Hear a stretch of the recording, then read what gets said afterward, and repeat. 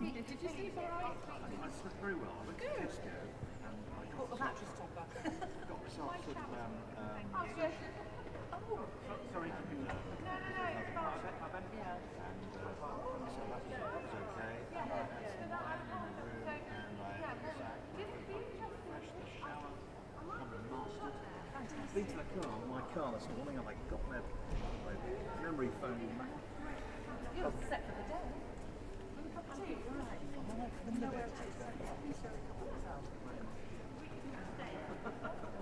Yeah. Well, I'll be. I know I'm very round, but I mean, I'll be. Here on and off. Yeah, we've got healthy. You know what I mean?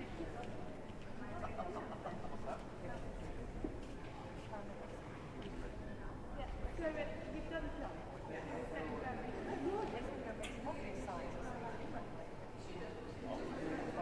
I'm going to walk around.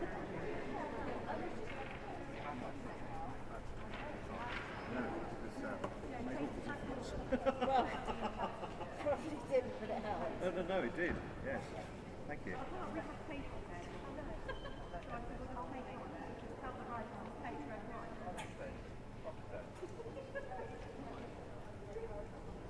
No, go on. No. I'm just about to walk. To you?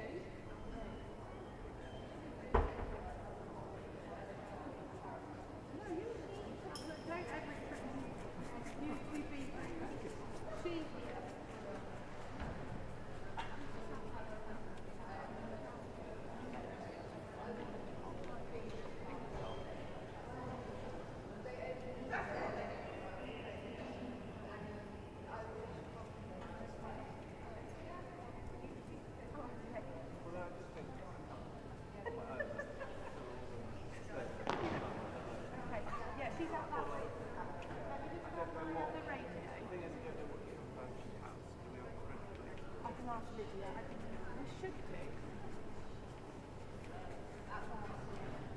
Testing.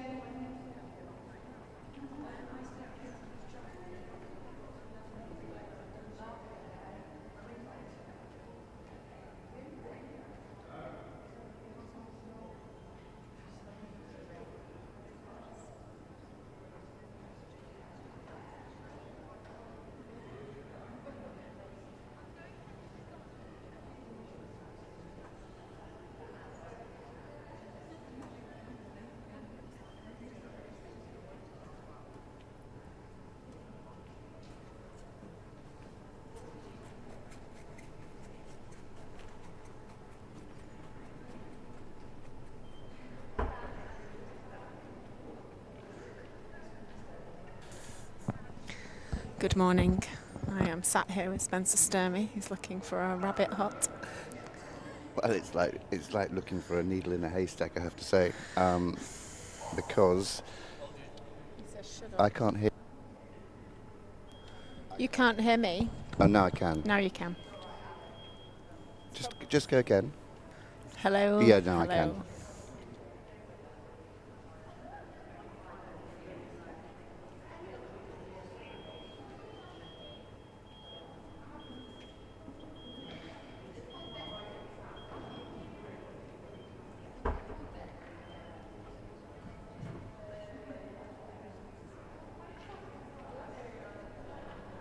Testing.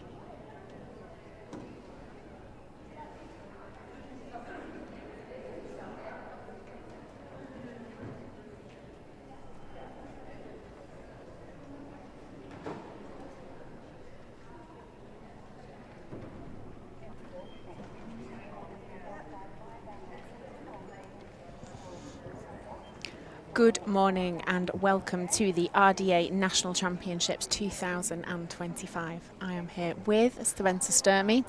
I am Lauren O'Hagan, and this morning we have got a right treat for you. The jumps are up. The jumps are up. Finally, some leaving the ground in the right way.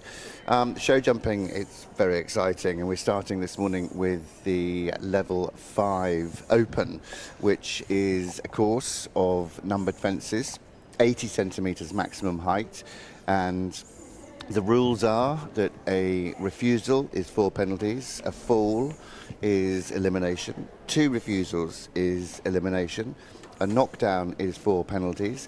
The horses must be at least 5 years of age or over.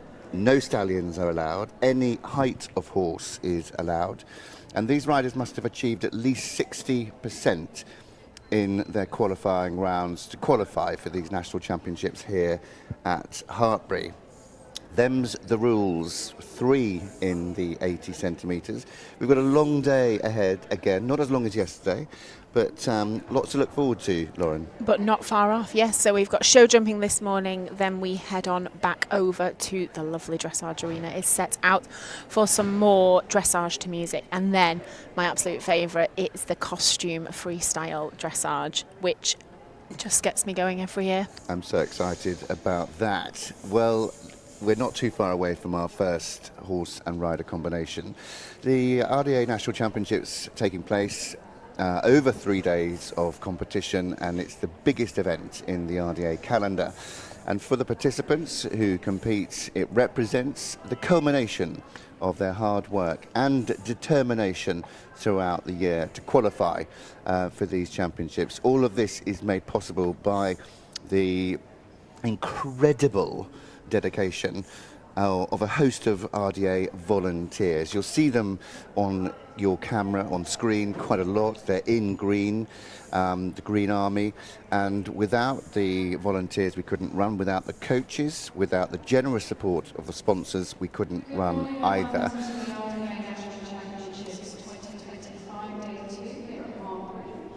We will shortly be commencing class 98, the RDA show jumping level 5 open 80 centimetres.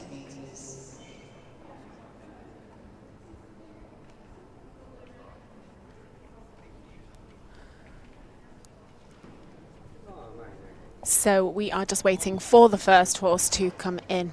So just a few little facts for you. We have 10 disciplines competing here at the National Championships this year. There are 155 classes. There's a total of 772 entries, and that's a whopping 177 horses on site. Quite a lot, isn't it? That's a lot of mucking out. It's a lot of mucking out. It's a lot of muck. That's a lot of muck. But look, there has been so much support throughout the year, and we've had some amazing people wishing our RDA riders good luck. Let's see what they had to say. Hey guys, it's Josh from Free Rein here. I just want to wish everybody that is competing today at the RDA National Championships the best of luck. Just qualifying is such an incredible achievement on its own. So enjoy the day, make the best of it, and have a lovely, lovely time. Bye. Wishing everyone the very best of luck this weekend at the RDA Summer Champ Show from everyone here at Team New Zealand. Good luck, everybody!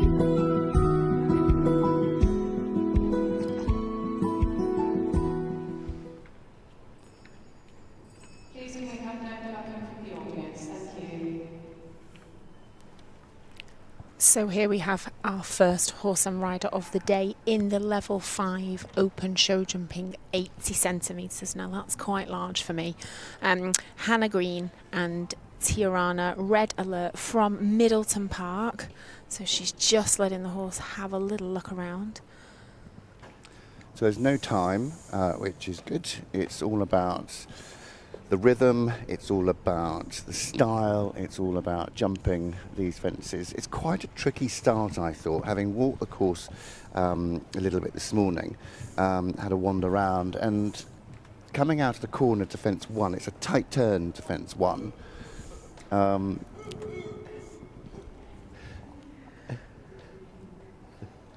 So we'll just see Hannah now come round the corner.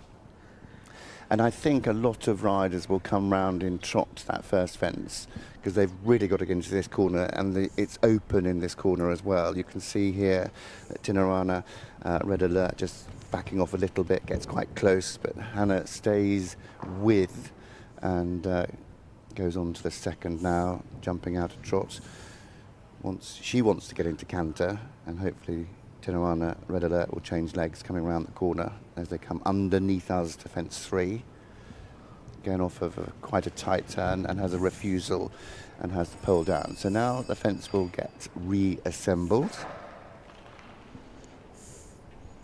He says there is a volunteer running. I think they'll probably have some volunteers in the arena as the day goes on just to make things a little bit quicker, a little bit slicker.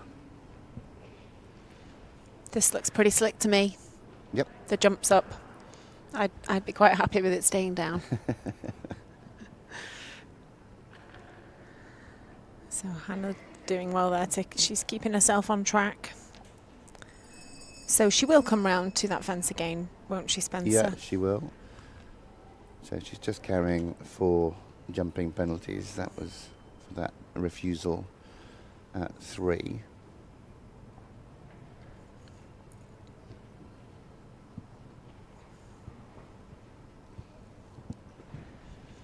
Oh, and run out. So that is sadly under the rules elimination for 2 refusals. But what a good seat Hannah's got. Yeah. You know, did really well there not to be unseated when they stopped that quickly. So good on you. So unfortunately that is Hannah eliminated, and we move on to our next rider, who is Frankie Townsend on Korabi Tiger from AIM RDA. I do have quite a bit of information on Frankie. So Frankie is 12 years old and she's been riding since she was 5. She competes in both RDA and able-bodied eventing and is passionate about her ponies and her well-being's care. She's hoping to rehabilitate horses as a career later on.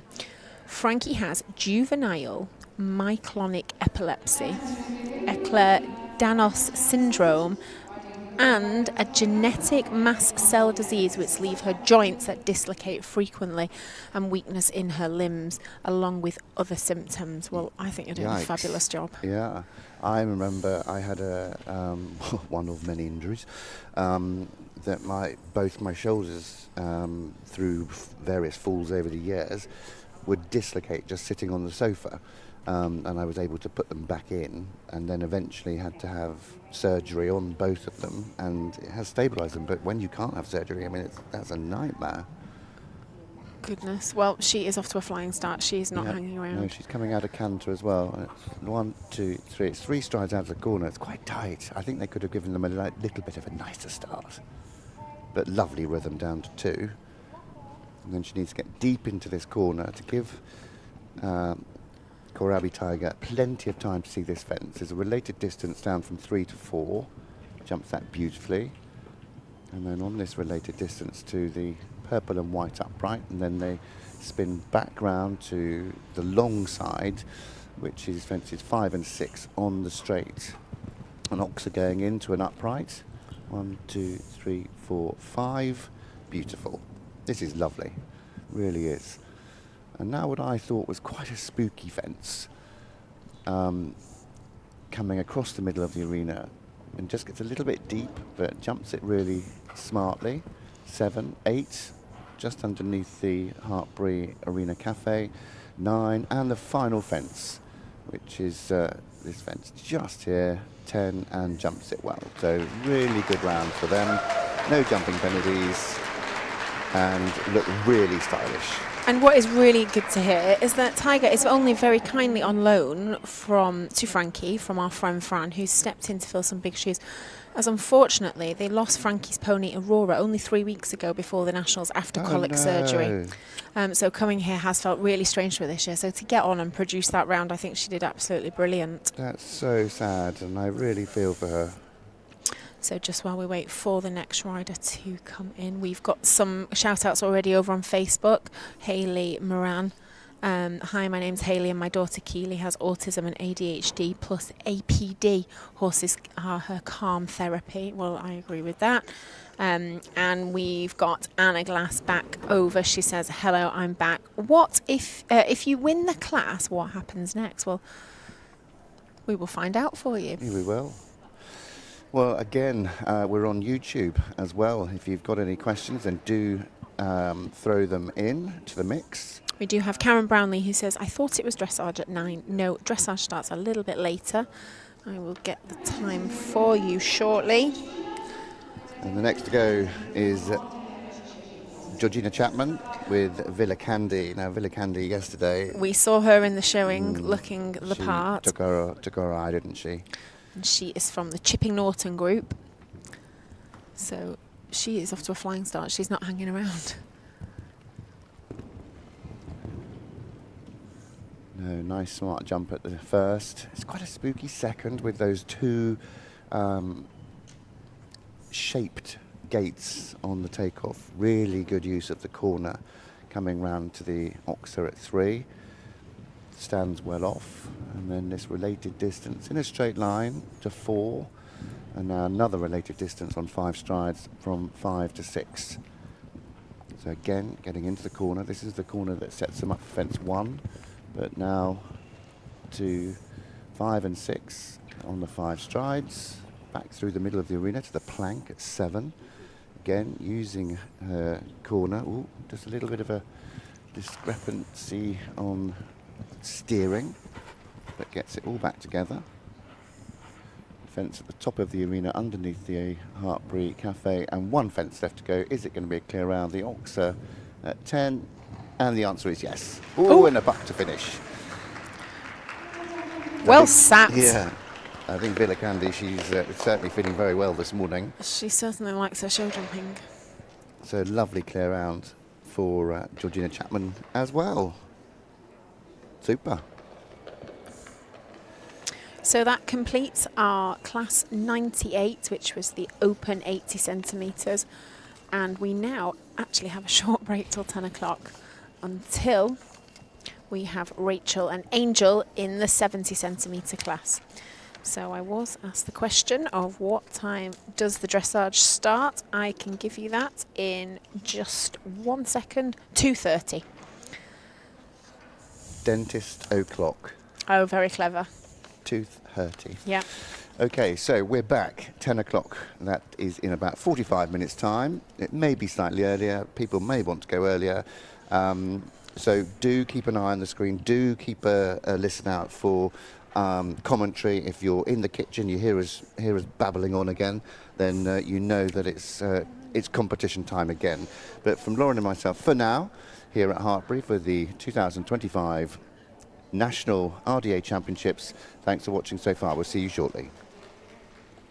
Hello to everyone competing at the RDA Champs very, very soon. It's Meg Elphick here, very proud sponsored rider of Polyjumps, here to wish you all the very best of luck. Massive, massive well done for even getting there in the first place. Try and keep your cool. I know it's difficult when there's a massive atmosphere and it's a championships and you're really, really looking forward to it, but please promise me one thing. At some point over the weekend, you sit and think about how fantastic you have done to get qualified in the first place. Soak every second of it up, and wishing you the very, very, very best of luck.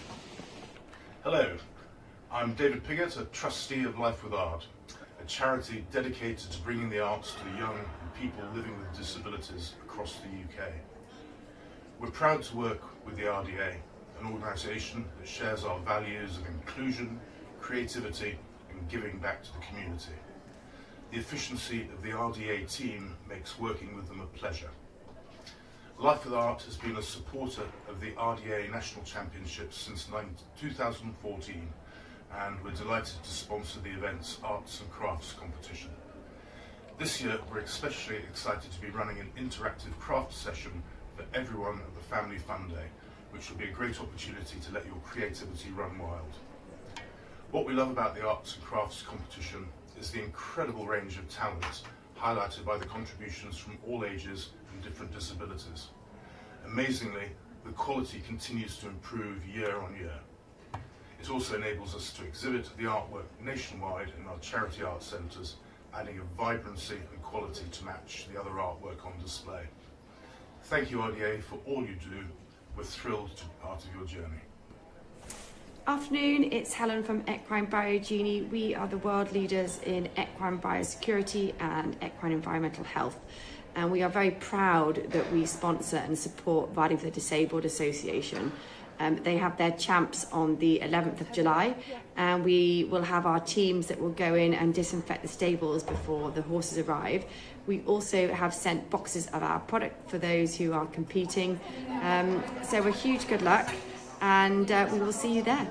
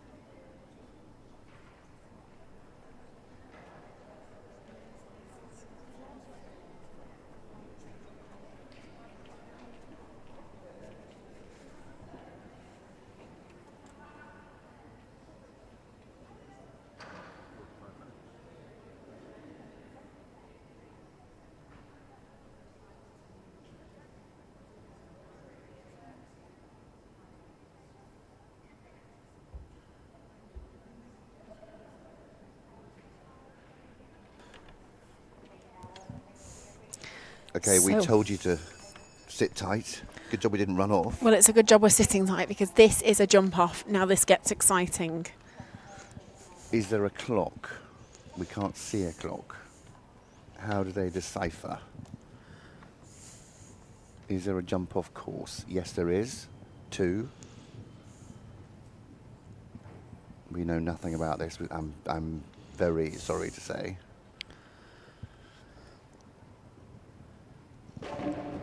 2, 3,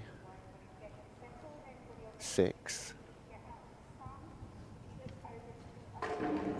2, 3, 6, 7, and maybe 10. No, 7. Yep, and 10. Well done. We worked it out. Well, you did. So just the one fence down. That was at fence 3 there for Frankie Townsend and Korabi Tiger. One fence. So if Georgina Chapman and Villa Candy jump a clear round, that will make them the winners of this 80 centimetre open, level 5 open show jumping class. So the course 2, 3, 6, 7, and 10. Well worked out, Spencer.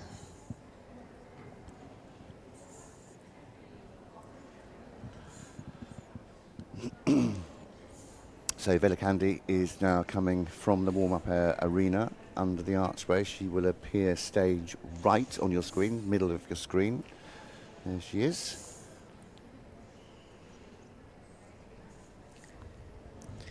Can Villa Candy hold it together? Because she got quite excited, didn't she? Didn't she?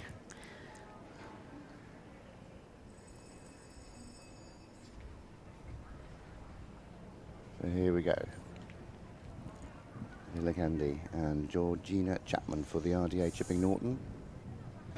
Ooh, gives her first fence a bit of a rattle, but it does stay up. So 2, 3. This is the fence that Frankie Townsend had down, right into the corner again as she did the last round. Oh, when she's had the same fence down. Can you believe it?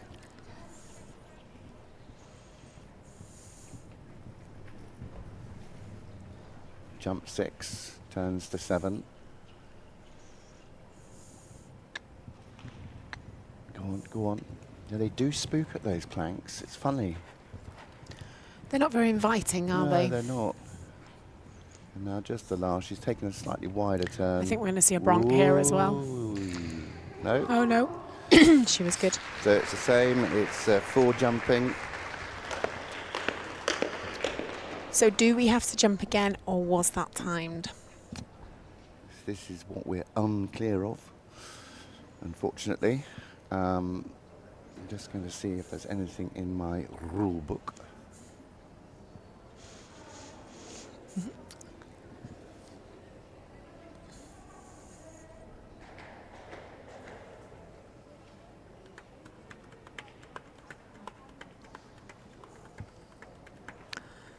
So I think the jumps now are going down to 70 Yeah. centimetres for the next class. They are. So as both riders had 4 faults, will it be against the clock, which will let us know who the winner is? It will. I'm still just rifling through. If anyone can help us, great.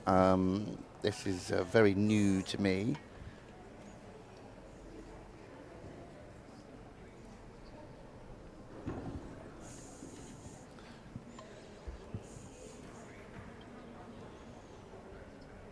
So just going to open the rule book up again. That's a hefty rule book you're I know, sifting through there. 62 pages of rules. Okay, so the rules, here we are.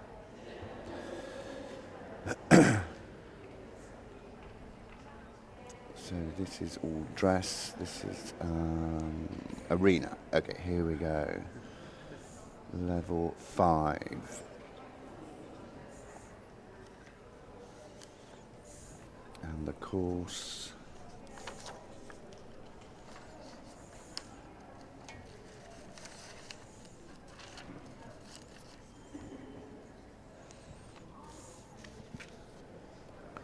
This may be a championship rule as well, so we have to just check that. There are marks as well for style, and the judges will be judging everything in this. But so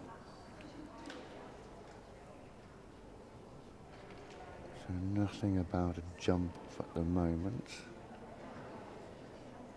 Nope. So we're going to have to rely on our very knowledgeable viewers, I think. I have asked the question on the comms group to But find out. I expect a number of our viewers did what we did and went off air. I've got 21 on Facebook, on YouTube. Not sure how many you've got watching on. You've got a handful watching on Facebook. But anyway, listen, that is the jump off. The fences are going down to 70 centimetres. So Lauren and I will be back this time at 10 o'clock.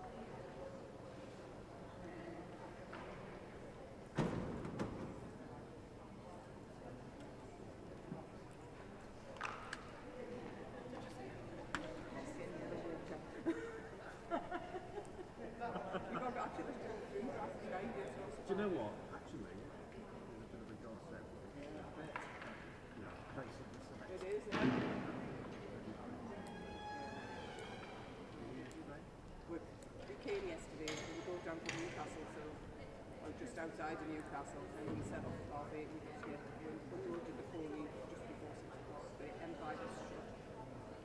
Yeah, so we had to do a bit of a detour. Stopped it, just soaking with water. We won't drink on the ride of the boom. He's drunk here, he's got a sauce at the red town shop. I'm no worries about it because it's me, it's fine. As soon as you get here, we have a drink and we won't drink out on the ride.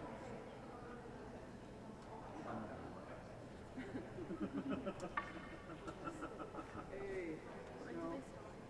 Well, they've done a couple of rounds, they're just lifting everything up to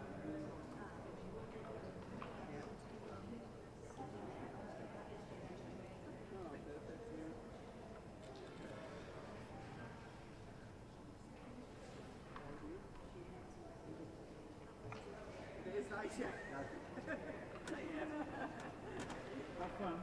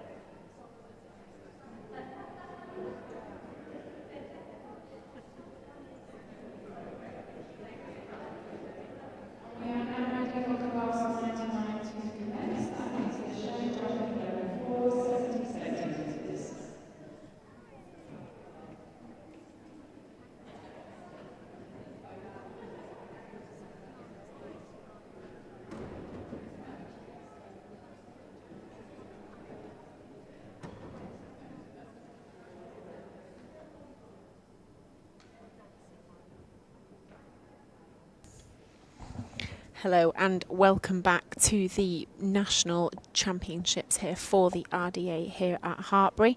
I am sat with Spencer Sturmey, who I'm really glad is sat here to help me through this show jumping. And we are just waiting for our next rider to come in for the 70 centimetre class, which is class 99. That will be Rachel Through. She is just putting her last bits and pieces together, I think, in the warm-up. So I'd just like to let you know that our sponsors today for the show jumping is Oliver Wright. He has sponsored the performance show jumping and the showing for quite a number of years now. He's a business transformation consultant and they've been operating for over 50 years. And in 2024, Oliver Wright, like the RDA, will be celebrating their 55th anniversary. And we at the RDA hope we can do something to celebrate. They've supported the upkeep of a paddock at the National Training Centre and are sponsoring Erin, who is our National Training Centre pony, a black 14 hand mare. Erin is regularly ridden by an RDA rider who has autism, anxiety and post-traumatic stress disorder, and she does love to talk to Erin. Oliver Wright is sponsored. It also sponsors our national and virtual championships in the showing and the show jumping disciplines and has supported us for many years. So we thank them for their support over the years.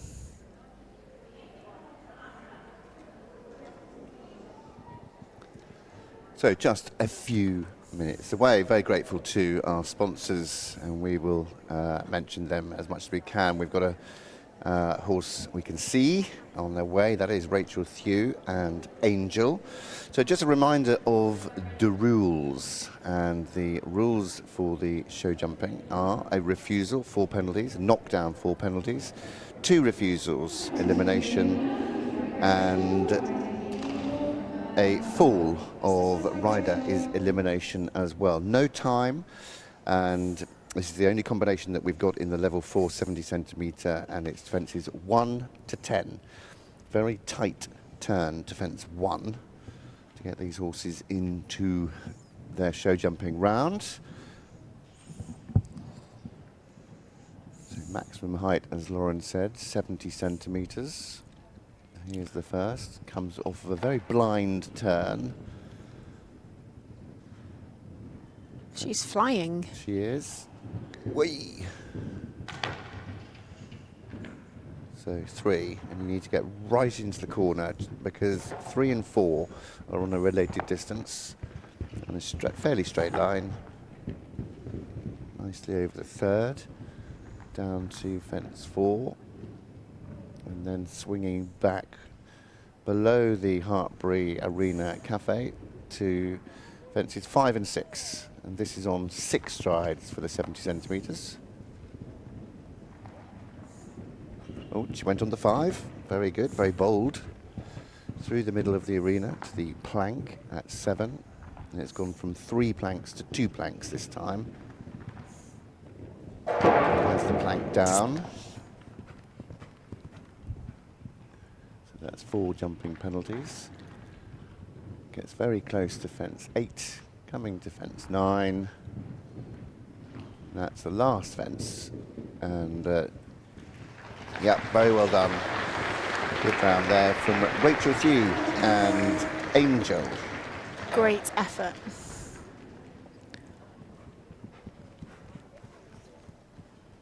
I don't fancy the look of those planks. They're right in the middle of the arena. And it's one of those fences, ironically, that sits out there. It's the only fence that sits right out in the middle of nowhere, what we would deem as a fence in no man's land. So really, every fence that you jump, whether it be fence 1, fence 2, the 3rd, the 4th, the 3rd is off a corner, off a turn, so it sets you up. It's then on a related distance to 4. 5 is off a turn. 6 is on a related distance. 7, there's so much room to be won and lost on the turn down to the plank.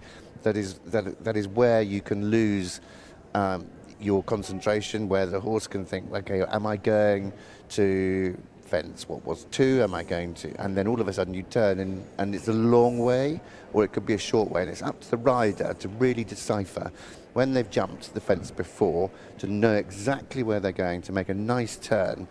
But like you would in the dressage, making sure that when you turn a right turn, that you make sure that you turn your motorbike back upright, so you get your right shoulder back up, that they're then nice and square again to come to that fence. Because if they're still coming round on the shoulder down, that's when you can have fences on the floor.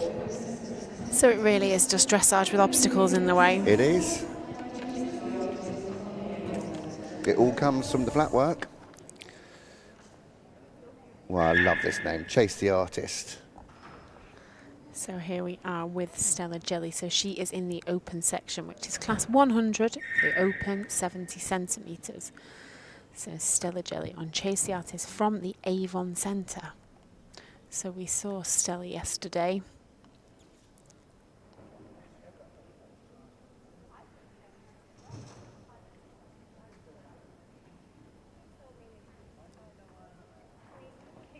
And for those of you not in the know, Stella riding in a 0.2 air jacket, and that's all again safety. You can see the air jacket there, and it will be attached to the front of her saddle via a 2-point attachment, and that comes from the stirrup bars of the saddle over the front of the pommel, and then the air jacket attached to her jacket, and the lanyard is attached then to the pommel.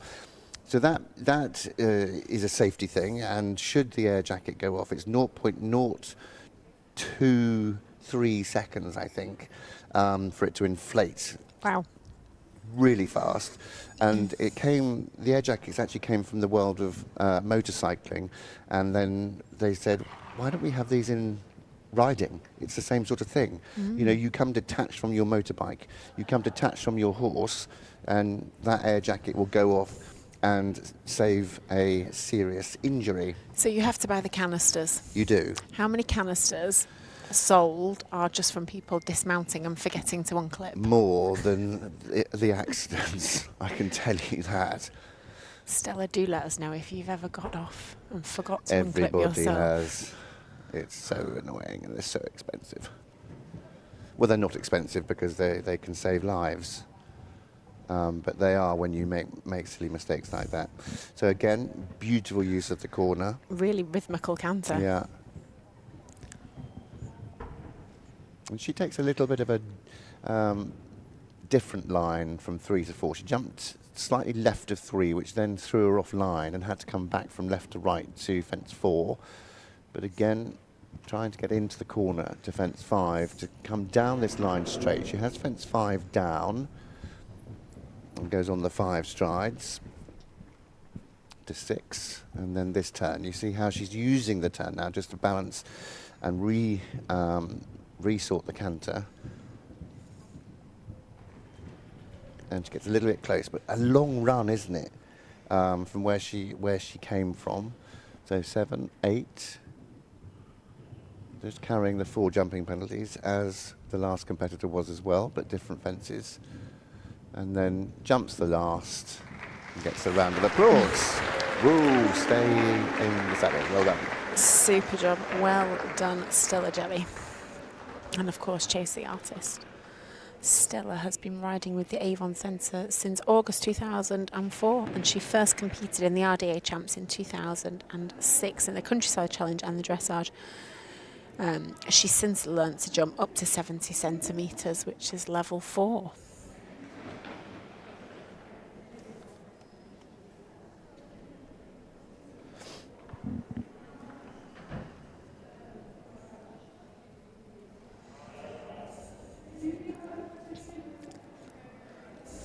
So that is the end of our class 100.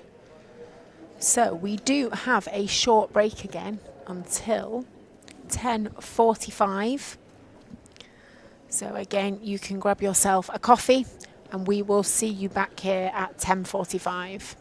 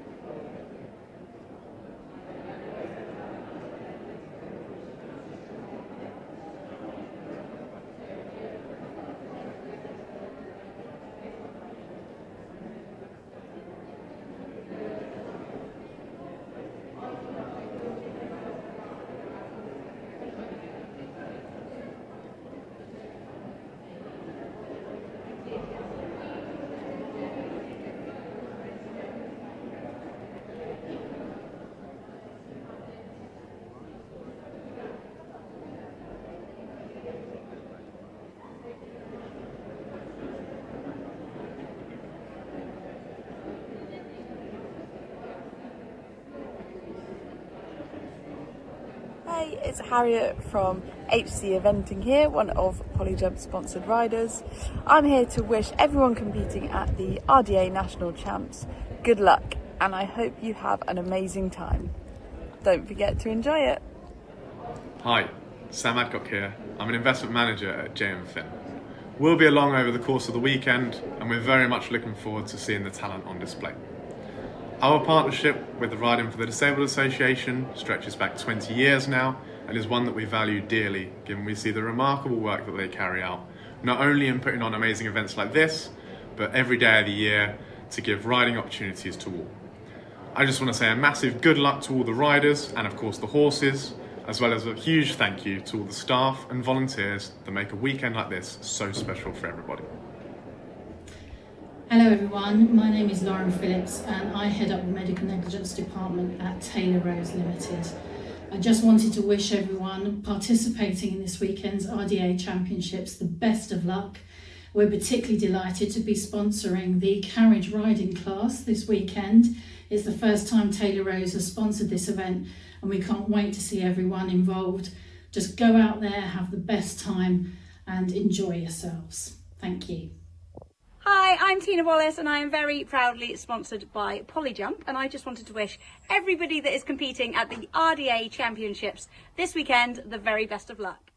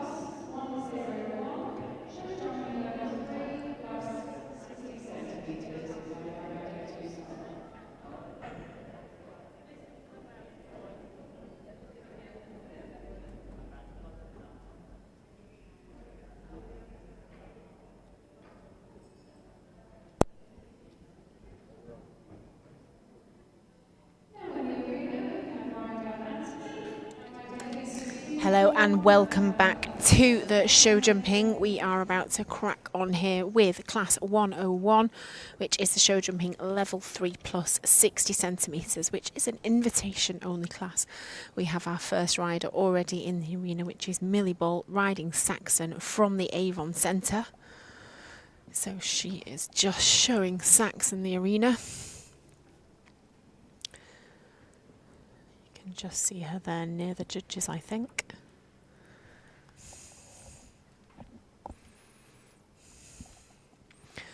So the show jumping for the RDA has its own unique pathway, giving participants valuable opportunities to take part in RDA competitions and RDA show jumping.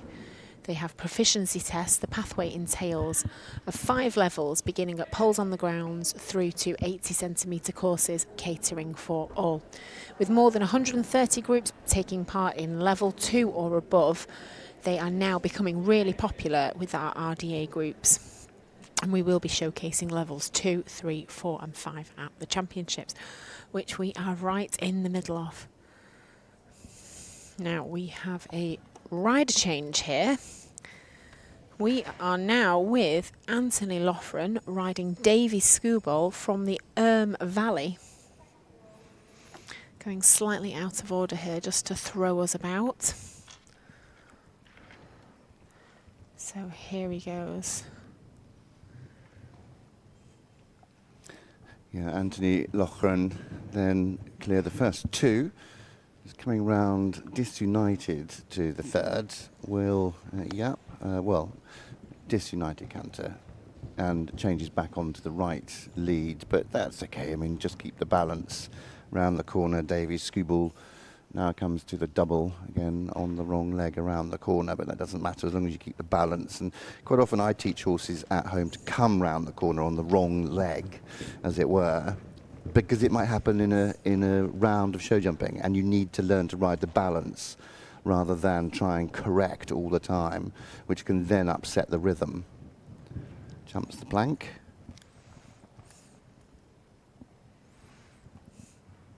And the upright 8, so just 1 fence left to go for Anthony Loughran. Sees a long one, but gets it, and that's a really good round to get us underway in this invitation only level 3 plus. Well, there we go. Flying round. Flying round. Gets us off to a flying start. Now, he was our 4th rider to go. I can see a rider coming in.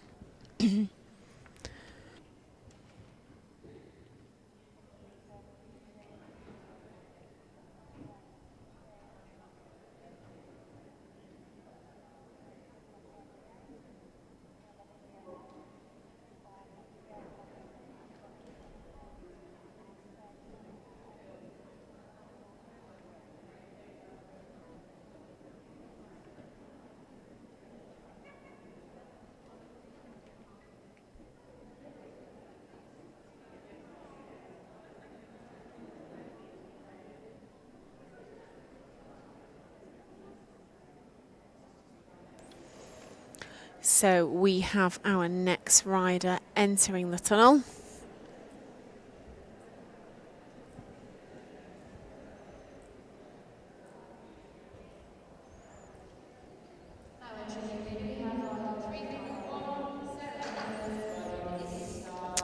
So we have Sarah Hannerford riding Izzy Star from the Saxon RDA. I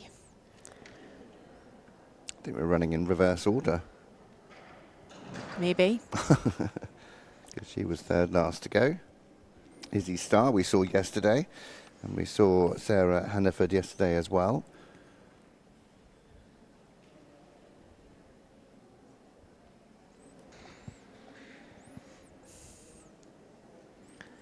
Just talking to the judges there, they're underneath us on the 1st level, judging the show jumping.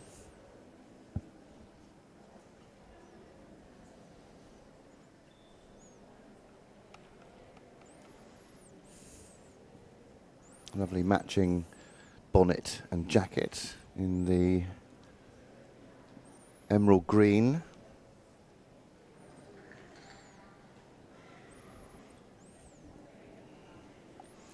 So Sarah backed Izzy Star as a 5-year-old herself, and she's proud to be able to take part in the nationals a few times at dressage and show jumping.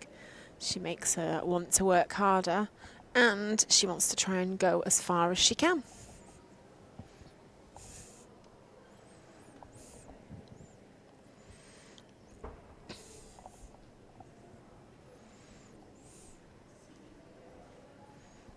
Was Izzy Star the chestnut horse that you liked in the showing yesterday? Yeah.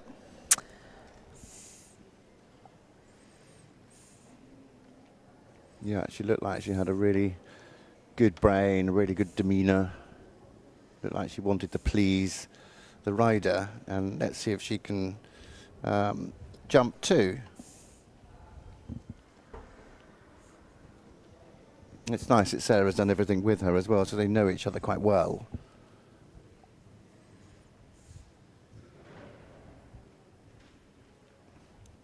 Nicely clear of the first 3 as they get nice and deep into this corner right underneath us here in our commentary position. I didn't appreciate how tight this was, as the jump is right behind my monitor. Yeah. And when I look down and see it, you can appreciate how difficult that fence is. Yeah. So keeping a good rhythm, a good economical line to her fences. 5. We may see some go down there on the 6. It hasn't changed the distance from when it was 80 centimetres. So when the fences get smaller, it's more difficult to make up the distance. 2 fences left.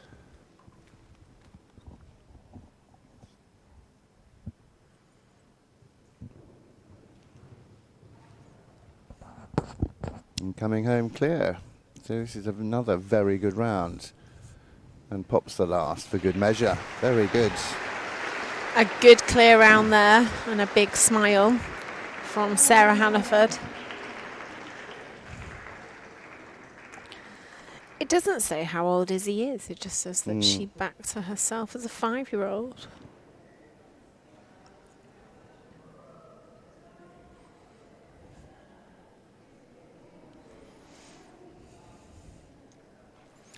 You always know when it's show jumping on, the crowd is filling up. Plenty of people watching up in the cafe as well.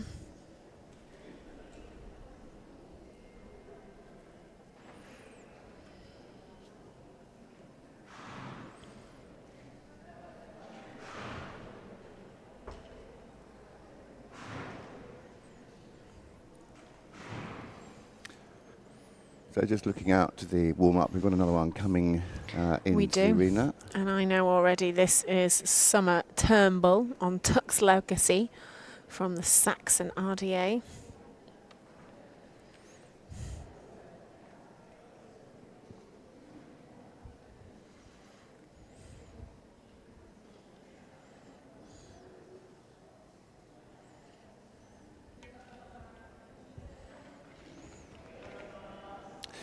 You know, the camaraderie is so lovely. You can hear friends in the grandstand seating just shouting, "Good luck, Summer, good luck, Summer." So lovely.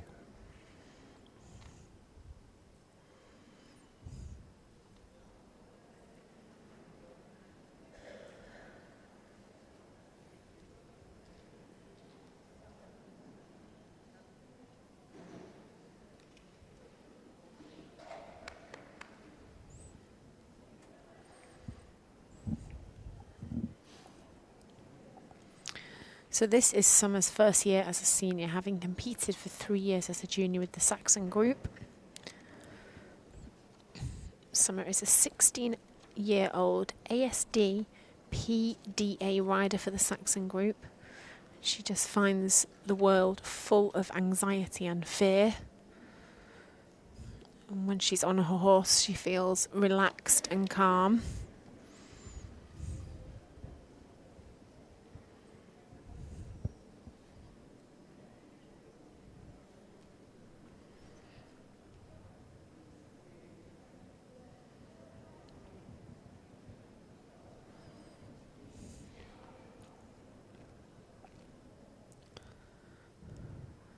Looks like as he just takes all this in his stride, doesn't he? It does.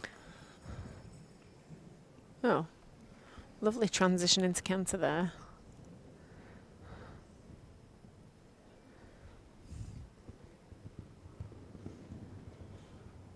And it is an incredibly tight turn into that first fence, as we mentioned before. Just skipping over the second fence, popping back to trot, getting the balance back, using the corner. She'll get into canter out of the corner. Well done. And then onto this red and blue oxer. And a related distance down to another vertical. She'll come back to trot, sort the canter out again. And these will all be marks that the judges will take into consideration during her round.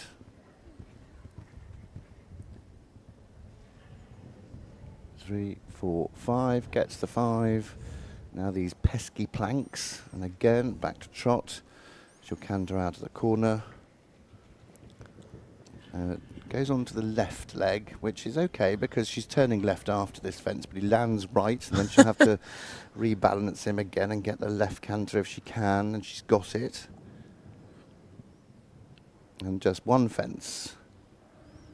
And this is going to be 3 out of 3 clears.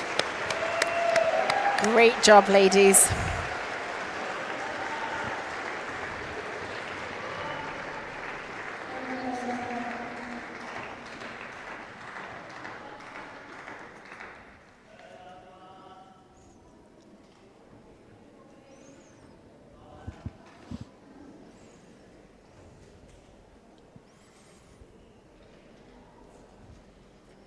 Nice to see the seats filling up as well. You know, a lot of support for these riders in the show jumping phase. Yeah, you can feel it sort of buzzing in here now, can't you? Feel the atmosphere.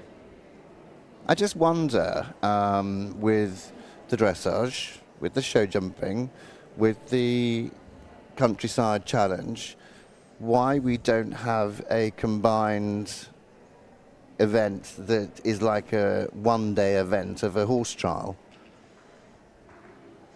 Well, Spencer, there's nothing stopping you starting it. But we could have dressage, we could have show jumping, and we could have the countryside challenge, which is basically the cross-country phase of a one-day event, isn't it? You are correct, indeed. Yeah. I think we could start that one. Answers on a postcard. Answers on a postcard. You can do that. Okay. So here we now have Millie Bolt on Killamona Boy. If you remember, my good friend Sheila Bennett also rides him from the Avon Centre. So she was actually down to ride Saxon. I wonder if Saxon's just decided it's a little bit too hot. So Millie started riding at Avon in 2012, and she's been doing nationals and regionals since 2015. It's a name that I've read out a lot.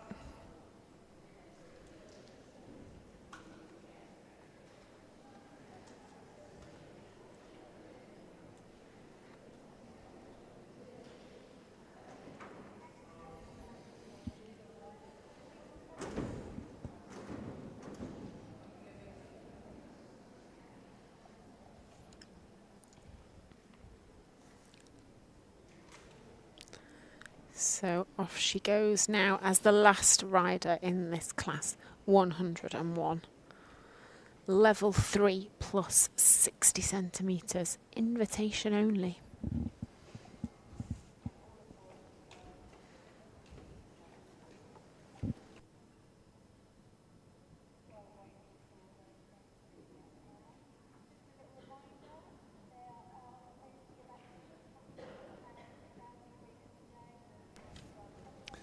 And sensibly just trotting around, getting her bearings on this first turn. It's a crucial turn because it sets you up, that first fence sets you up for the rest of the course.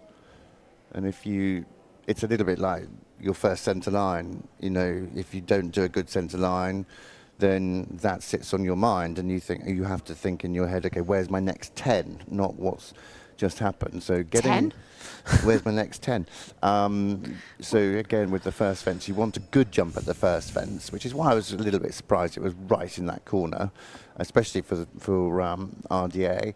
And then flow on to the second that your round then flows. So she's trotting in. I would trot into the first fence, especially on a younger horse, just to give them time to see it, because you turn the corner, all of a sudden it's there, right in front of you. He's got quite a unique way of jumping, this little chap. He rather jumps in two halves. Whether his jump is better in the canter, she may get up speed in the corner here before the oxer, because this is the first oxer proper on the course. The first fence is a cross pole, yeah, and he just doesn't get quite high enough in front there, so has that fence down.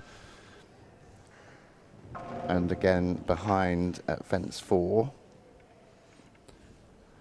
And this is where the canter might just help the jump. She's got the canter. Come on, come on, come on, come on, come on, come on. Well done. Spencer is willing you on here. Yeah, he is. Good boy. Well done. Now these planks, these are going to be a challenge for him because they're so upright. There's no ground line, and she needs to, that's it, good girl. Get him going, get him going. She needs to have a good positive jump at these. She doesn't want to get in deep because he will have them down. Come on, come on, come on, come on. Oh, you monkey. Yeah, they are spooky. My friend Sheila said he was ever so lazy. Your friend Sheila wasn't wrong. He is She a wasn't, bit was she? lazy. But then you don't want something that's going to be too fizzy, do you, at this level? No, you don't want something that's fizzy, but you could do with something that kept cantering around the you jumps. could. Come on, Come on now. Millie. Come on, Millie. Come on, Millie. Go on. Yes. Good boy. And the crowd are also willing at home as much as we are. Come on, Millie. Come on, Millie. Two fences left to go. Come on, you little monkey. Good boy. Right, one more. Come on. Let's go. Let's go. Let's go. Let's go. Come on. Come on. Yay! I think she's got the biggest cheer of all, and thoroughly deserved. Well done, Millie. I think Millie's legs should get a prize for being the hardest working things on the planet today. Well done, Millie. You actually made that look quite easy. And I know from riding lazy horses, you are sat there thinking, oh my gosh, I have no more kicks left. Yeah. So they are the 4 riders for this Class 101 Level 3 show jumping. Now, again, there'll be a slight alteration to the jumps. They are going down to 60 centimetres for our next class, which will start at 11:30. So have a toilet break, grab yourself a coffee, and we'll be right back with the action at 11:30.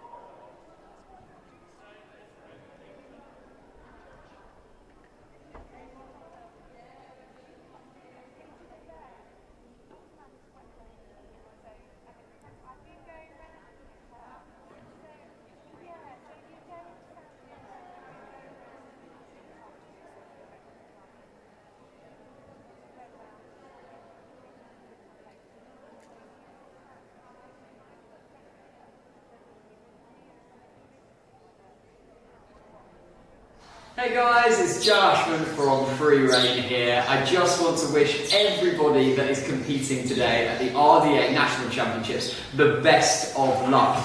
Just qualifying is such an incredible achievement on its own. So enjoy the day, make the best of it, and have a lovely, lovely time. Bye.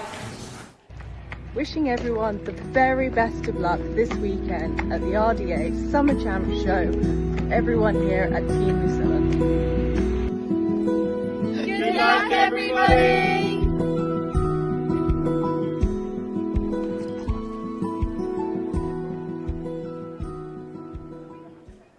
Hello to everyone competing at the RDA Champs very, very soon. It's Meg Elphick here, very proud sponsored rider of Polyjumps, here to wish you all the very best of luck. Massive, massive well done for even getting there in the first place. Try and keep your cool. I know it's difficult when there's a massive atmosphere and it's the championships and you're really, really looking forward to it. But please promise me one thing. At some point over the weekend, you sit and think about how fantastic you have done to get qualified in the first place. Soak every second of it up, and wishing you the very, very, very best of luck. Hello, I'm David Piggott, a trustee of Life with Art, a charity dedicated to bringing the arts to young and people living with disabilities across the UK. We're proud to work with the RDA, an organisation that shares our values of inclusion, creativity and giving back to the community. The efficiency of the RDA team makes working with them a pleasure. Life with Art has been a supporter of the RDA National Championships since 2014, and we're delighted to sponsor the event's Arts and Crafts competition. This year we're especially excited to be running an interactive craft session for everyone at the Family Fun Day, which will be a great opportunity to let your creativity run wild. What we love about the Arts and Crafts competition is the incredible range of talent, highlighted by the contributions from all ages and different disabilities. Amazingly, the quality continues to improve year on year. It also enables us to exhibit the artwork nationwide in our charity art centres, adding a vibrancy and quality to match the other artwork on display. Thank you, RDA, for all you do. We're thrilled to be part of your journey. Afternoon, it's Helen from Equine Biogenie. We are the world leaders in equine biosecurity and equine environmental health. And we are very proud that we sponsor and support Riding for the Disabled Association. They have their champs on the 11th of July, and we will have our teams that will go in and disinfect the stables before the horses arrive.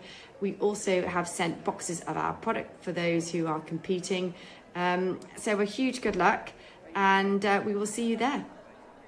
Hey, it's Harriet from HC Eventing here, one of Polyjump sponsored riders. I'm here to wish everyone competing at the RDA National Champs good luck, and I hope you have an amazing time. Don't forget to enjoy it. Hi, Sam Adcock here. I'm an investment manager at JM Finn. We'll be along over the course of the weekend, and we're very much looking forward to seeing the talent on display. Our partnership with the Riding for the Disabled Association stretches back 20 years now, and is one that we value dearly, given we see the remarkable work that they carry out, not only in putting on amazing events like this, but every day of the year to give riding opportunities to all. I just want to say a massive good luck to all the riders and of course the horses, as well as a huge thank you to all the staff and volunteers that make a weekend like this so special for everybody. Hello everyone, my name is Lauren Phillips and I head up the Medical Negligence Department at Taylor Rose Limited. I just wanted to wish everyone participating in this weekend's RDA Championships the best of luck. We're particularly delighted to be sponsoring the carriage riding class this weekend. It's the first time Taylor Rose has sponsored this event and we can't wait to see everyone involved. Just go out there, have the best time and enjoy yourselves. Thank you. Hi, I'm Tina Wallace and I am very proudly sponsored by Polyjump, and I just wanted to wish everybody that is competing at the RDA Championships this weekend the very best of luck.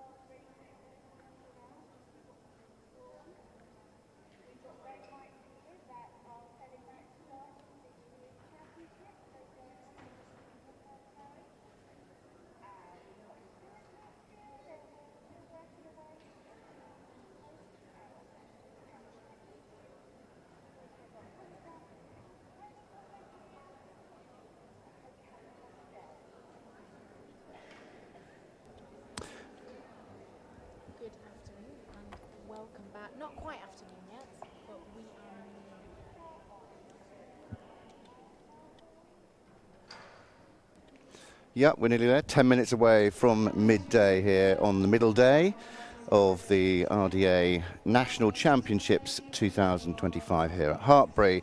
A couple of questions have come in under the in the break.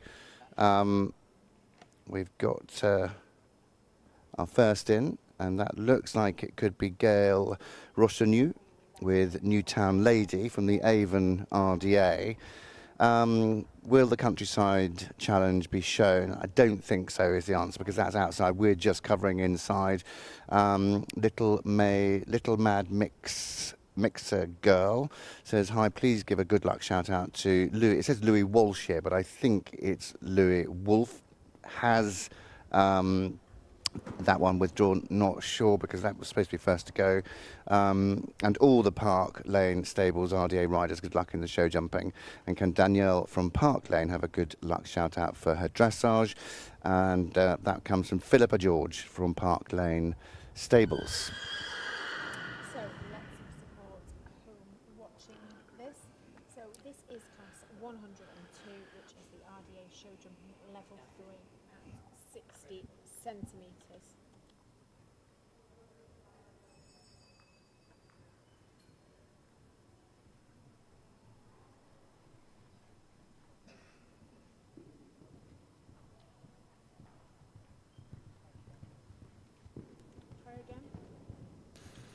So here we've got now jumping fence 1, 2, turning right-handed to fence 3. Just getting a good turn, nice line to the third, popping over the third. 5 fences in total for these guys, and it's only 2 left to go, and that's down the long side.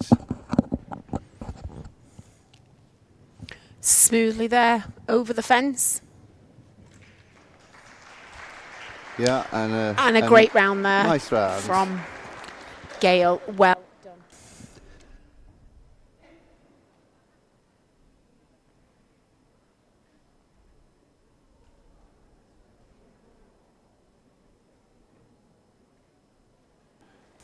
Yeah, great round there for our first to go for Gail Roshanu and Newtown Lady.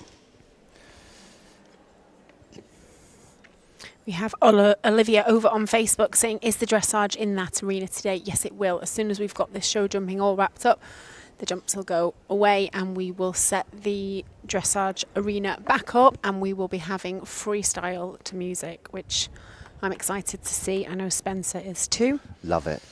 It was great yesterday, wasn't it? Watching the categorised riders from B5 all the way down to B1s in the freestyle. It was just a real treat.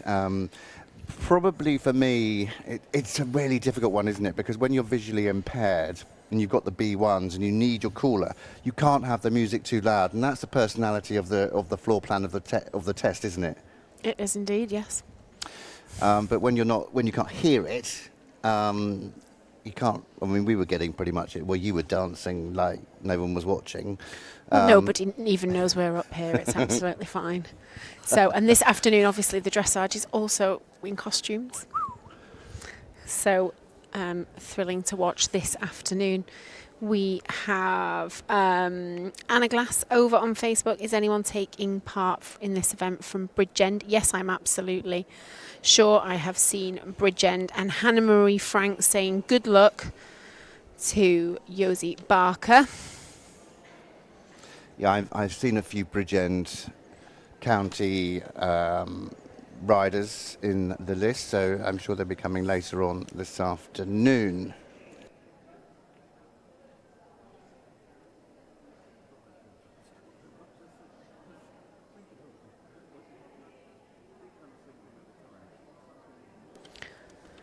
So we are just waiting now on our next rider heading in. I haven't quite seen them in the warm-up yet.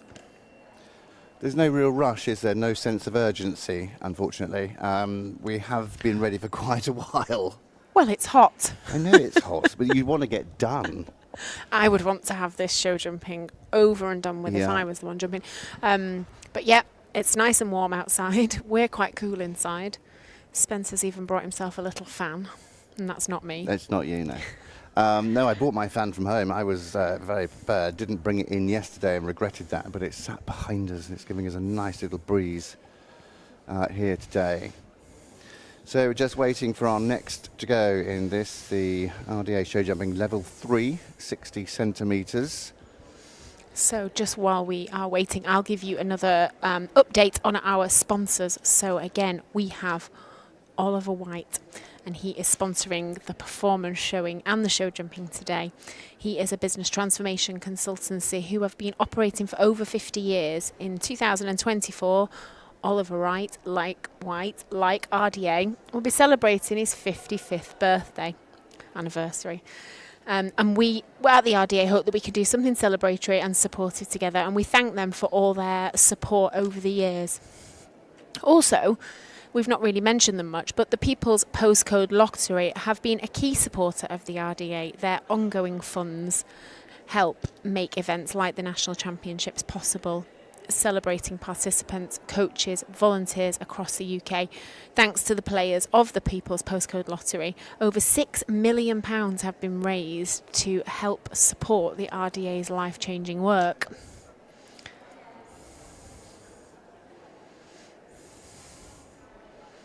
And I suppose really another huge thank you has to go to Hartpury College.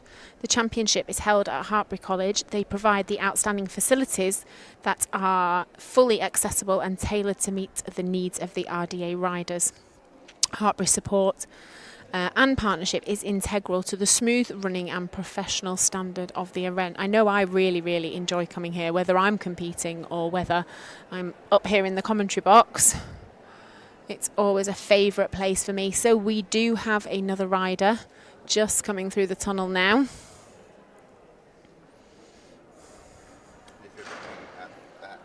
If you're looking at that screen, we were top right on that top tier, top level. We'll just get confirmation of our next combination. This is Louis Wolf, Louis and Dougie. So that's good to know they're still here. Yeah. They're not withdrawn, they're just coming slightly out of order. They're just trying to keep us on our toes up here.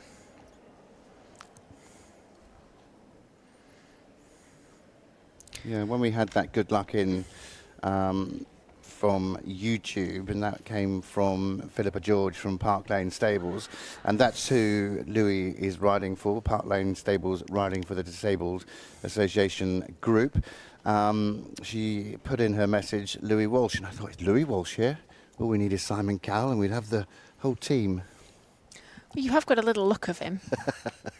What, the high-waisted jeans? Not sure, you're sat behind a table.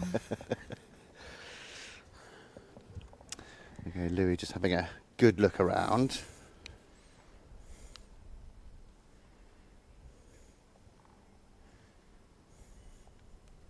And he's riding Dougie in this 60 centimetre.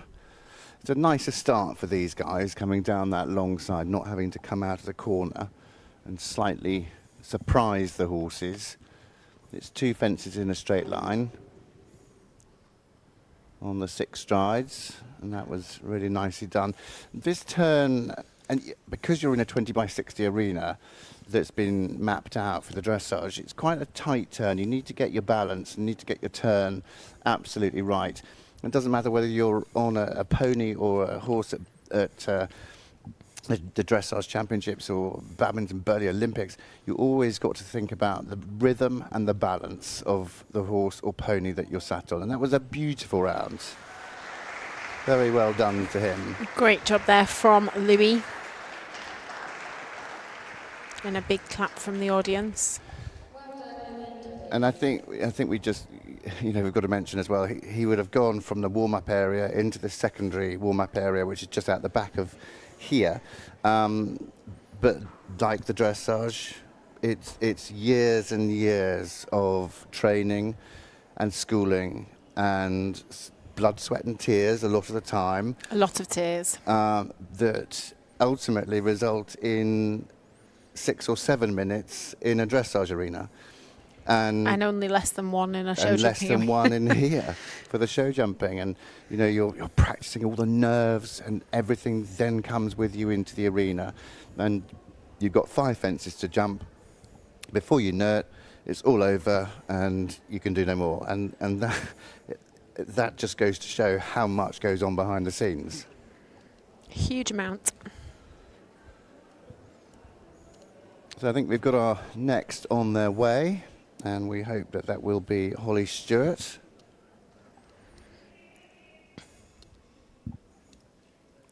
I have had a note that they are coming out of order. Oh, okay. So we're not to worry. No, I think I recognise this fella.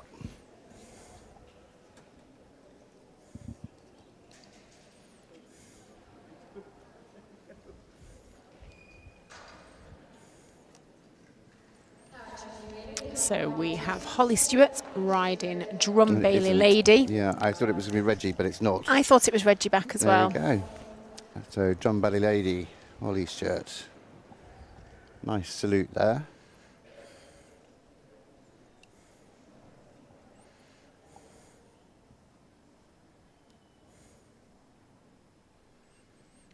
They ride for the Diamond Centre, and Holly has been riding at the Diamond Centre for 11 years, and she enjoys dressage and jumping. That's a lovely smile.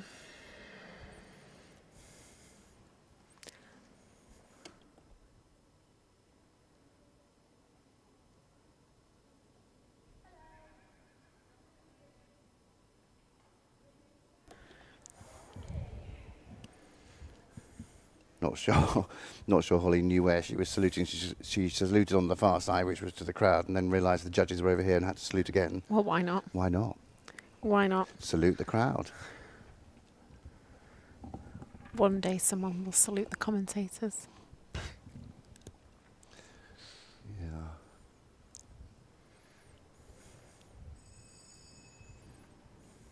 She's off. Good strong canter there. Look around your corner. Nice balance. Just steps over the fences, jumps the second, keeps the canter. She's got the correct leg. She's on the right leg. Keep the canter, keep the canter. Good girl. And now she's got to change her lead leg from the right to the left. Get the canter in the corner. Good girl. Nice transition. And then just these 2 fences, ears pricked, 2, 3, 4, gets a little bit close but gives it a rub, but leaves it up. So good round there from Holly Stewart and Drum Bailey Lady. Next 2 have withdrawn, so we've got 3 left to go, and they may, I hope, come a little bit quicker. You can hope. You can, can't you? All you can do is hope. Hoping doesn't get you anywhere though, does it? No. Park Lane Stables said, please give a shout out to Park Lane Stables. We saw Louis Wolf there and Dougie just a few moments ago. Dougie is a superstar pony. And well done, they say, to Louis and Dougie. We love you. And then Francesca Simmons, not quite sure what Francesca's saying, but acknowledging that you're there.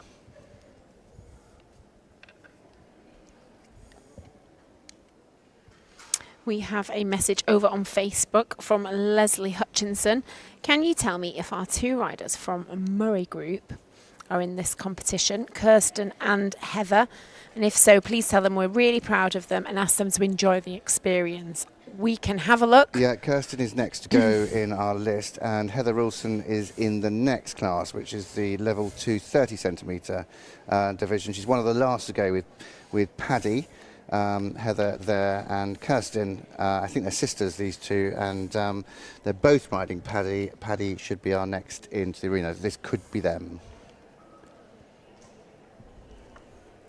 That was good timing then.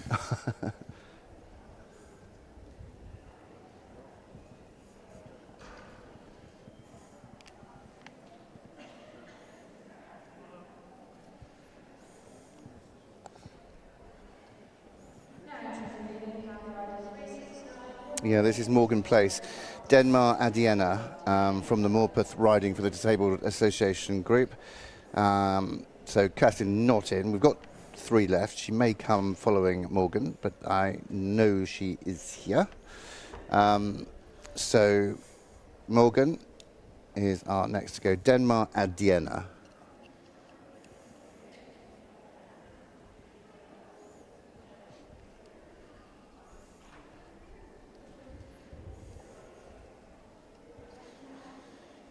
Morpeth RDA feel privileged to have these guys riding with them, and when they qualified it was a dream come true.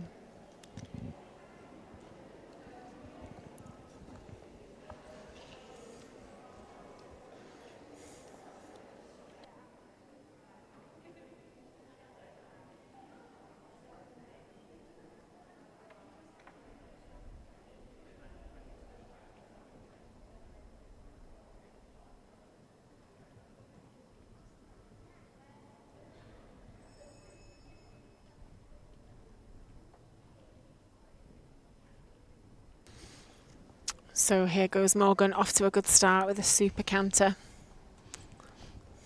Yeah, really important to have that canter before you get underway. Gets a little bit deep to the second, but very clever in Denmark Adiena with her footwork. And we train a lot. You use poles on the floor quite a bit, but we use poles on the floor a lot with not only dressage horses but show jumpers and eventers to sharpen their footwork up, to make them aware of where their feet are, and that was super. Again, you know, keeping a good rhythm, keeping a good balance, whole way round. Really well done to Morgan Place and Denmark Adiena. It clears all the way so far, 4 out of 4. We have Emma Place over on Facebook saying, "Go Morgan." Well, she did, and she went clear.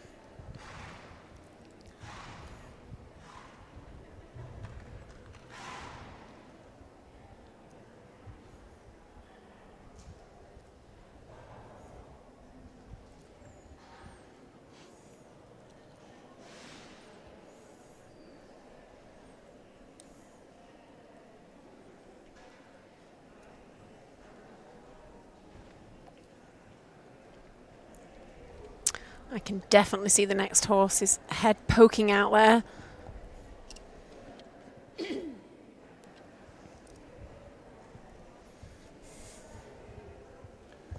Yeah, and they're about to come in. Is this a Paddy or a Reggie? I think it looks like I think it's a Paddy. Paddy. I think I recognise him.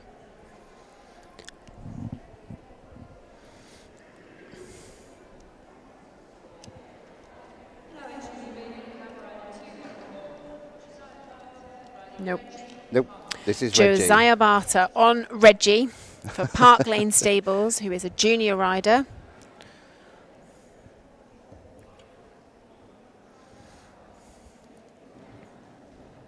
Another one with a good moustache. Yep. Not as good as the one that we're going to see later on. Bally Simon. Bally Simon, the first. His is like another level.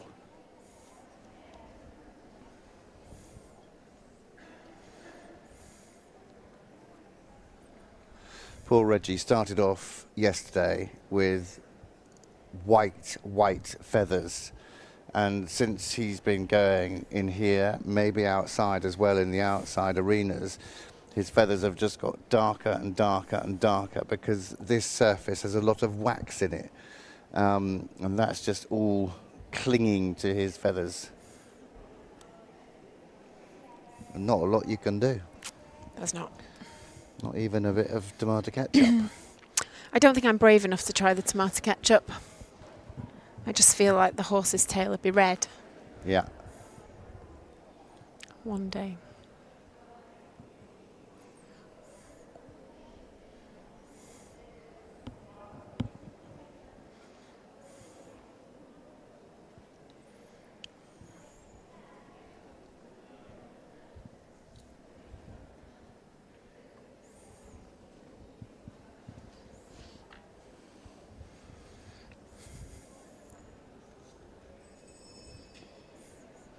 So the bell's now gone, signalling that Uzziah can get underway.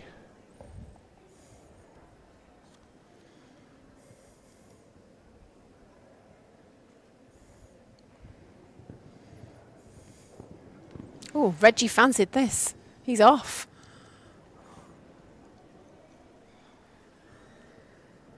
I think that's what you call locking on, isn't it? Isn't it just?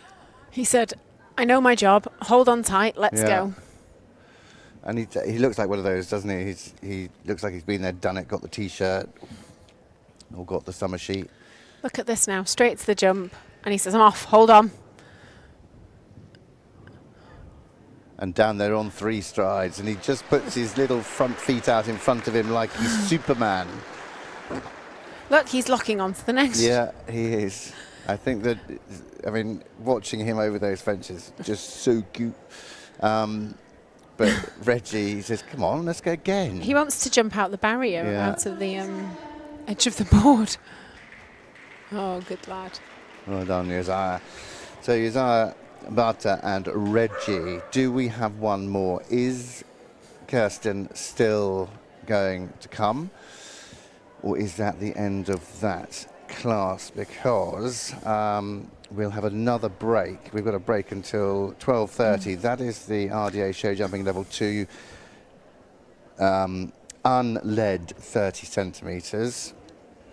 We have 2 lots of those, the level 2 open, unled, and then we go back to dressage. So I think that could be the end. They looked like they were starting to close the gates, then they started to come in pointing at the jumps. Well, then they changed their mind. Now I think there's another one coming. It could well be the first horse from the next round. No, I think this is Paddy. This is Paddy. And does Paddy not have the wonderful red gorilla? Red gorilla clipped into his bottom. She's got the red gorilla. Oh no, there's no red gorilla number today. I don't think that's the same Paddy. Do you not? Oh. Oh, we're up to Lily White. This is why. Okay. So Lily White riding Saxon. We had Lily White as a withdrawal. Well, here she is, lad. No. Oh. This is Kirsten Rowland. This is Kirsten Rson. Okay. And Paddy. Oh, let's wait until he comes. Let's be quiet. Let's wait until they come past, because if there's a red gorilla on his bottom, you can think it's a different Paddy. I think so. Oh. You know, you were wrong yesterday. I have been wrong once before. Have you? 1982. Well, I'll be honest, the commentator who sat in the indoor school, who lets the spectators know what's going on, is also saying the wrong name. So we saw Paddy yesterday, didn't we? 547 is Kirsten, 100% from Murray, up in Scotland. Paddy is owned by Lowlands RDA. And there is the gorilla. Oh. There is the gorilla on the bottom. We said it was Paddy. Paddy from yesterday. So Kirsten has been riding with the Murray group since she was 4. She is a keen to take part in lots of competitions, as well as dressage. She's always wanted to be a farrier. Oh. Handy when you lose a shoe. Handy. Now these will seem like canter poles to Reggie. Ooh. To Paddy. To Paddy. Sorry, I was just reading about Reggie. Reggie's Tash is TikTok famous apparently. Oh, just has that fence down. They're not big enough for him, are they? He doesn't feel like he needs to put in much effort, does he? Now you can see that gorilla on that turn very clearly. That's been clipped into his bottom. Oh, and has the last down as well. And a third jumps jump. Out. Very well done to Kirsten. One extra fence for her. And as he turns, what did she say? She just said, "I think we jumped out the arena." Look at the gorilla clipped into his bottom. Now she turns. Can you see it there? Yeah, very clearly. Bless her. I think we jumped out the arena. Yeah, I think you did. Well, he's nothing if not willing. Nope. I thought Reggie might have done the same as well. So there we have it. That is the last to go in the 60 cm level 3 show jumping. We're back at 12:30 with the level 2 unled 30 centimetres. Quite a lot of riders in this one, 18 or 19 of them. So that'll be quite a longer class. And then we move on to the open unled 30 centimetres with 3 in there, followed by the dressage, and that starts at 2:30 this afternoon. So a little bit of rejigging here in the main arena while we move the fences, lower the fences as well, and we'll be back, Lauren, at 12:30. We will indeed. So we'll see you see there. then. Grab yourself a coffee.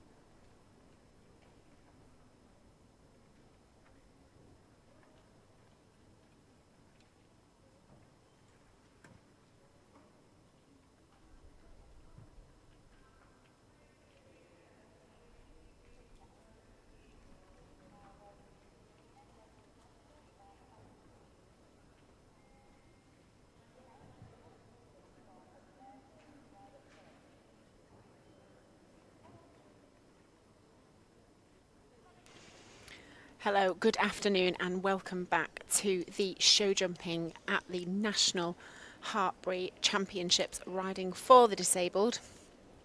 We are going to make a swift move on to class 104, which is the show jumping level 2 unled 30 centimetres. Now this is quite a big class and we are hopefully going to fly through them. Yeah, fingers crossed. A little bit like we saw with Reggie in the last class, Superman style. And just on the topic of Superman, and we talk about the RDA and how much the riding for the disabled has done for many people, not only physically but mentally as well.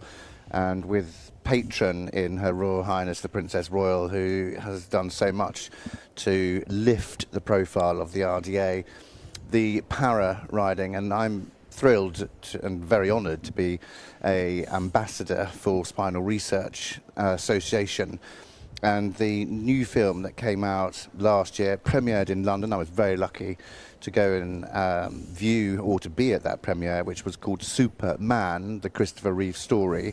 If you haven't seen it, I implore you to watch it. And also, if you want to do so, the new Superman movie is out. That came out yesterday. And at the same time as that, today is the 40th birthday of Live Aid. And that was first shown 40 years ago. That is on BBC iPlayer later today, and it is as live. I think it starts at something like 6 o'clock and goes right the way through to 1 o'clock tomorrow morning. Well, that's fascinating. Well done. So, on to the show jumping. Here we go. So we have Honor Martin riding White Earl for North Cornwall. Yeah, White Earl, you may remember yesterday in the dressage, in the showing, had to be led. He was quite sprightly.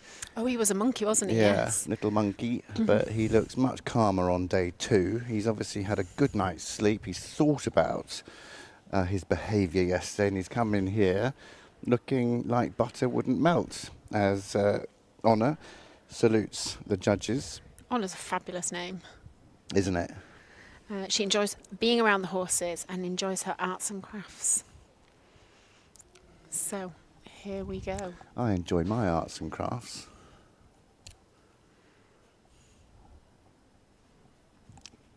Lauren's looking at me side-eye. It's a true story.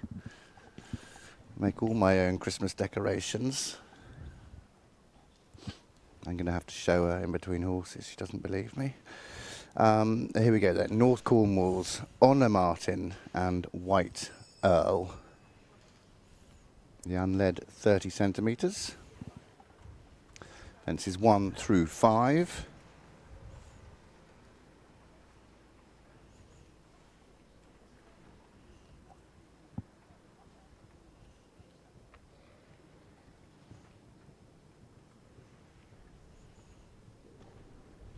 Cleared the first 2. Good start for them.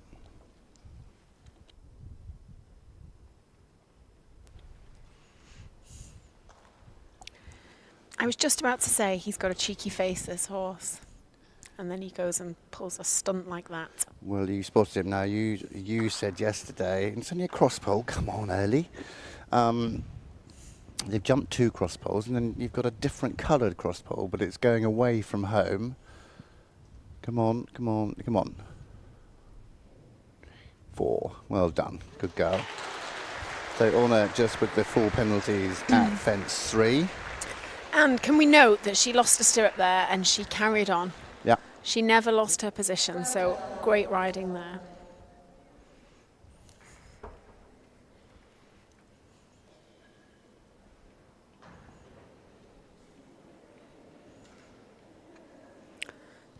Spencer has got his phone out now. I think I'm going to see the Christmas decorations. Okay, so I made that myself.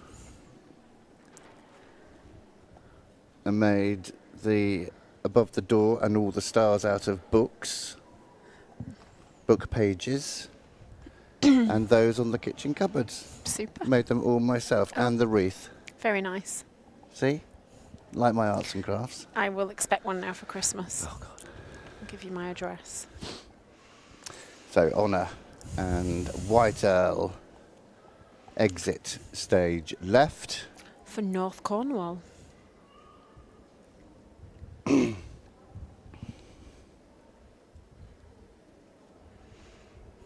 Yeah, we've got a couple of riders in for North Cornwall. And from North Cornwall, we've got Mary Dawson watching all the way from Scotland.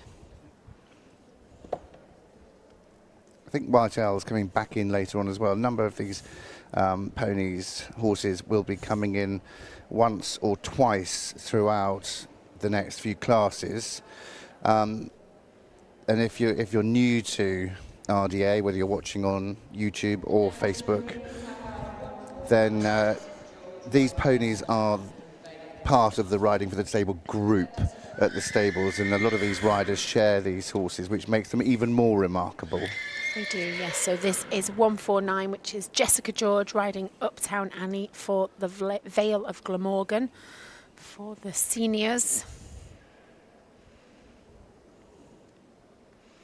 And Jessica has been riding with the Vale of Glamorgan since September 2001, having previously ridden at Cardiff Riding School. An accessibility marked centre. It's the first time we've seen Uptown Annie,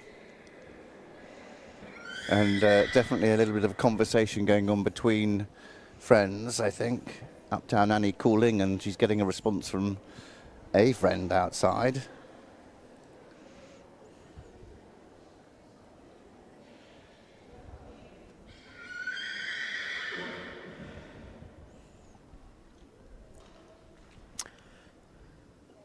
Again, this could be quite new to these horses. They might not have left their centres before. So now they're here, they're on their own. Or she might have a stable companion that's outside that she's calling to.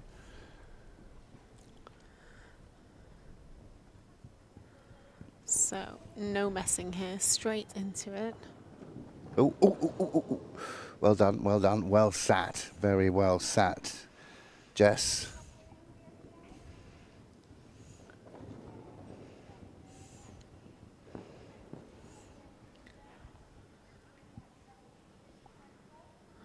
So hopefully she'll have the control at the end of the arena to turn to the left. She's just about got it, very well done to her.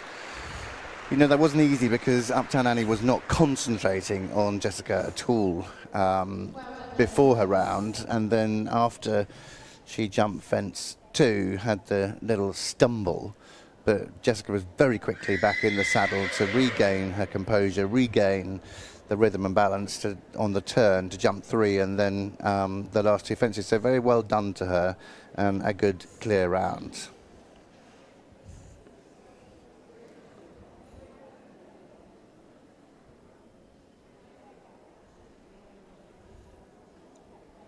The next horse is already waiting. I can see her there. And you would have been right. It is a horse from the Vale of Glamorgan. I think this could be Sally.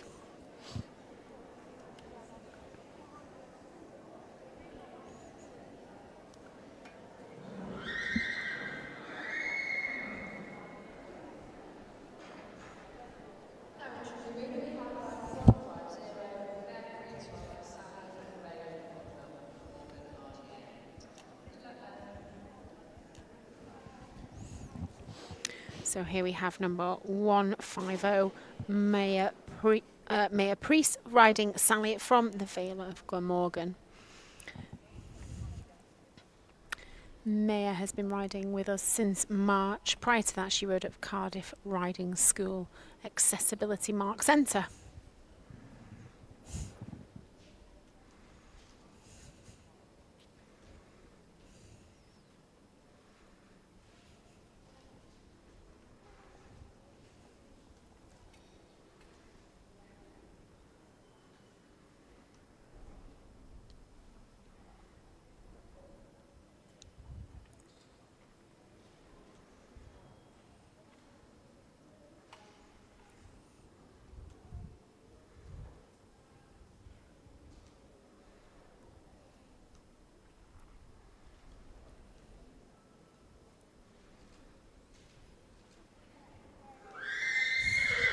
Oh. Uptown Annie stayed in because this is obviously Sally's friend. Sally and Annie sound like they get up to mischief. Sally and Annie, yeah, don't they sound like a double trouble? It's of course perfectly permissible to have a horse standing in while you're doing your round. I was slightly, now that Annie's in, wonder why Sally wasn't in when Annie was in. And where's Harry in all of this? Don't know. Maybe Harry hasn't met Sally yet.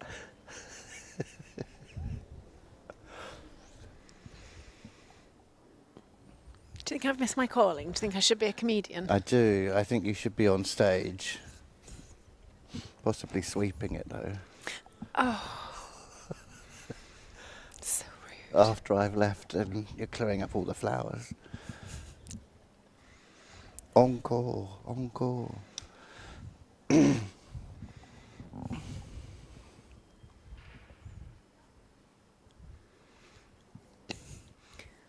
Mary Dawson says they do sound like trouble. I agree. Yeah? What, us two? No, not us two. Although we do sound like trouble at the Don't minute. we? Yeah. The two mares, Annie and Sally. So there is the bell.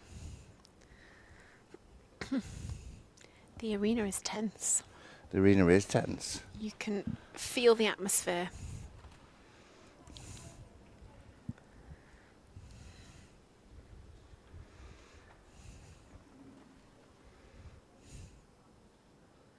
Okay. Annie watching on her stablemate Sally.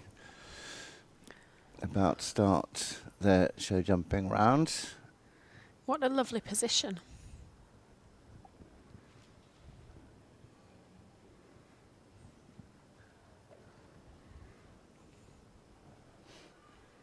Yeah, super position. She looks very secure, doesn't she, in the saddle. Nice soft hands. Oh, go on, go on, go on, go on. You can step over that. Oh, Sally.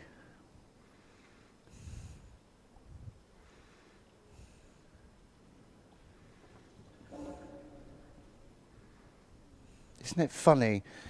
Well, it's not. It's not funny at all. But when we had the planks there that were green and white, they were quite spooky to the horses, and we've got the green and white now. I've got a very good app on my phone, and I was demonstrating it in Germany just a few weeks ago of what horses see and what we see. Oh.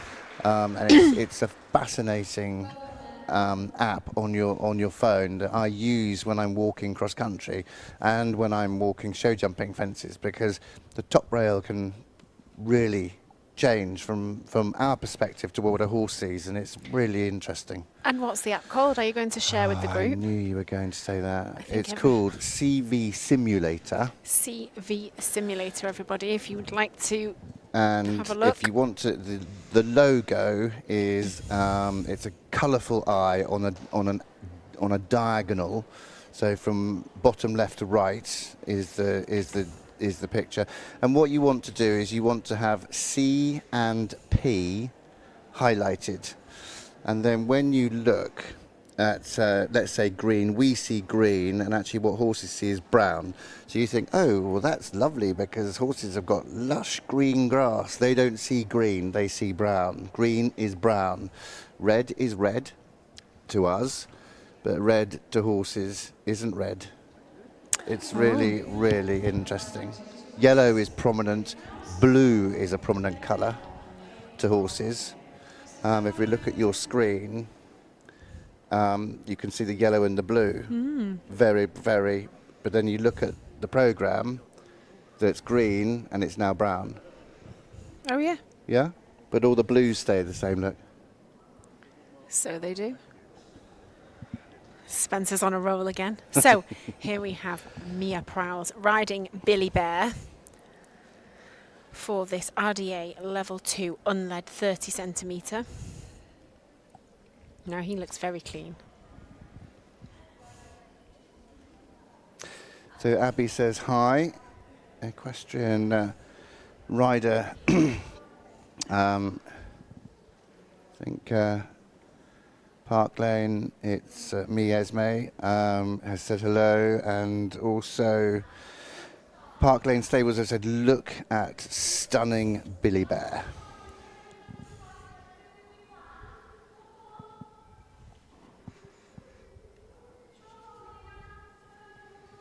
So Mia getting a little bit upset in the arena. I think that's probably what took her time to come in. Billy Bear looking really, really good, isn't he? Looking very clean. Look at those white feathers. And the nerves just getting the better of her. She's going to come down to the first fence. Well done, Mia. Come on, good on her. She's digging deep and she's going for it. Yeah. Oh, he's got his tongue stuck out. Well done, Mia. She's jumped the first. I think that's well and truly well over done. the bits. Jump the second. And she'll get a huge round of applause if she jumps a clear round. Come on, Mia. Come on, Mia. We're all behind you. Keep kicking, keep kicking, keep kicking, keep kicking. Good girl, well done. 2 fences left. Again, when she gets to the end of this, she'll be glad that she dug deep and kicked on. She will. We saw that with Charlotte yesterday, you know, and it takes a lot of courage and a lot of bravery. Come on, Mia, 2 fences. There's one. One left. Go on, Mia. Go on, Mia. Yay. Woohoo! Yeah, listen to that. Good That's girl. what it's all about. It's the crowd getting behind everybody. You should be thrilled that she's done it. Oh, she gave him a kiss. Well done, her. Look at that. That's what it means to everybody. And, you know, the crowd are really behind her. Look at it. Listen to that noise. I'm getting a bit goosebumpy. Oh, I've got a tear in my eye. Even you. Even the me. Ice Queen. Wow. And I can tell you it takes a lot, even knowing her this short while. Woohoo! Well done, Mia. Very Great good. job. I'm very proud of you. I'm not a hugger, but I'd give her a hug as well. Jeez. The outer layer has been peeled back.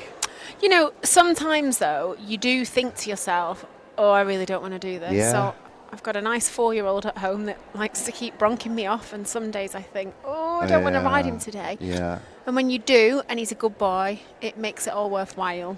Yeah. And it's those days that you don't that then make the next day even worse. Exactly. And then you think, why didn't I do it yesterday? Because I'd been better today. What do they call it? A self-fulfilling prophecy. Yeah. Yeah. Okay. Well done, Mia.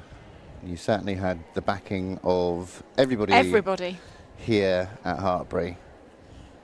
That's what we were saying earlier about the camaraderie and the support network, not only from your team and your riding and the support club over on Facebook. Yeah. Katie Collinswood says, well done, absolutely fantastic. Yeah.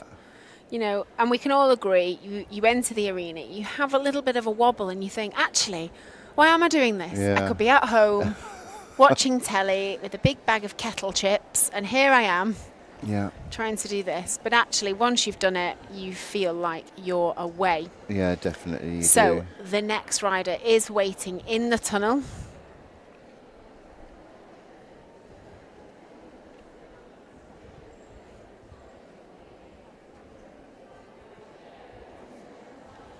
Yeah, not sure what the hold-up is. Come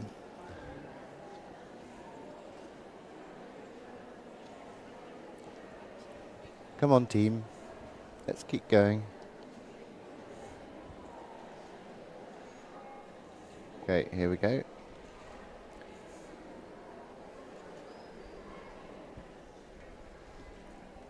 Holly Edgerton over on Facebook says, amazing, Mia. And this is number 216, Georgie Speed.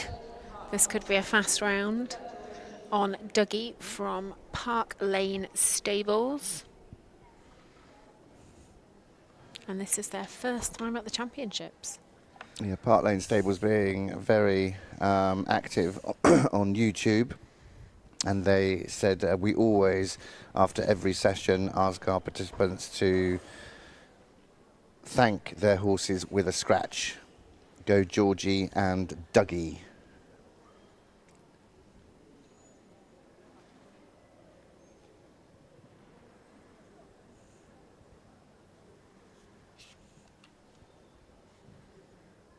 So Dougie, you may remember, was in with Louis Wolfe in the 60 centimetre jumping. We have a question in from, and somebody listening at home might be able to help us with this.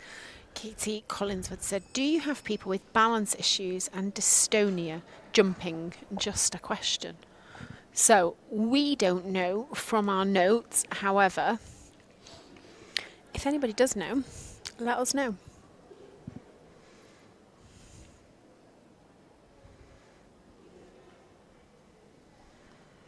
Okay, Dougie. Round 2, but a different course this time than you jumped with Louis. So Georgie Speed and Park Lane Stables, the team. Dougie says, don't need to jump. Just need to pick my feet up a little bit higher. Good turn. Come on, come on. Just raised trot poles for him, aren't they? He's doing just what he needs to and no more. Absolutely. Man after my own heart. I was about to say, I quite like the idea of that.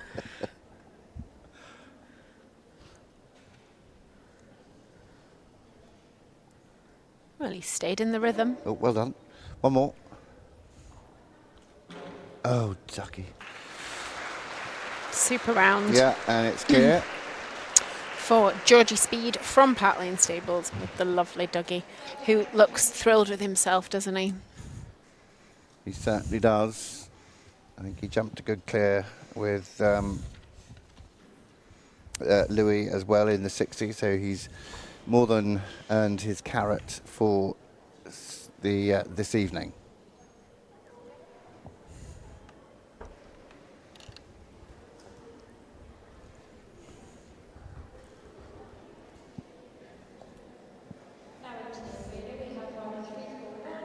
So this is now Saxon, Imagin, Merchant, Richardson.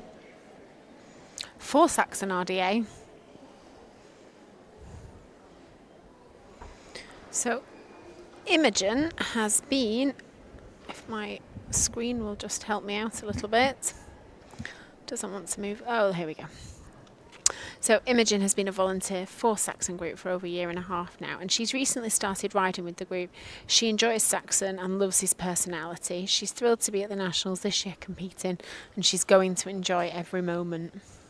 Well, so she should. Well, she should, and that is something that we probably don't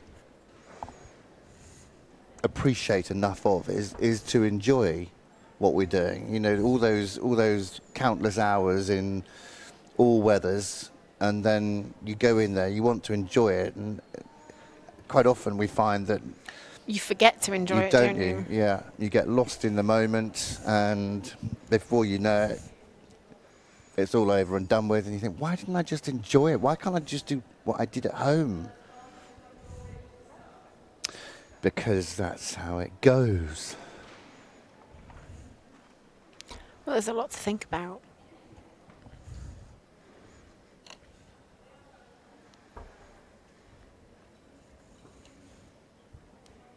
Okay. Nikki Richardson over on Facebook says, good luck to Imagin. And off she goes.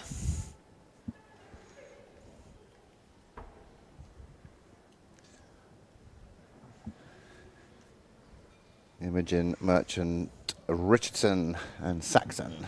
Just pop over the first in trot. Have a nice canter down to the second, lands on the correct canter, and then just coming back to trot again. Oh no, where's she going? Okay.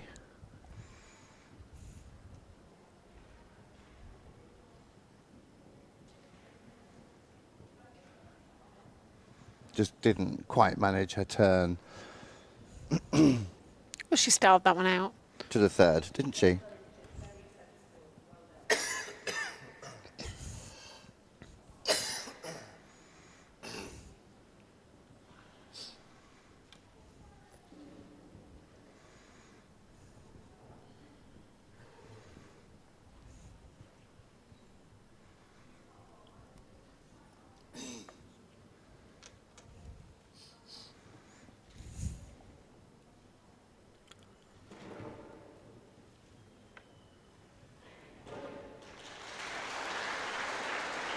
A great job there.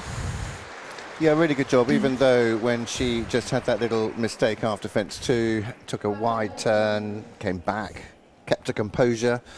She wanted to make the most of it, so she just made sure that she took her time, came back to 3 and finished her round. So well done to Imagin, Merchant, Richardson and Saxon. And T-Bell says, Toby and Daisy from the Saxon wish Imagin good luck. So there we go. So in with our next rider now. This is number 410, Lily Danby, riding Blueberry Crumble. Remember, he was a monkey yesterday. And she rides for Lincoln Lodge. Lily has been riding with Lincoln Lodge for approximately 3 years. And she does also have lessons outside the RDA umbrella, but she shares Blueberry Crumble when she's riding at these championships. So good luck, Lily.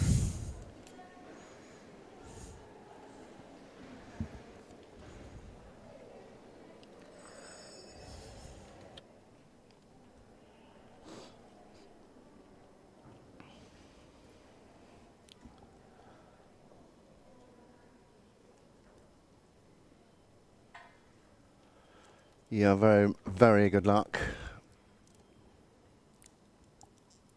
Very much good luck to Lily Danby and Blueberry Crumble for Lincoln Lodge as they start their round. I think this is what Blueberry Crumble has been waiting for since the get-go come yesterday.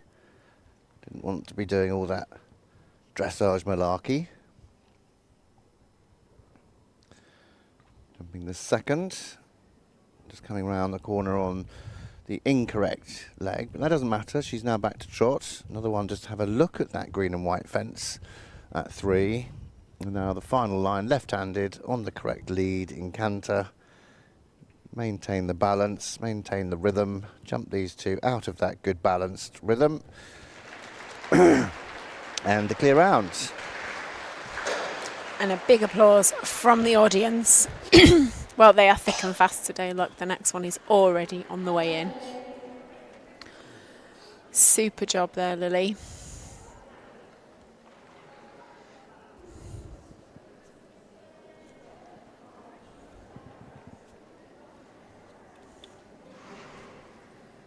Now we have number 265, Alysia Mirabelle Keen, riding Drum Ballet Lady from the Diamond Centre.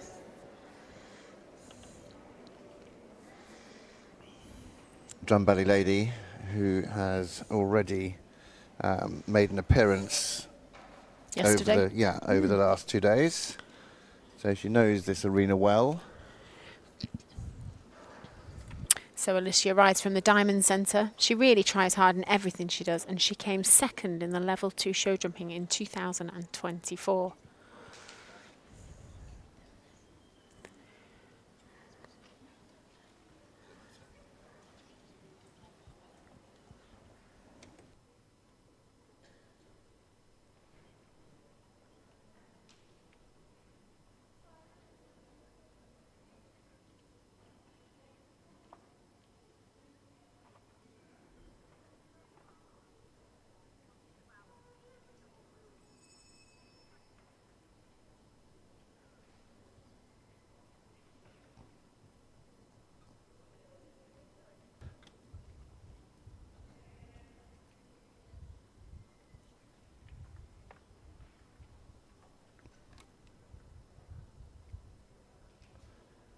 So here we have then Alysia with Drum Ballet Lady. Alysia Marable-Kern for the Diamond Centre.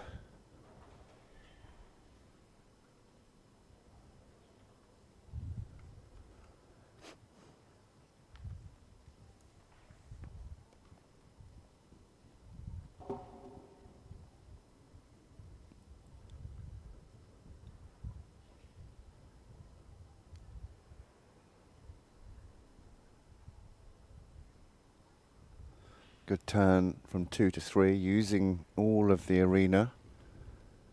Nice little pop over the third. Nice and confident there as well. We've seen a few that have been a little bit spooky.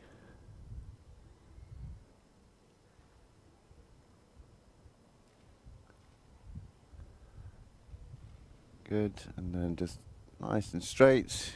Good, and a nice jump at the last as well. Good job for Alysia Keen and Drum Bally Lady. Good clear round for them.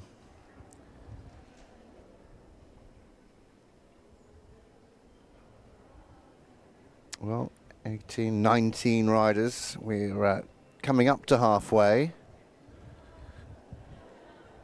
And they're coming in pretty quickly now. And this is George Spencer, great surname, with the lovely coloured in Chelsea Lad. For the Diamond Centre. And these guys really enjoy their show jumping.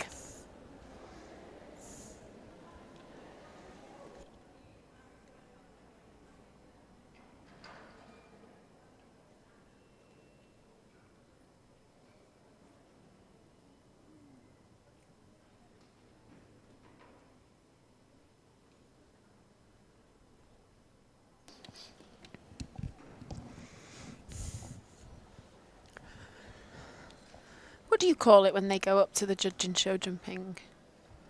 Do you have to say hello? The salute? Yeah. Yeah. It's just a salute. It's just a salute. So it's just like in dressage. You have them?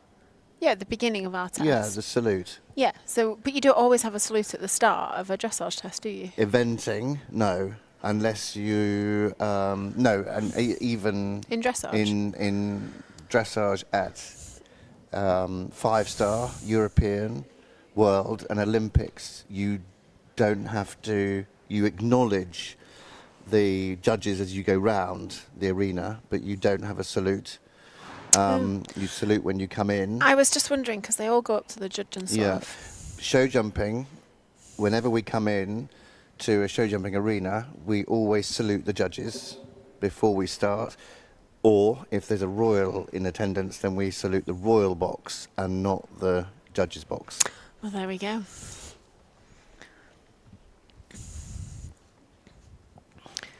So George Spencer flying around here. A real look of determination on his face.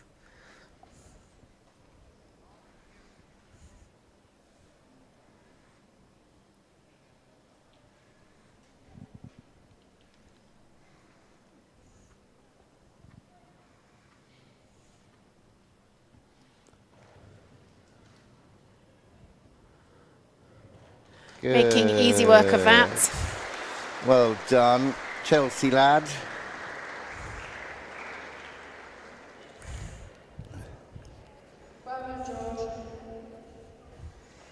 Well done indeed.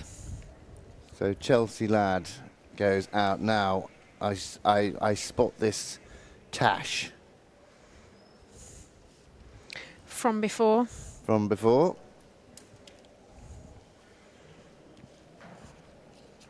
So this is Kayla Knee riding Reggie from Park Lane Stables.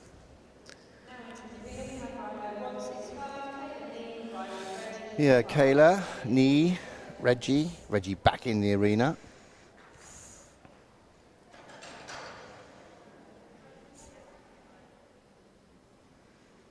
Come on, Reggie.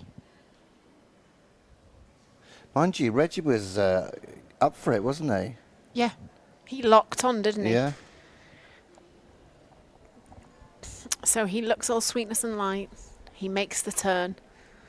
And he says to his rider, hold on, we're going. I wonder whether Heather is going to do the same as her sister a little bit later on with Paddy. And jump out the arena. I'd be jumping out of it too. So there goes their bell to start.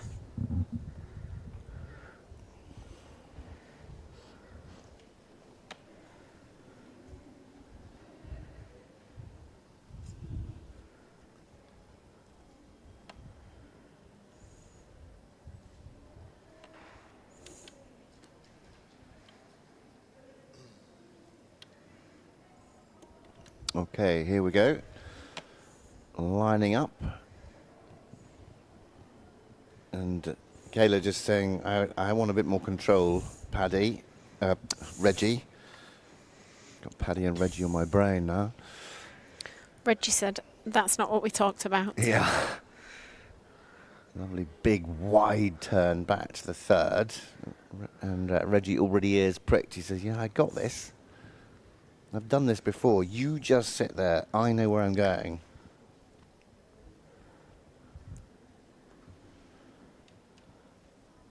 Really making use of the space now.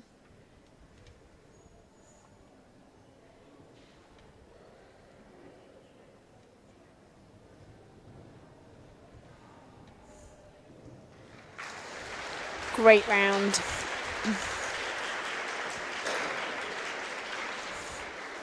Kayla definitely had Reggie under control. Much more under control.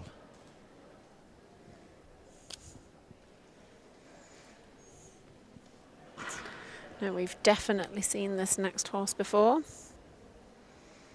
Yep. I think you like the brow band. I did love it. I'm surprised that they're still here. There were certainly a few brow bands that were going to go walkies overnight, but I managed to contain myself. Love a bit of sparkles. So this is Lily Chant and Sprite. Sprite looks like he's had a Sprite poured over him just to cool down. They ride for the Wello.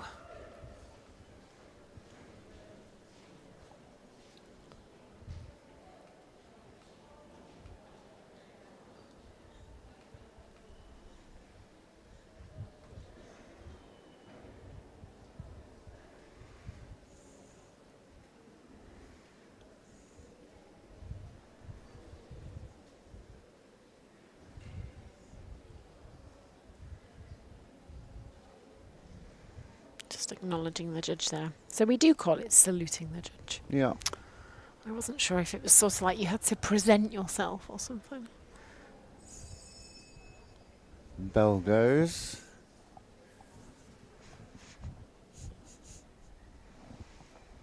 I think Sprite's had a little wash. Very warm out there. And very humid.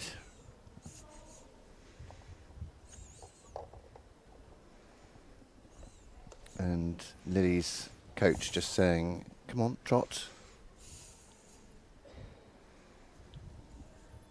Need to get going.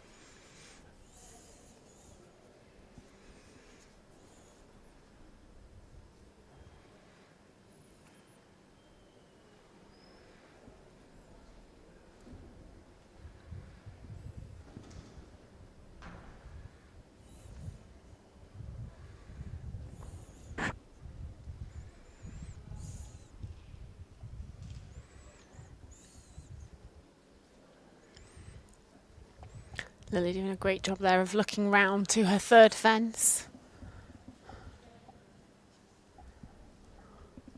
Ian Walker says, good luck, Lily.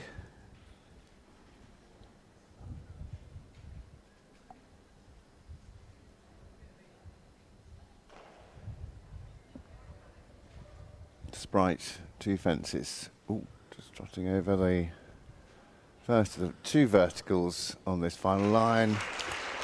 And another lovely, steady clear round. I think that's what you call economical. Yes. And there's nothing wrong with economical. No. He's round clear.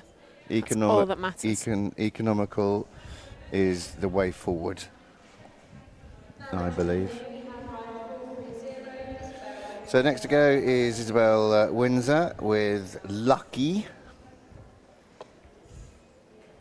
From Valley.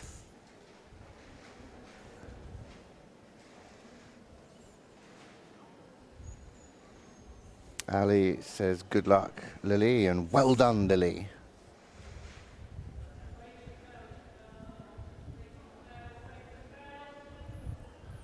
And the judge just saying, wait for the bell, wait for the bell. She hasn't saluted.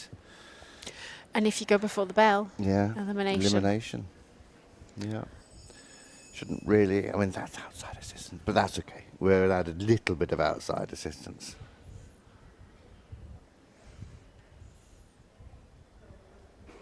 She was just keen to get going. She came in, she Yeah. got trotting. Yeah.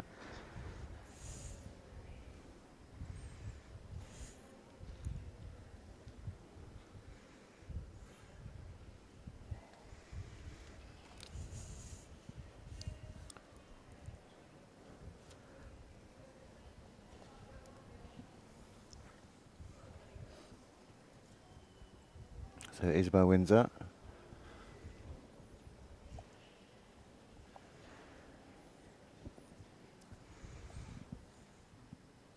Two fences, one fence left to jump in canter. Lovely. So a really good round for them.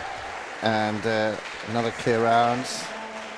Lots of clears. There's loads of clears. They've gone really well, haven't they?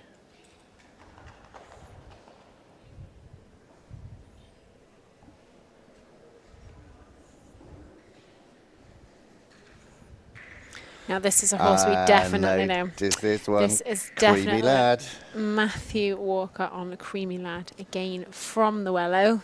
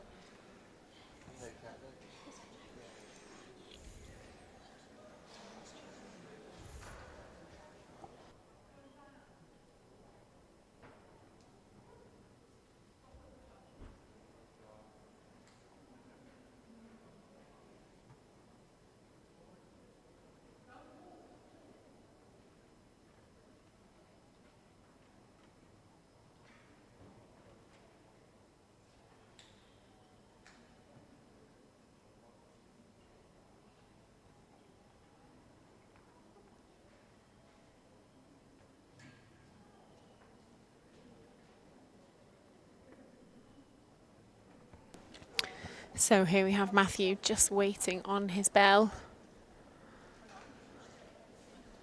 Just saluting the judge here.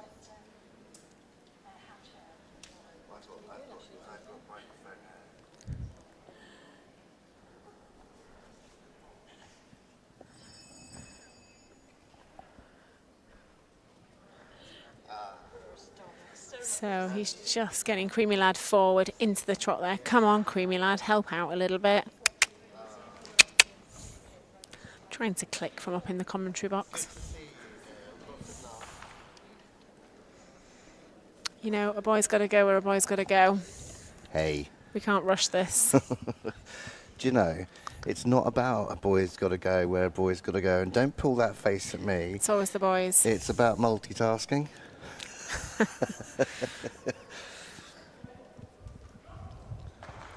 Come on, Creamy Lad, you can do it. Do you remember him in the showing though? He didn't really want to get going in the showing, did he? And Matthew had to ride really strongly in the showing class. That's it. Use those long legs to your advantage.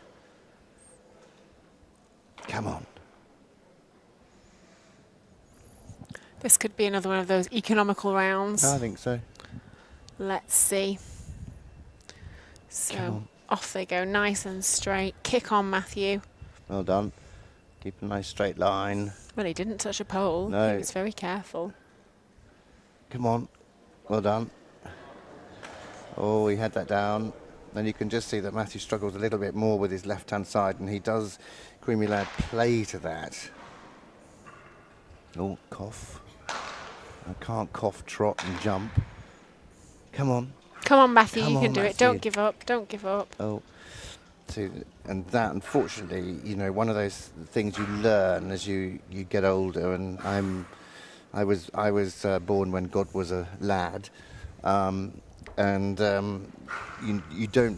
don't turn away from a fence as early as he did. You keep going, because I believe that Creamy Lad would have just walked over that fence, and that would have saved another 4 penalties. Come on, Come Matthew. on, Matthew. Yay. Yay. Creamy lad making Matthew work for Yeah. every stride. Right, come on, 2 fences.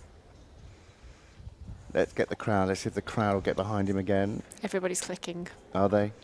We all sound like a bunch of Oh, chickens oh, in nearly here. canter. Oh! Come on. Yeah, good. This is going to be an enormous chair, isn't it, again? Yay! Yay!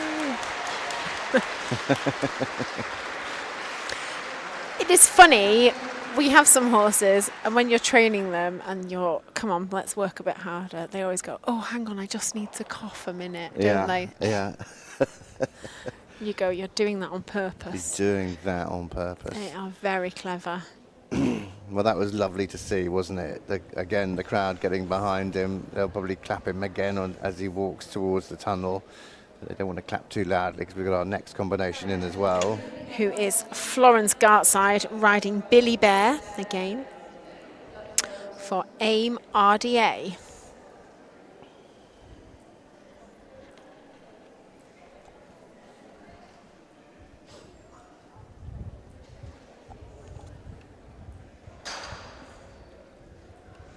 Now she's doing what they've been told not to do, which is to walk in this end. But, you know, she's going to go over and salute the judges and I think get on with her round pretty quickly. And well done to our photographer who's just put up fence 2. We have a huge army of volunteers around the arena, but everybody gets involved, and it's such a wonderful community feel, and that's what it is all about. It's not just your group and your team, but it's about the community that surround these national championships, and it's a really heartwarming feeling. Everybody mucks in to muck out, Don't they? Yeah. Tongues out again. Come on, Billy.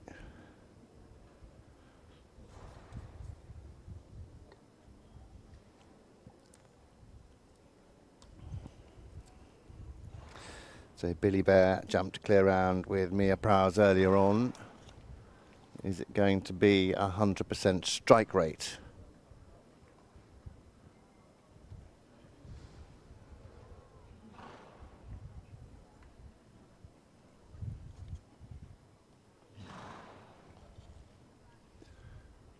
And we'll find out in 1 fence time. And the answer is yes. Whoa, that's a very loud cheer.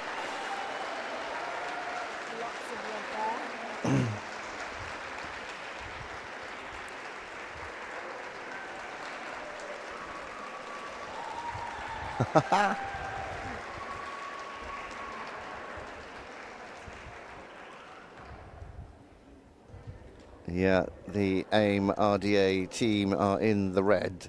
Well, now we've got Paddy coming back in, this time with Heather Rson.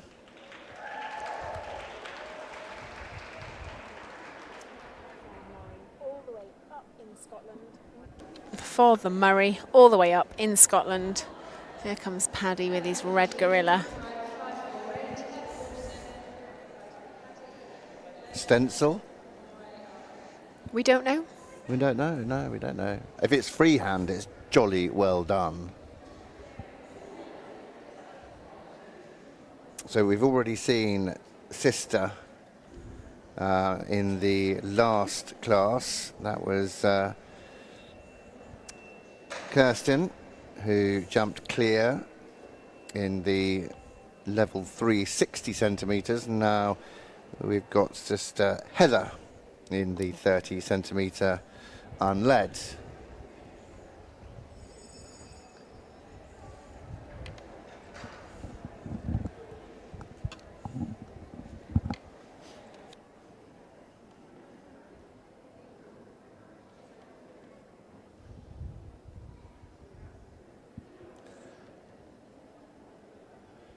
So Paddy, one of the biggest horses that we've seen throughout the certainly 2 days of competition here. and he makes it look very easy. He made the last class very easy. Oh, and it's just, again, it's not big enough. I think he actually had a fence down. Did he have a fence down with her sister? I think Kirsten did have one fence down. He just didn't really respect the fences enough. And it's a little bit the same situation, same scenario over the second. But jumps to third nicely. Now turns on this left-hand turn back to fences 4 and 5.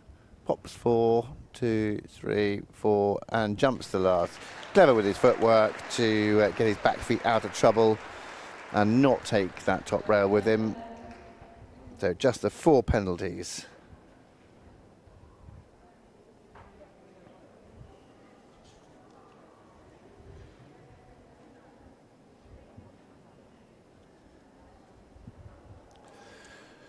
Go from one grey to another.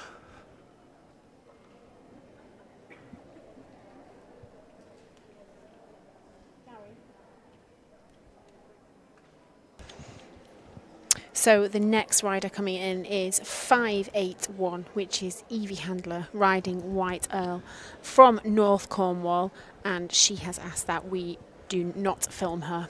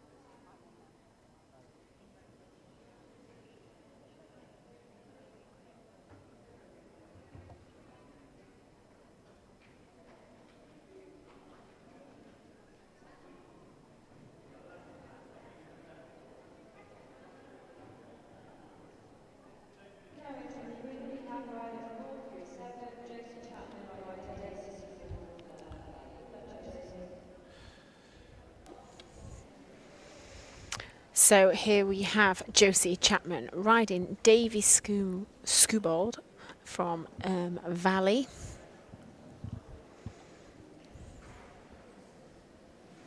And this is their first year of RDA. What a great walk.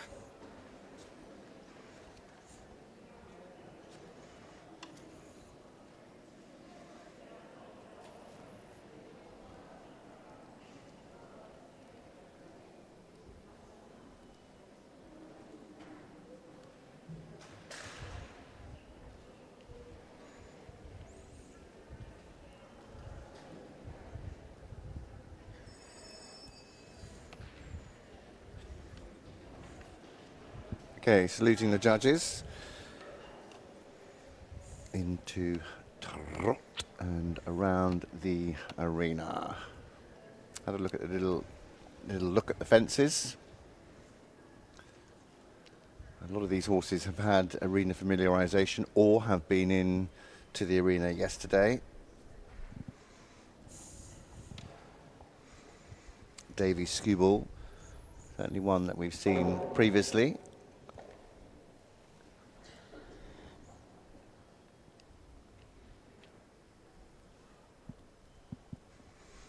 Drops over 1, 2, like they're not there. A little bit more effort made at the third. And then just make sure that you don't under slice this corner. That you get nice and straight. Very easy just to cut the corner, but really nice down there for a clear round. So Josie Chapman, well done to her. Davy Skewball, we think 1 left to go. We think, yep, there's 1 more coming in. Here we go. So process of elimination. This should be Martha Richards riding Chamois for the Valley. And again, this is their first year of RDA. I might have 2 left to go. I've got also Isabella Fogg and Maverick. This is Martha. Have you got the Fogg horse left to go as well? Yes. Ah.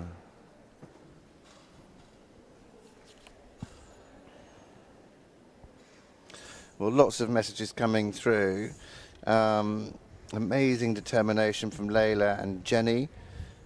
Amazing job, Matthew, from Ali. That tail, says Park Lane Stables. Ali, gorgeous pony. Billy Bear is gorgeous.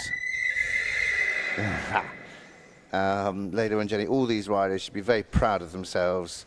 Amazing rounds. Just so inspiring, Ali says, and I think we totally agree. So Martha Richards and Chamois.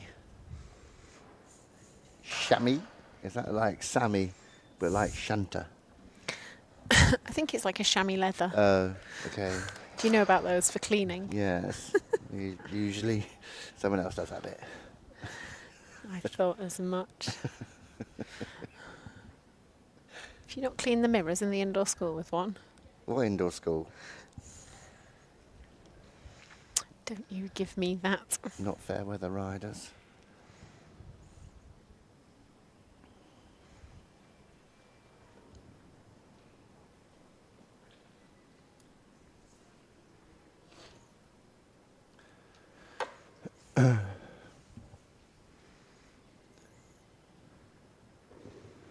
Chamois. I still want to say chamois as in Sammy. I'll just amuse myself. Usually works. Over the second last, down to the final fence. Woohoo! A lovely, clean, clear round there in good rhythm. Made that look easy.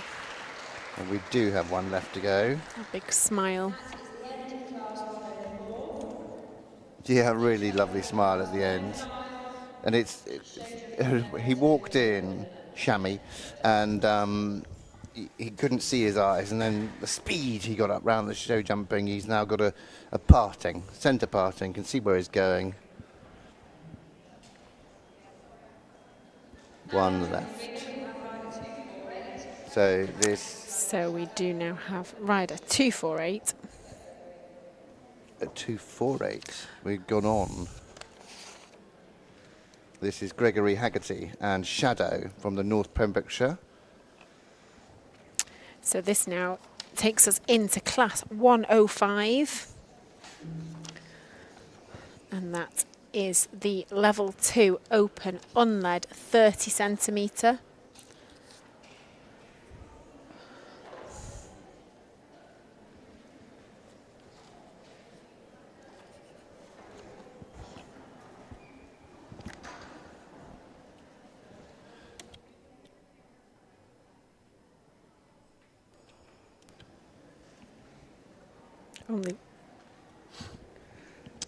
So here's Gregory then, Gregory Hagerty and Shadow for the North Pembrokeshire. There's a little bit more to that as well, isn't there? North Pembrokeshire and... Gregory has learning difficulties. He has been riding at Harvard Stables. Yes, it's North Pembrokeshire and Cardigan RDA. There we go. He's been riding at Harvard Stables, RDA Accessibility Mark Stables for nearly 10 years.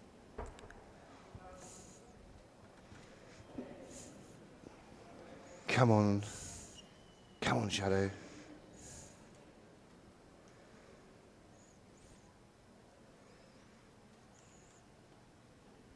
So Gregory coming to the third and talking all the way round.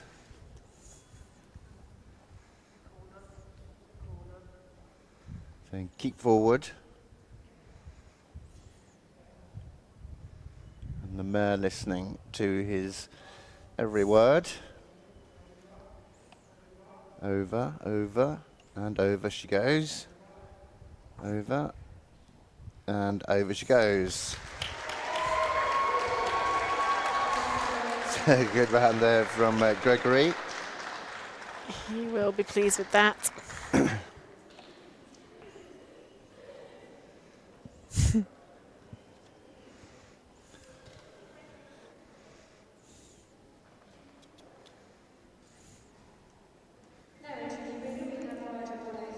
So this is Flur Donahue on Marley 2 from Lowlands RDA. Marley was quite fresh yesterday. Do you remember again? I do. Yeah.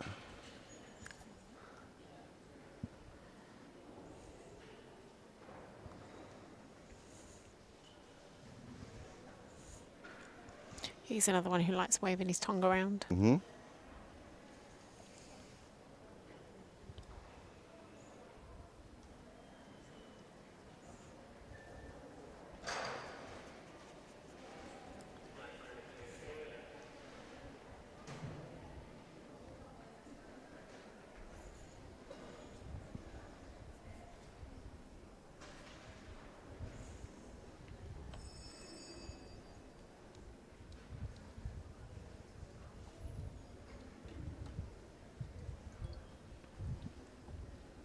Okay, here we go.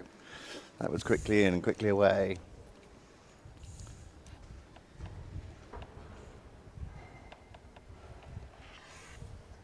And just making sure, Fleur, just making sure that she gets Marley back before the fences, that he's not charging on. Nicely relaxed and really nice jump at the third. Tongue still outward, flapping in the breeze.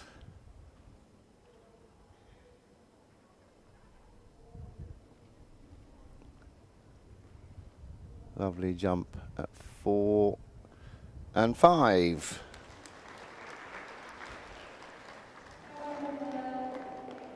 And getting a huge pat too for the efforts made.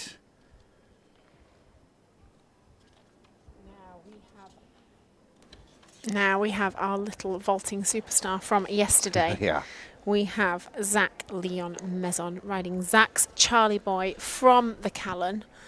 I was watching him practice his round. Uh-oh.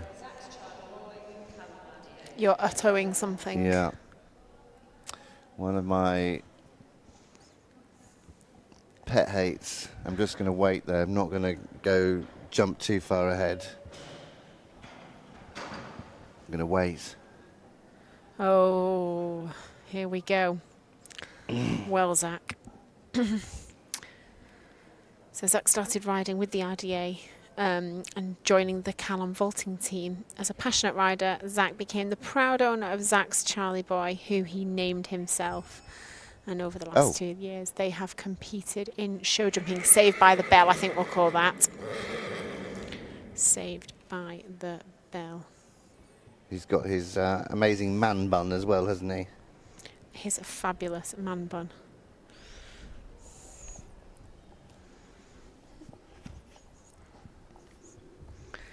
Well. Oh, well done. Good lad. That was some very determined riding. I think he's got that determined face. Yeah, he has. He certainly had it yesterday, didn't he, on the vaulting? This could be the fastest double you've ever seen. Ready? With a flying change in the middle. Are we making it a triple? No. Okay. Well done to him. Zach, you hero. Yeah. So my pet hate is, especially in the show jumping, is people that don't pin their ties down because they flap all around their faces, especially with the white ties, and could have worn it under his back protector, because not only does it look untidy when you're doing a round, but also if it flips up into your eyesight, then it takes your mind off of the job that you're doing. It can. However, Zach knew exactly what he was doing. I know he did. I had every faith in him. But I'm just saying, one of my pet hates, it's just one of those things that I always think about when, you know, that percentage risk factor thing. When you're jumping. So there we go. That concludes our class 105, which was the show jumping level 2 open unled 30 centimetres, and that is the end of our show jumping for the day. So I have thoroughly enjoyed it. We are now on a very short break now until 2:30, where we will be back with the dressage grade 1. So go grab yourself some lunch, a coffee, and be right back here at 2:30, where we will take you through the afternoon of dressage.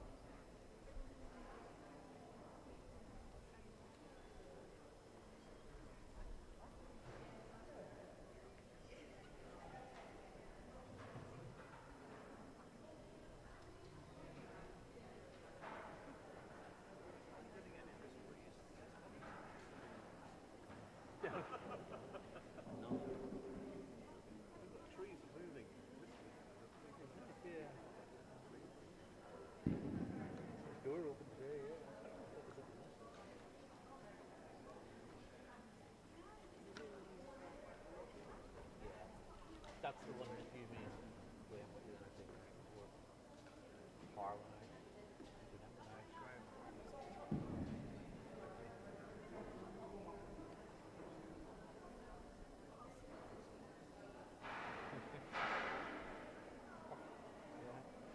I'll risk it.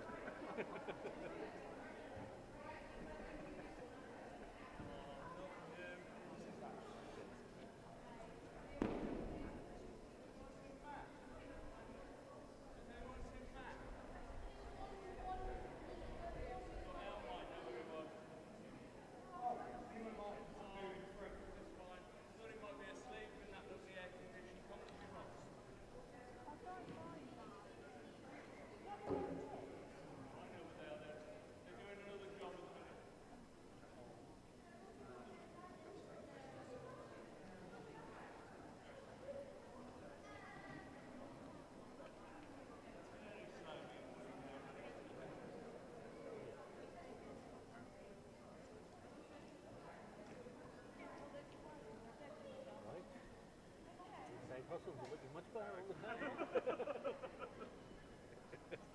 All of us have a backup. Yeah. Keep relying on any industry. Afterwards, we've been a job for the work for the day ahead. Although it can't do everything. It can't put people in seats. The big rail. It looks like zombies.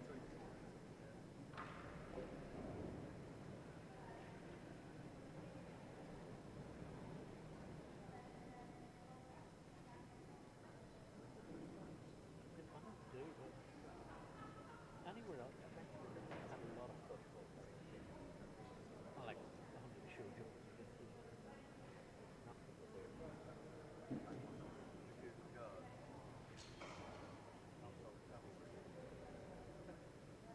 those Arctic shoes on the weekend. Lots of pumps and those bands, like kite bands, military bands, and then all the forces for the day, the veterans.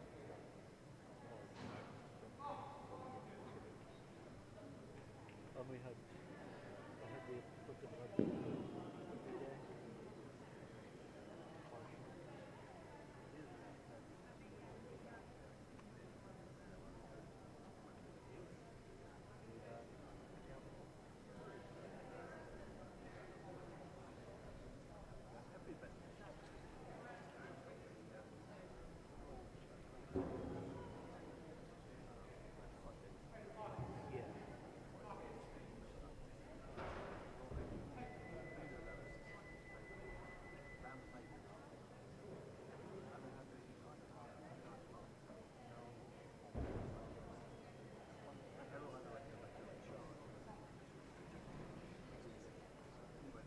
hopefully.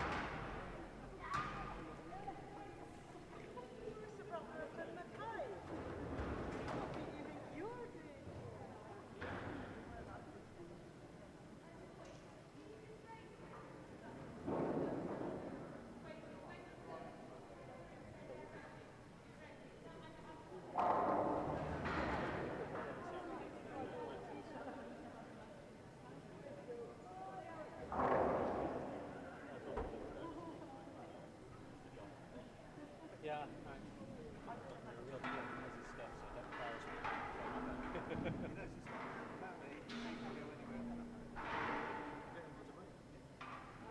yeah, look at high.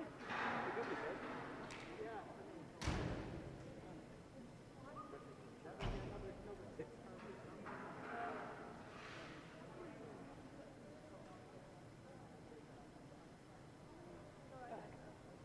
Oh, are you okay? Very good, thank you. Very good. That's good.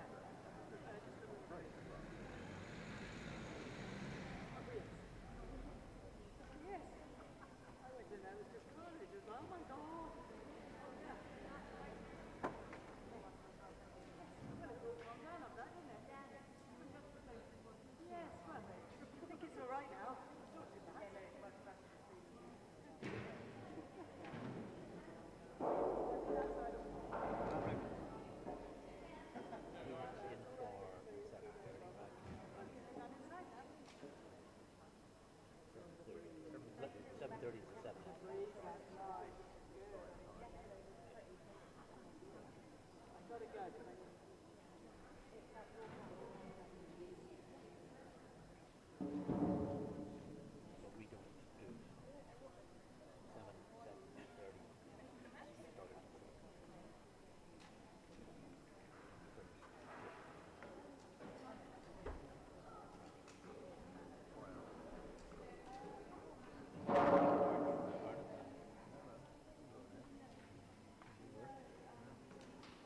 Well, you just say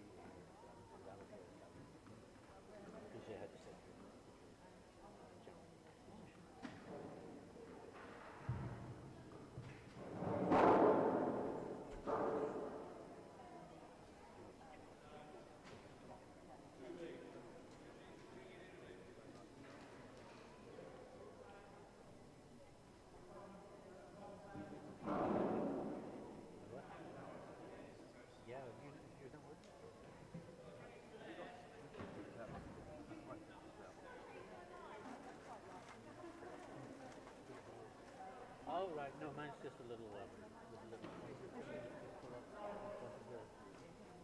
I'm in downstairs.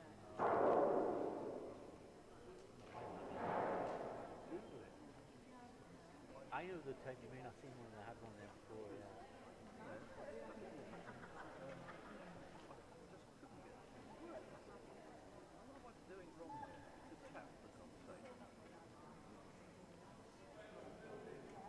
Oh yeah, so this weird up there. You gotta pull up. Yeah.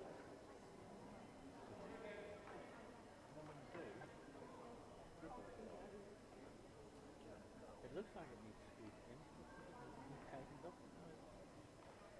Ah, it's inside. Yeah, no, mine's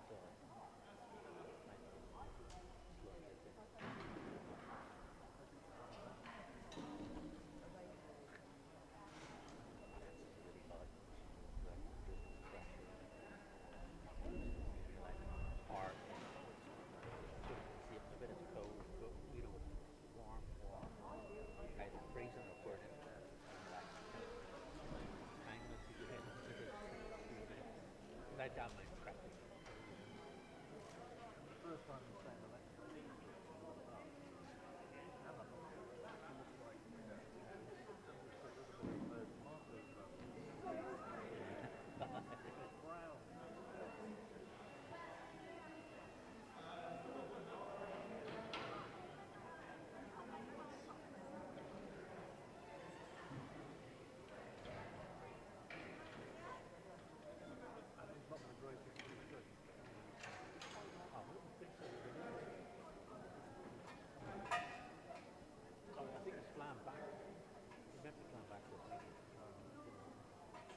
don't go down that.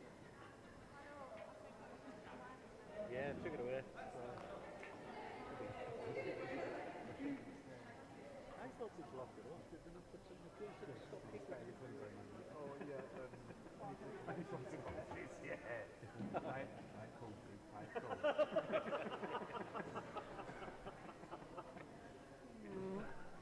Priceless.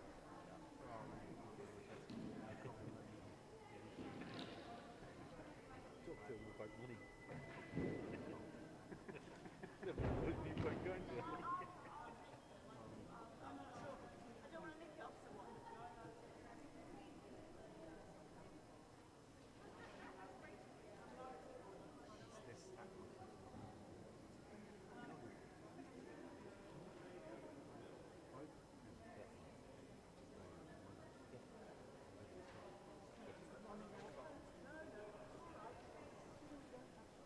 What Sam?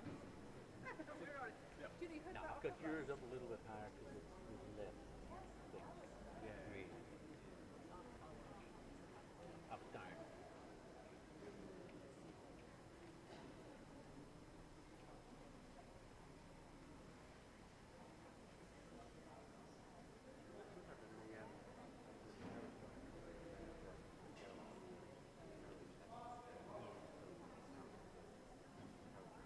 Yeah, yeah.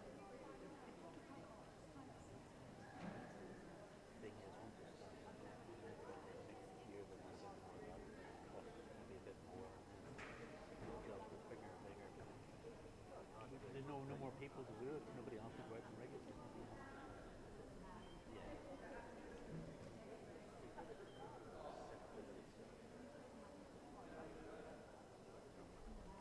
But even not that, yeah.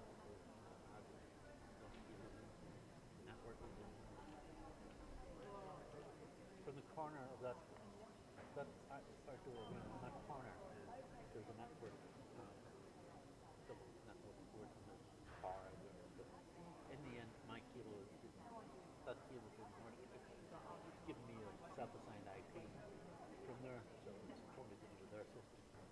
So I used the other cord and put a point-to-point across. So it's not back to there. And we're still good. 90 of it.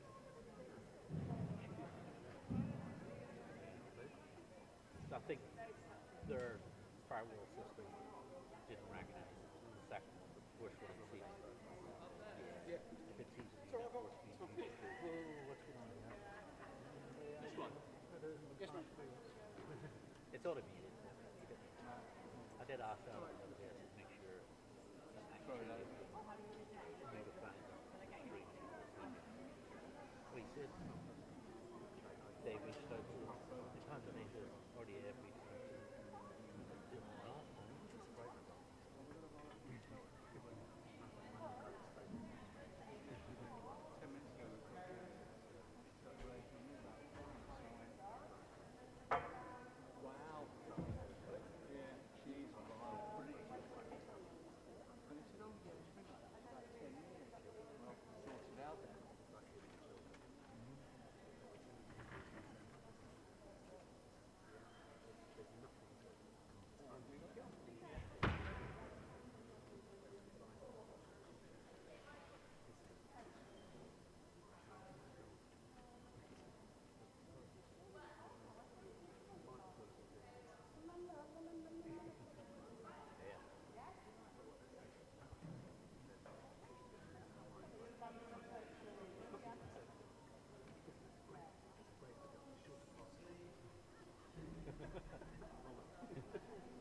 Cup of tea, Michael. We've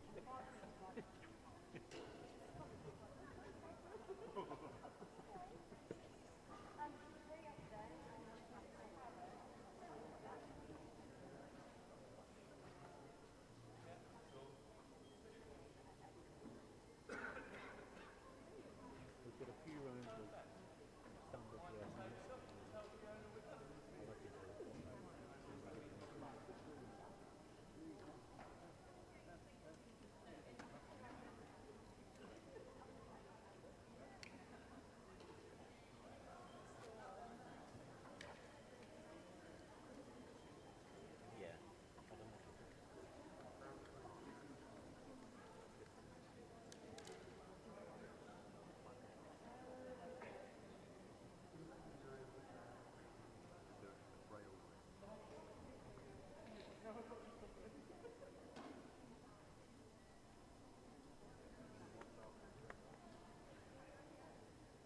Freestyle dressage, music.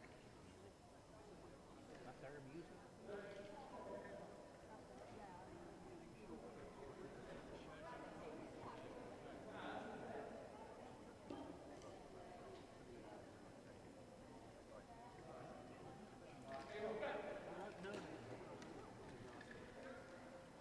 Come on, Charlie. No, I know someone who did. I did. Young man limited. At the professional level, they guys will write this. They'll remaster our resound real numbers and then do it all the stuff. And they charge, but they deal with the licensing themselves. DRS. What? I just dropped it off there to come back. Yeah, but if they're trying one with someone else has remaster, like made a remix of a song each year, they still have to license it. The person who does that has to license it. Really feel that. The people playing it out can't play it out under their license, but he can't make that the song and to be something. Right. Everybody's making money but the last guy. That's us.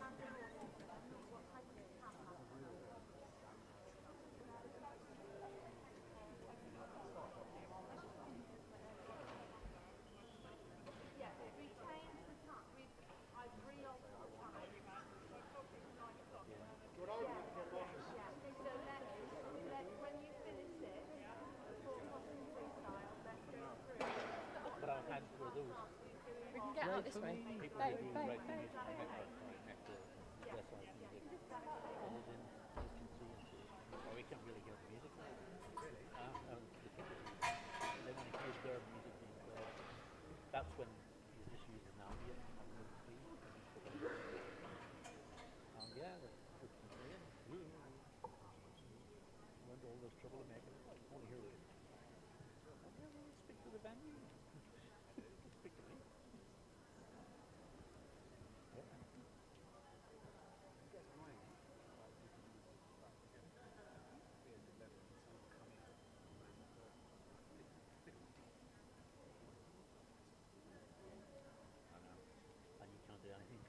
the other side of the arena or something.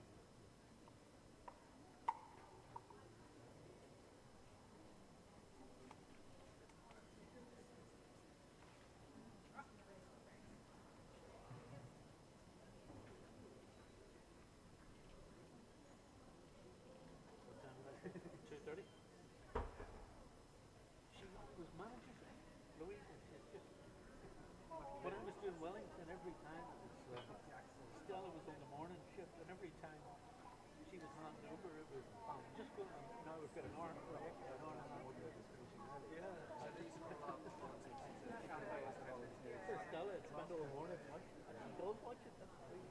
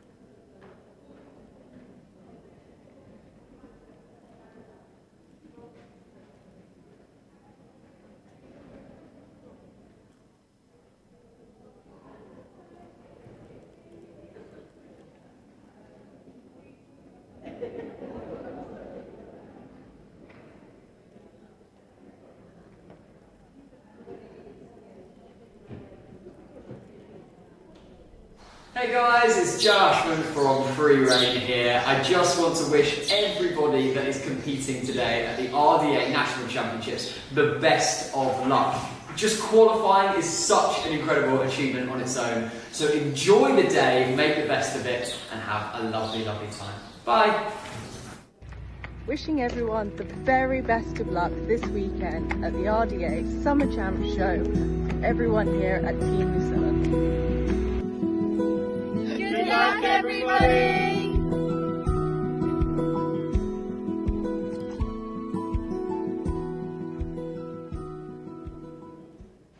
Hello to everyone competing at the RDA Champs very, very soon. It's Meg Elphick here, very proud sponsored rider of Polyjumps, here to wish you all the very best of luck. Massive, massive well done for even getting there in the first place. Try and keep your cool. I know it's difficult when there's a massive atmosphere and it's a championships and you're really, really looking forward to it, but please promise me one thing. At some point over the weekend, you sit and think about how fantastic you have done to get qualified in the first place. Soak every second of it up, and wishing you the very, very, very best of luck. Hello, I'm David Piggott, a trustee of Life with Art, a charity dedicated to bringing the arts to the young people living with disabilities across the UK. We're proud to work with the RDA, an organisation that shares our values of inclusion, creativity and giving back to the community. The efficiency of the RDA team makes working with them a pleasure. Life with Art has been a supporter of the RDA National Championships since 2014, and we're delighted to sponsor the event's Arts and Crafts competition. This year we're especially excited to be running an interactive craft session for everyone at the Family Fun Day, which will be a great opportunity to let your creativity run wild. What we love about the Arts and Crafts competition is the incredible range of talent highlighted by the contributions from all ages and different disabilities. Amazingly, the quality continues to improve year on year. It also enables us to exhibit the artwork nationwide in our charity art centres, adding a vibrancy and quality to match the other artwork on display. Thank you, RDA, for all you do. We're thrilled to be part of your journey. Afternoon, it's Helen from Equine Biogenie. We are the world leaders in equine biosecurity and equine environmental health. And we are very proud that we sponsor and support Riding for the Disabled Association. They have their champs on the 11th of July, and we will have our teams that will go in and disinfect the stables before the horses arrive. We also have sent boxes of our product for those who are competing. So a huge good luck. and we will see you there. Hey, it's Harriet from HC Eventing here, one of Polyjump sponsored riders. I'm here to wish everyone competing at the RDA National Champs good luck, and I hope you have an amazing time. Don't forget to enjoy it. Hi, Sam Adcock here. I'm an investment manager at JM Finn. We'll be along over the course of the weekend, and we're very much looking forward to seeing the talent on display. Our partnership with the Riding for the Disabled Association stretches back 20 years now, and is one that we value dearly, given we see the remarkable work that they carry out, not only in putting on amazing events like this, but every day of the year to give riding opportunities to all. I just want to say a massive good luck to all the riders, and of course the horses, as well as a huge thank you to all the staff and volunteers that make a weekend like this so special for everybody. Hello everyone, my name is Lauren Phillips and I head up the Medical Negligence Department at Taylor Rose Limited. I just wanted to wish everyone participating in this weekend's RDA Championships the best of luck. We're particularly delighted to be sponsoring the carriage riding class this weekend. It's the first time Taylor Rose has sponsored this event, and we can't wait to see everyone involved. Just go out there, have the best time and enjoy yourselves. Thank you. Hi, I'm Tina Wallace and I am very proudly sponsored by Polyjump, and I just wanted to wish everybody that is competing at the RDA Championships this weekend the very best of luck.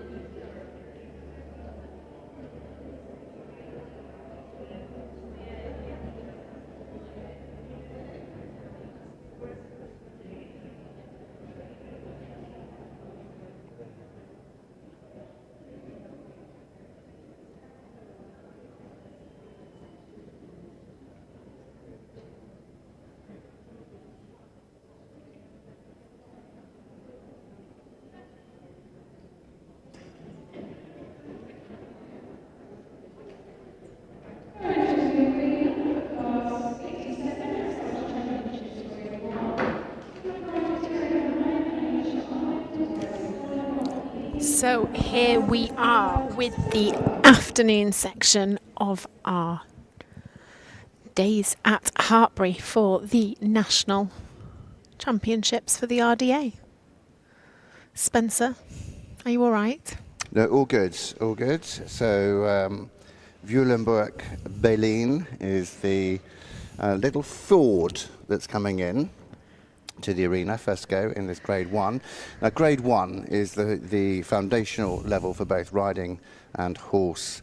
It's designed for individuals with disabilities whose impairments have the greatest impact on their riding ability. The focus is on basic skills of understanding of their horses, with riders potentially receiving assistance, they can, with leading and side walking. That is when you've got someone walking alongside you. You can see here that Aisha has no stirrups. She has a specially designed saddle. The focus developing a balanced, light seat position in walk and in halt, demonstrating control when changing direction and riding halt transitions. It's not all about pulling on the rein, it's about body control. Riders must be led or have side walkers, and assistance is minimized but allowed. She's choosing to go unaided. They demonstrate these skills in the arena, and they ride their test in walk and Vuelenburg-Berlin for the Arrow Riding Centre.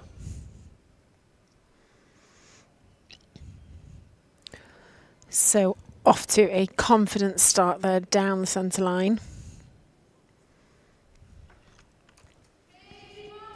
Yeah, and you can just see there, Aisha just using her stick in an encouraging way to go forwards, because she's unable to use the leg as she would like to. As I say, this specially designed saddle helps her sit in a good balance and in a secure position. Her right leg much further forward, nearly on Vuelenburg's shoulder. There is a good camera angle. And her left leg is much further back, but she has her stick there to back up the leg aid, Lauren.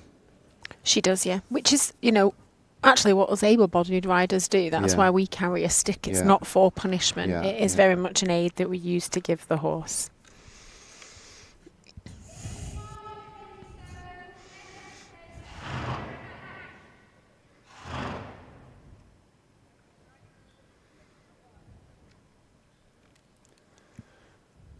So we're just about to do some changes of rein, and this is the first of the circles.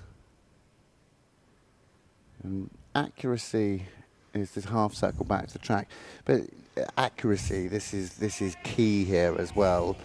And I was always taught that if you ride to a marker, be it FXH or as she did half circle back to the track, returning to the track, at H you aim before the marker and you will hit at the marker, and that will always pick you up even if it's half a mark in your test. It's about arena riding, isn't it?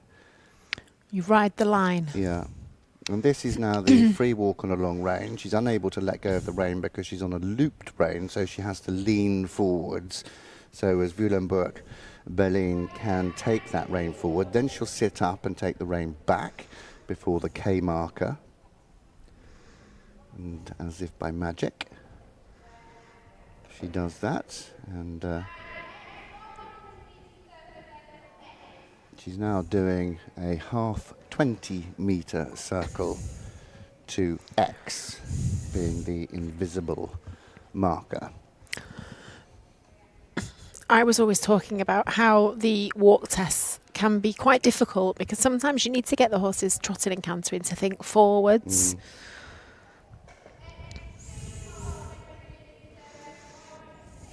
So now we do the same thing in the other direction. So half circle from A to X, and now half circle from X to C.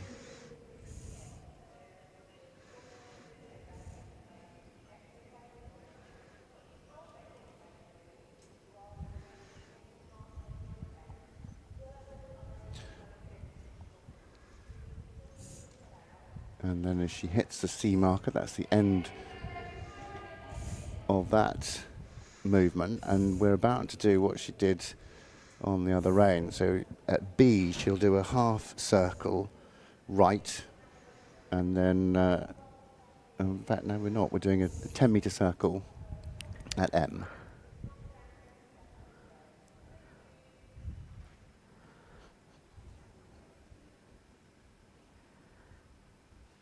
You can hear a pin drop in Couldn't here. you? Yeah.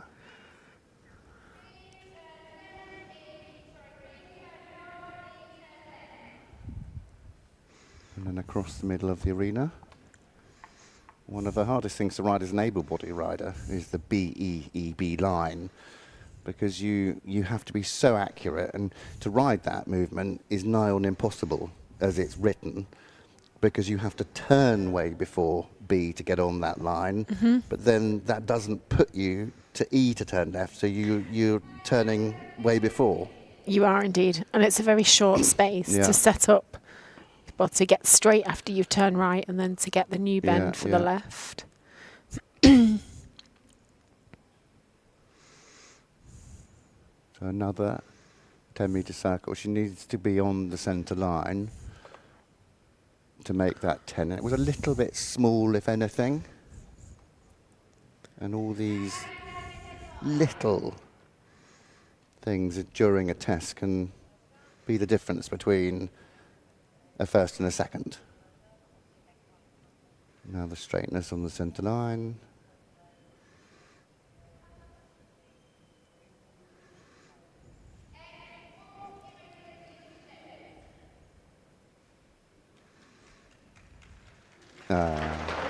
What a lovely test.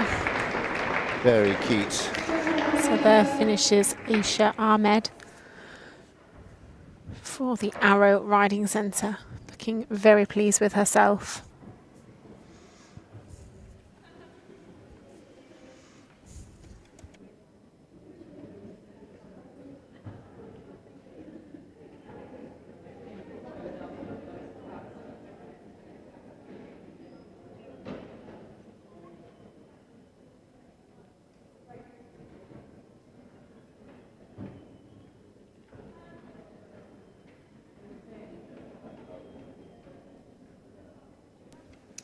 So Aisha leaving the arena with Violenberg, Berlin.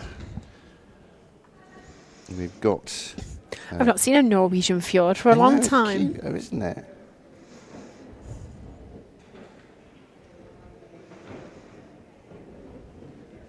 We've got 6 riders in the championship, Dressage Championship Grade 1.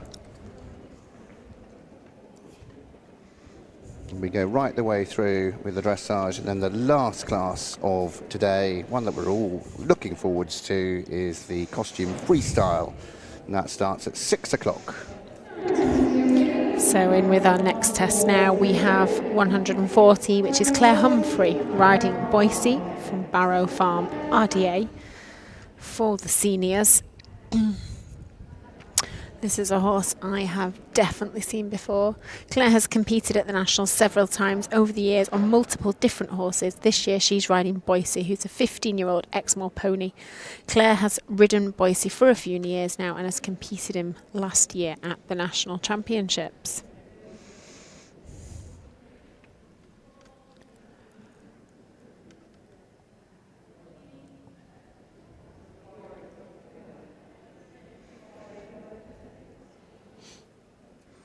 So unlike Aisha, it looks like Claire is going to be led through her test. No, she's not. She's just been let go. Been proved wrong again. But they do have the option. And as I said, these grade 1s.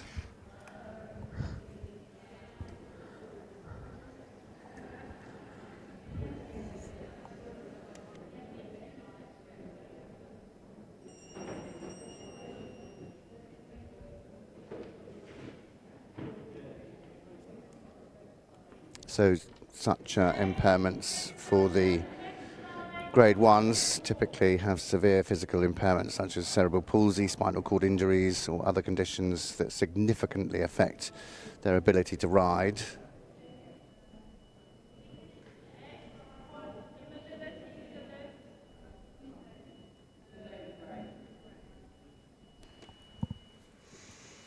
I like Boise.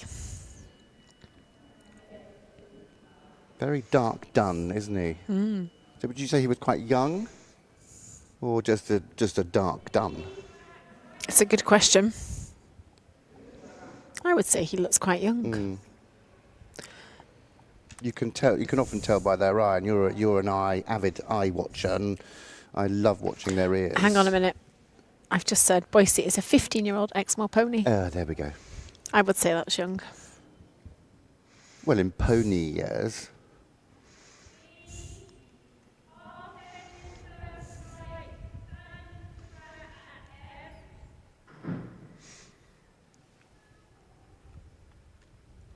So here she comes round on her half 10-metre circle.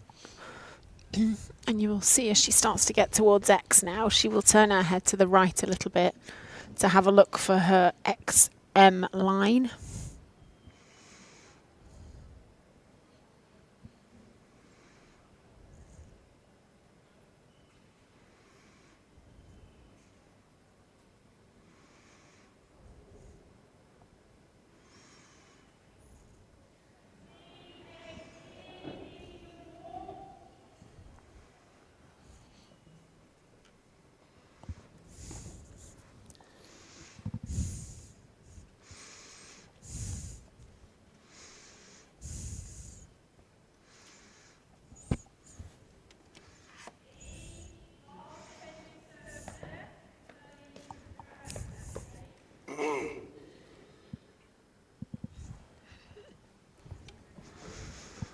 So now doing the same thing in reverse. The half circle to X and then X, looking over her left shoulder and going to H.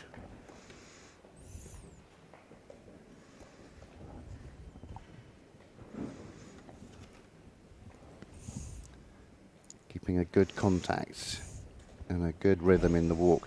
The walk is one of the hardest, even in a and I hate that word, normal, even in an able-bodied dressage test, walk is one of the hardest. It's the easiest movements. pace to ruin. Yeah.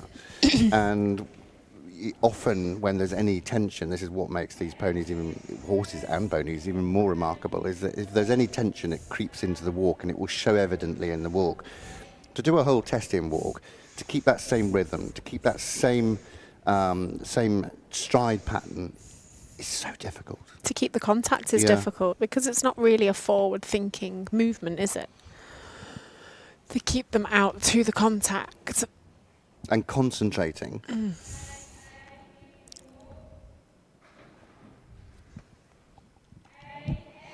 as we know, what goes on in the brain goes down the rein. So keeping that conversation with your pony, your horse. I'm a great talker, as you probably are all aware of. I wouldn't have said that. Wouldn't you? As somebody said you're a chatterbox. Over the course of the last day and a half. But I'm a great talker, but the way of communicating with the horse is down the rein. So you constantly, the minute I get on, I'm chatting down the rein, and I never shut up. I know it's annoying, isn't it? Imagine being one of my horses. You'd have jumped the stable door and bolted, wouldn't you? Imagine. I mean, your microphone is directly linked to my ears. So is that the same thing? Yes. Oh dear, sorry. But, you know, keeping that conversation with them, it doesn't have to be constant, but keeping that conversation, keeping the horses, as we call it, online. Yes, it's like having present a telephone in the room. Conversation. And you're on the telephone going down the motorway and you go into the Dartford Tunnel, you lose signal and your horse will hang up. And that's it, you've lost them. Beep. So it's keeping a level of conversation that is keeping them interested on staying online on that telephone conversation that you're having. Well, if you look at Claire Humphreys here, she is doing a really good job of keeping the contact. Yeah. And again, I do find it hardest to keep the contact in the walk. If you watch the horse's head in walk, it naturally nods and your hand has to allow for that head nod because you have to go with them. But equally, you don't want to be on those flippy, flappy reins we were talking about yesterday, because they're not providing the horse with the contact. Yeah. That's the same as a driver getting in the car and just sticking their hands behind their head and hit and accelerate. Okay, so you don't want flippy, flappy reins, and you don't want wafty legs either. No. No. You want a nice, good contact down the rein. And a nice leg that's cuddled around them. I say that, cuddle them. I love that word, cuddled. If in doubt, apply more leg. And if you run out of leg, apply even more. Mm-hmm. Okay. Where's that coming from? My mind. Your mind. Just my mind. Okay. So 10 metre circle, you can see the difference in the size of the circle from Claire to the one that Aisha rode with Vulenberg-Billane. A little bit larger, a little bit more of the 10 metre diameter that we're looking for. And then this final centre line, hard enough to ride in any pace, but in walk particularly, because what the judge is looking for is not to be able to see the letter A behind Claire and Boise. And a great job there with a nearly square halt.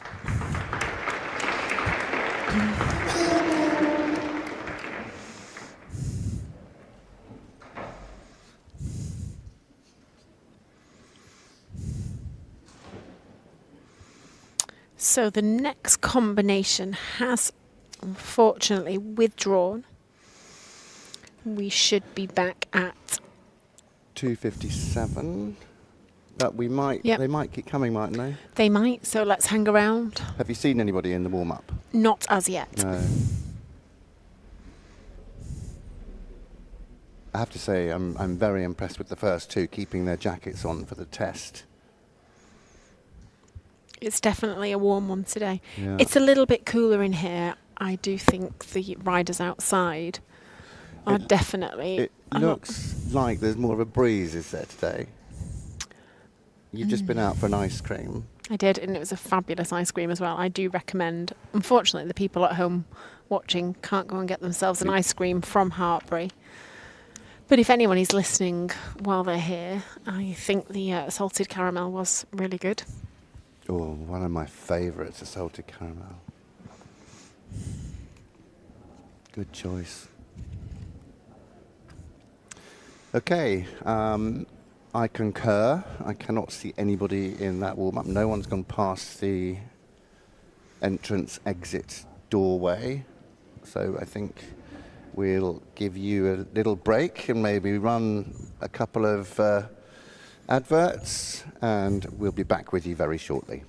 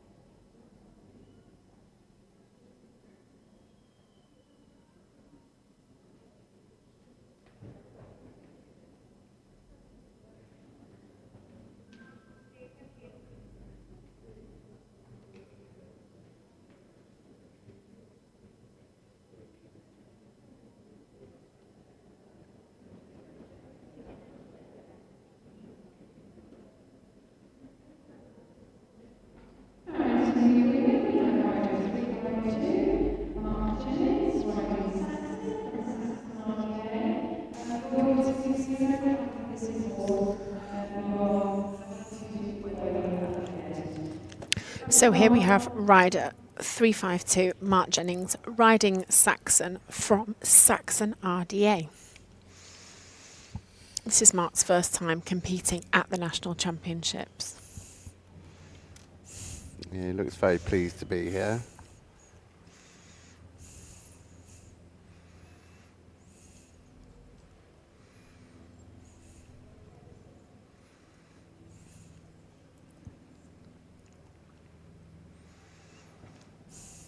Saxon has looked after many riders this weekend.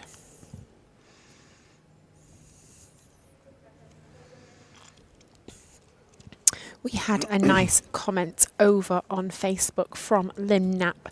I have just texted my daughter who's competing in the Countryside Challenge this afternoon. No flippy floppy reins and no wafty legs. Big tip from the commentator. Mm-hmm. Well, I'm glad I've just helped somebody. Helped somebody. That's what I tell my pupils as well.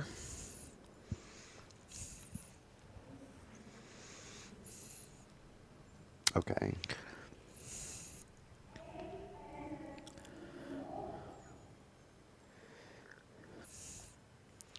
So he is off down the centre line. And you could just see a little bit at the start there when Saxon wanted to follow the leader out just a little bit. Mm. And that was his very salute. fast halt. Yeah. Blink and you'll miss it.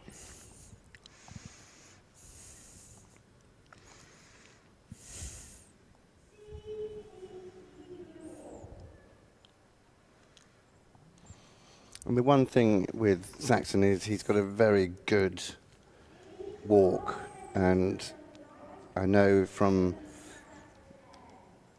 going and looking at horses and certainly riding horses for the para-graded riders, Natasha Baker, one of them, we went looking at horses together, and you know, she's a walk trot, and to have a super walk, it's, as you said earlier, it's a pace that we can ruin very easily and very quickly, but to have those fundamental paces is not always easy to find.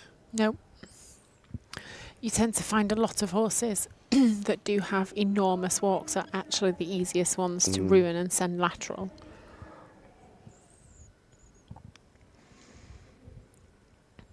And quite often you can find a horse with a really spectacular trot and not a great walk. But when we're looking for dressage horses, we always concentrate on the walk and the canter because you can improve a trot.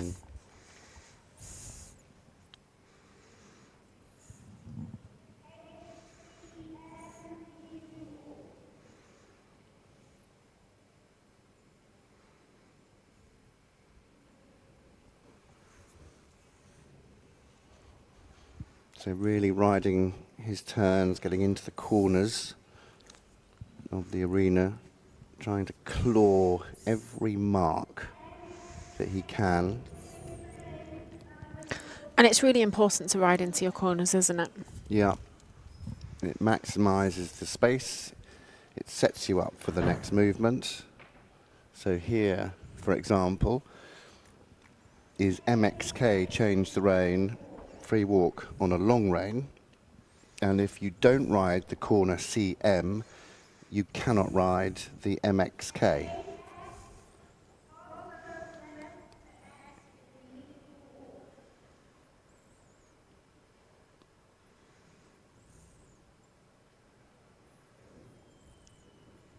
So this is the half circle, 20-metre half circle, from A to X, and then another from X to C, and then the final part of the test is B turn right, E turn left, A down the centre line, and a halt salute.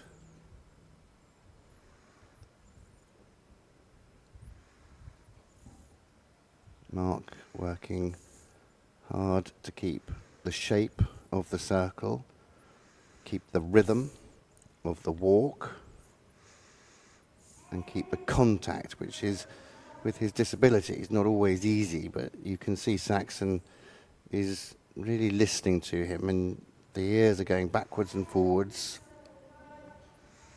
You can tell Saxon wants to do the right thing, doesn't he? He's waiting for Mark to tell him what to do.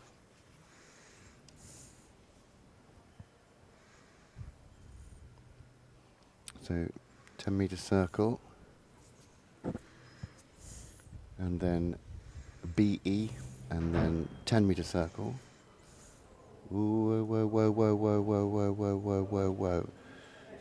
Oh, whoa, whoa, whoa, whoa, whoa. Well done, Mark. Well done, well done, well done. Oh, that was unfortunate.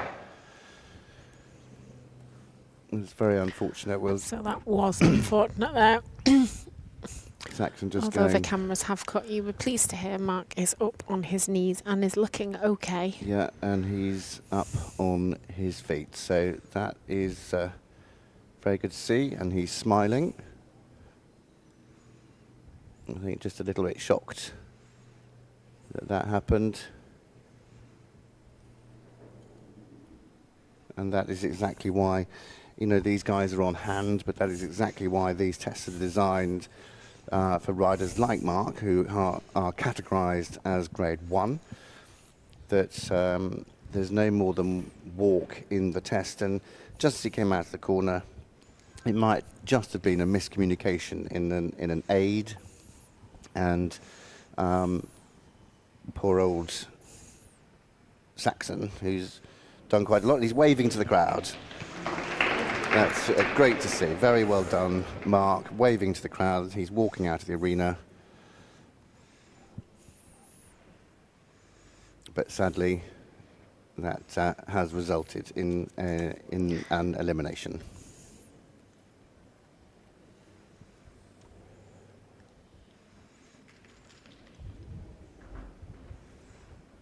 Bless him. He took that well. Yeah. I think Saxon just got a little bit spooked in the corner, Yeah, didn't may he? well have done. The door is open at the far end. It wasn't open yesterday, the top door. Yeah. So maybe something did just catch his attention outside. We don't know. I mean, you know, we probably never will. And Mark did so well to keep his balance. Yeah.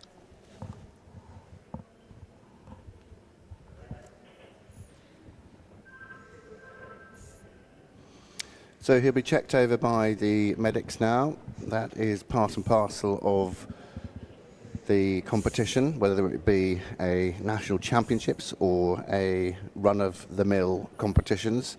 Always the rules are that you have a paramedic on hand, and he'll be checked over thoroughly just to make sure he's absolutely fine. I'm sure he is. I mean, he was up pretty quickly on his knees and up pretty quickly on his feet, and he's looked like he's walked out okay. Maybe dented his morale a little, but you know, there's always another day. That's probably one of the hardest things that we've all had to learn through our careers, is that there's always another day. We can see the medics coming in now to check him over. So medics are just coming down the long side and about to go to the chute, where they'll greet Mark.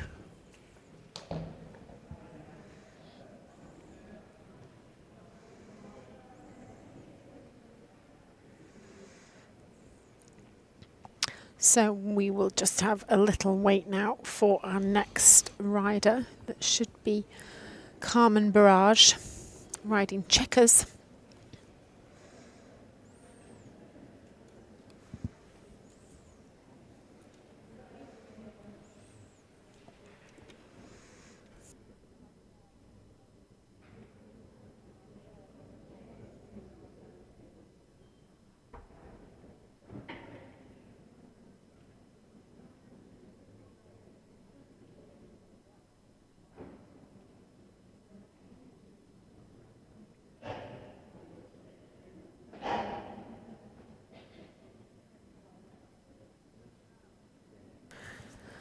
So just while we're waiting for our next rider to come in, just a few more facts about the RDA.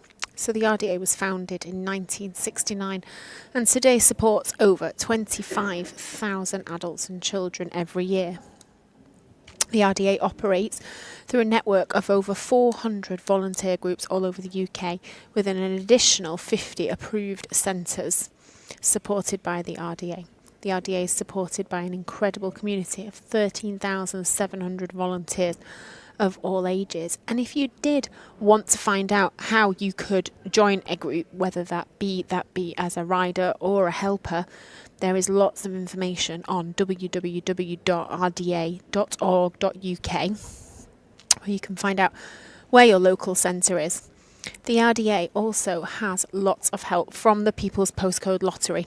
The People's Postcode Lottery is a key supporter of the RDA. Their ongoing funding helps make events like the National Championships possible, celebrating participants, coaches and volunteers across the UK. Thanks to the players of the People's Postcode Lottery, over £6 million have been raised to help support the RDA's life-changing work.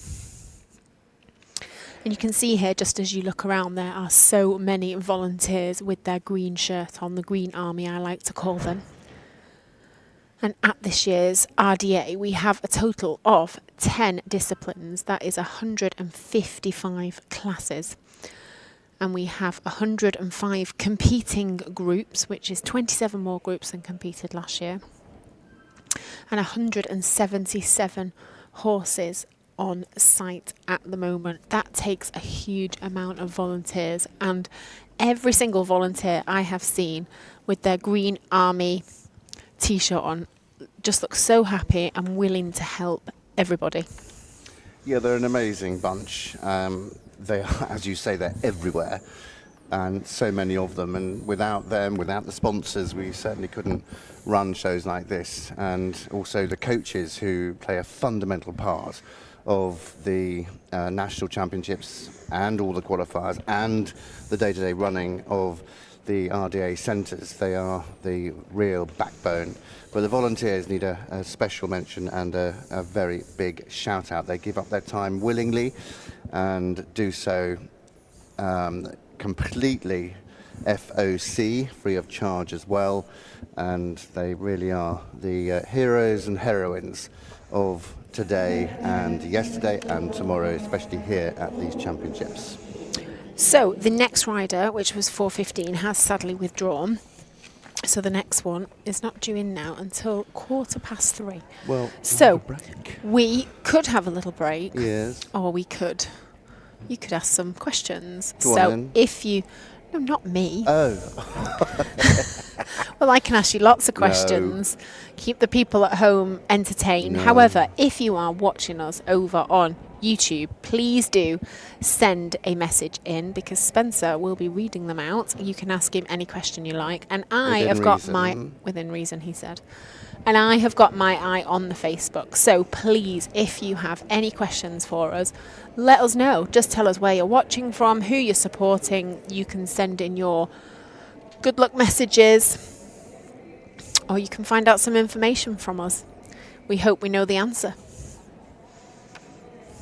Well, we'll try, that's for sure. So send your questions in, that's on YouTube and on Facebook, and we'll see if we can answer them.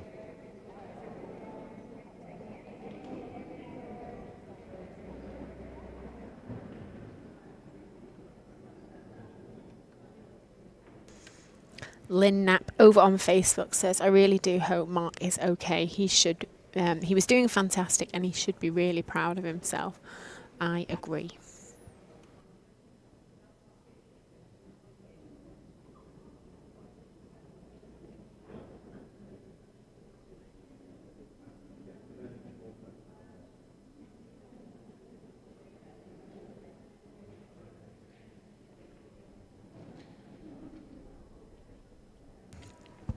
So we do have a question over on Facebook. I'm going to guess the answer.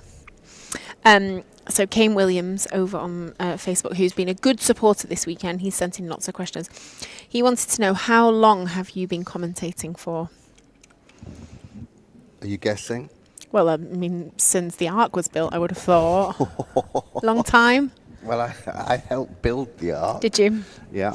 Or were you just stood chatting while it was being built? There we go. I commentated them on and off.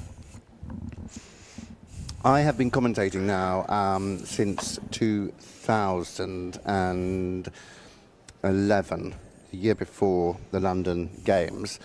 And I rather fell into it. We were having this conversation yesterday. I had 3 horses entered at Weston Park, horse trials in Shropshire, and broke my neck for the 2nd time. And the organiser said, well, I need somebody to come and do the trot-up commentary for the 3-day event. And I said, okay, slightly weird request, but anyway, went and did it.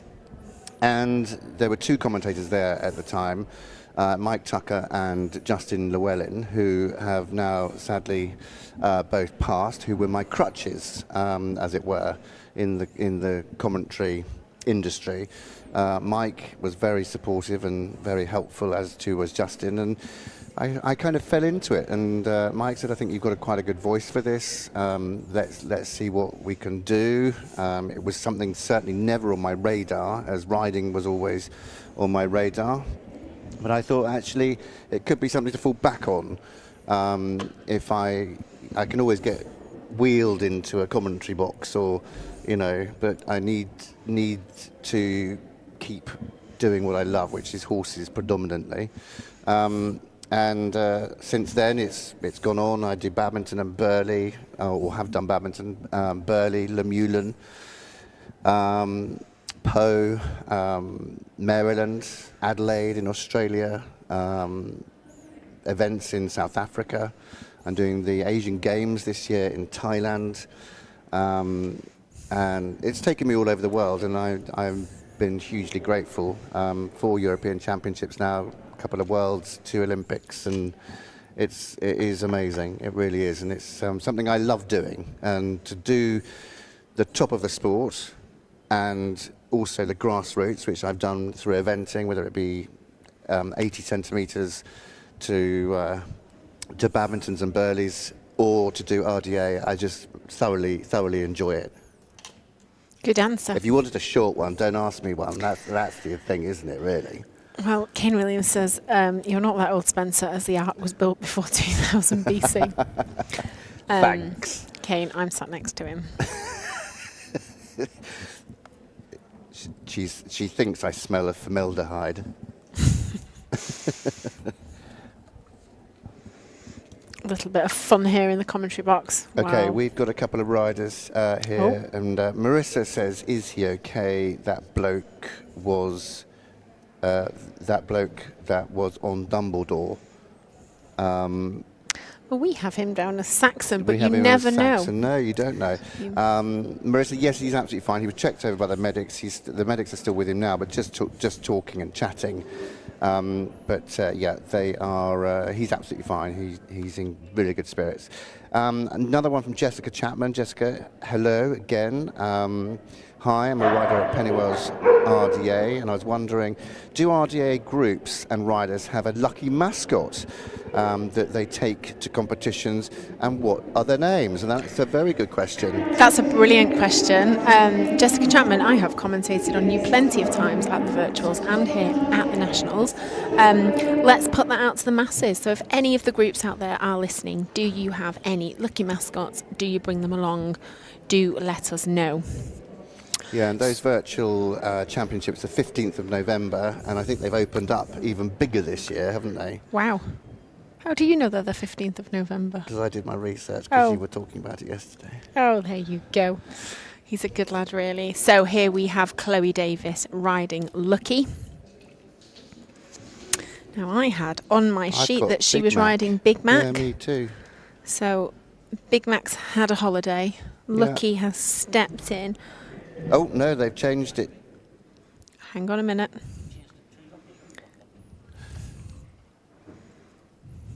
Well, I think you're lucky if you have a Big Mac, so, you know. Well, we are just getting some information on whether this is Lucky or Big Mac. I think this is Lucky because I've seen him before.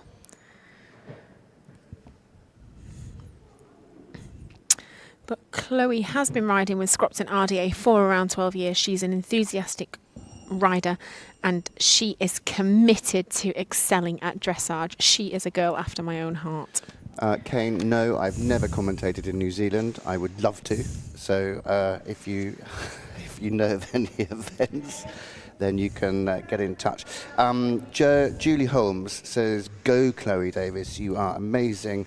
From Julie herself and Cleethorpes and Grimsby RDA. And sadly, Anna Glass says, sadly at Bradbourne we don't have any lucky mascots, but we call it the Volunteers. And we've had confirmation that Chloe is definitely riding Lucky. Thank you for that, Lynn. See, there's more than 2 commentators in this box. We have a lot of support helping us here. I mean, it is like it's been amazing, the support that we've had, and the interaction, and great to have a few regulars with us over the last few days as well. Yes, Sophie Lingfield says, "Go Chloe Davis and Lucky. Chloe has done a last-minute horse change and is fabulous and brave rider."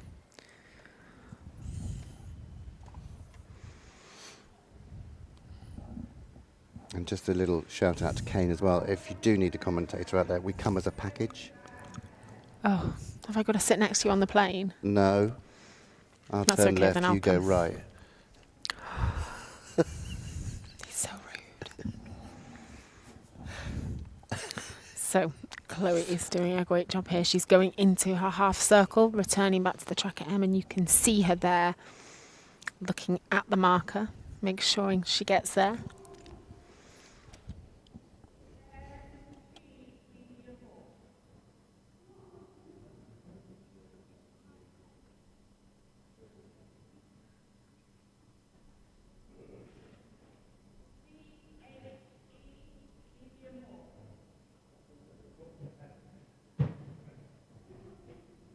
So maintaining a very good rhythm, Chloe, with Lucky. Ah, look at that. So that could have given it away, really, the 4 horseshoes. It's like a 4-leaf clover, Lucky. Maybe. You're off. Maybe.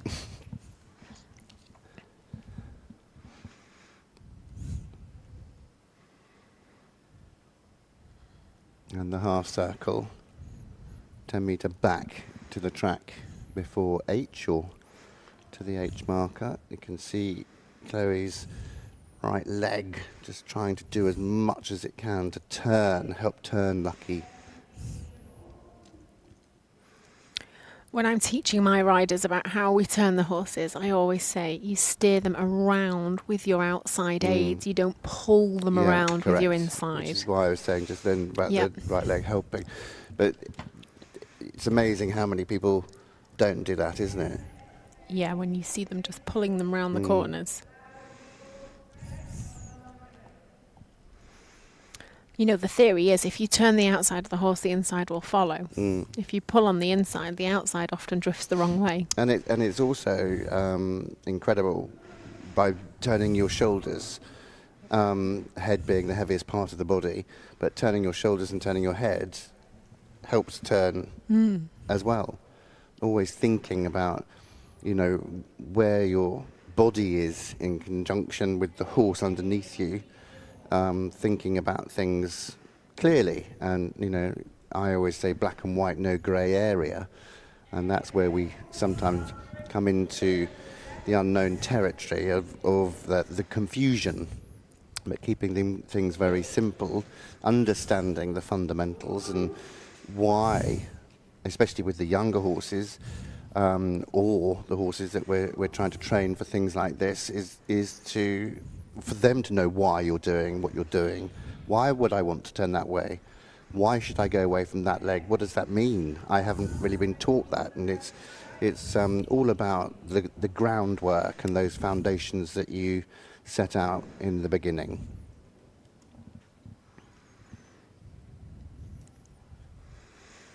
So Chloe here just coming around her big half 20-metre circles.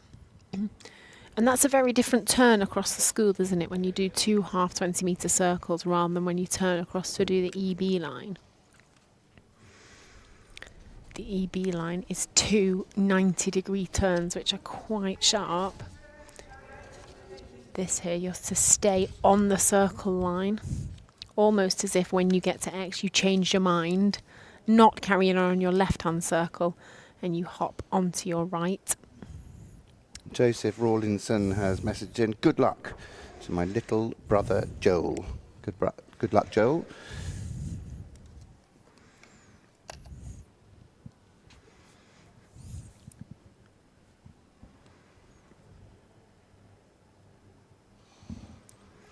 So 10-metre circle, and then B turn right, E turn left. These are the two turns that Lauren was just talking about. And then another 10-metre circle to the left at K before the centre line.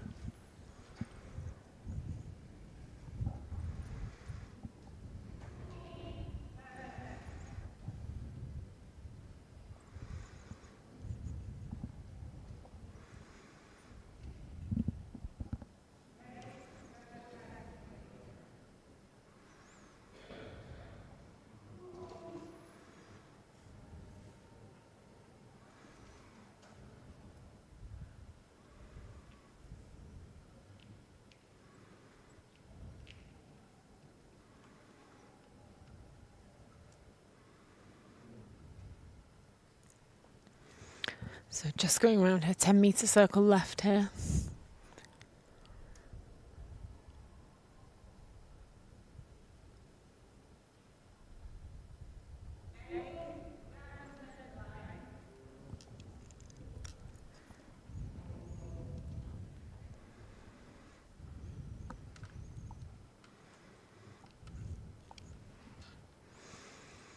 This indoor school is definitely warming up as the day is going along, isn't it? Yeah, it certainly is. We've got the fan behind us, we've got the doors open, but yeah, I fear you're right.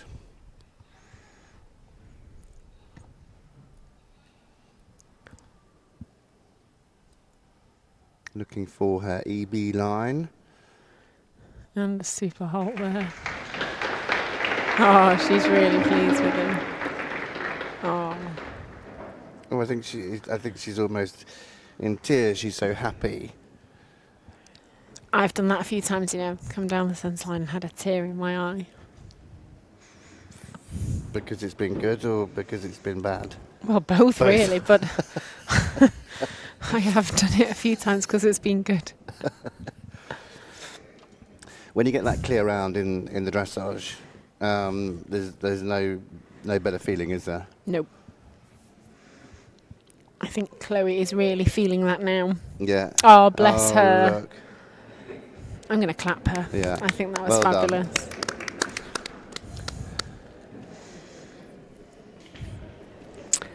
And not messing about here, we have our final rider in for this class 87, which is the Dressage Championship Grade 1, which is Luke Rutter, riding Menski K for the Arrow Riding Centre. Yeah, final rider in this Grade 1 Dressage Championship.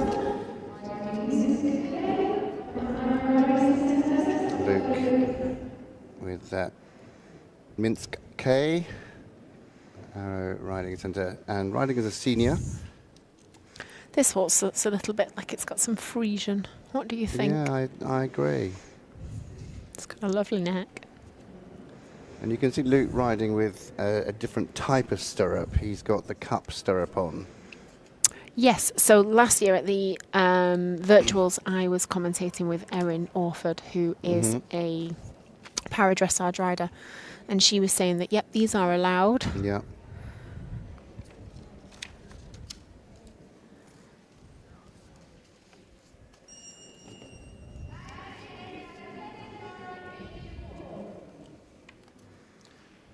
No hanging around. Straight in.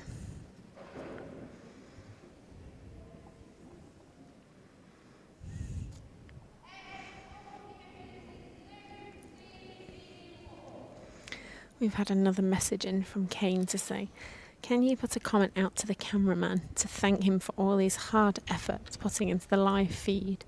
You are making the content look amazing. Well, we don't just have a cameraman, we also have Gary. he makes sure the sound and the camera all comes together at the right time with the adverts going in and everything else. And he keeps us on the straight and narrow. He lets us know if our microphones aren't working. Well, he keeps you on the straight and narrow. I've never been off it.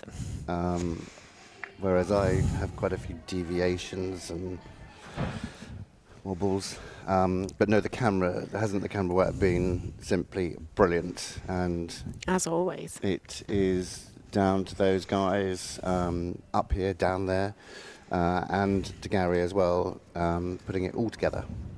So thank you very much, and Kane, absolutely, thank you very much for. I think Gary's blushing. Is he? I think it might be just the heat. So this is Luke's first year riding at the National Championships for Arrow Riding Centre. So he is off to a really confident start here. Just done a super half circle returning back to the track. So what are we looking for in a really good walk? We're looking for a really clear 4-beat. So 1, 2, 3, 4, 1, 2, 3, 4, 1, 2, 3, 4. And you want to keep that rhythm going all the time. And as the turn gets tighter or the circle gets smaller, you want to make sure you're keeping that rhythm all the time. The other thing we're looking for is what we call the over track. So where the front foot lands, you want the hind foot to step over where the front foot was.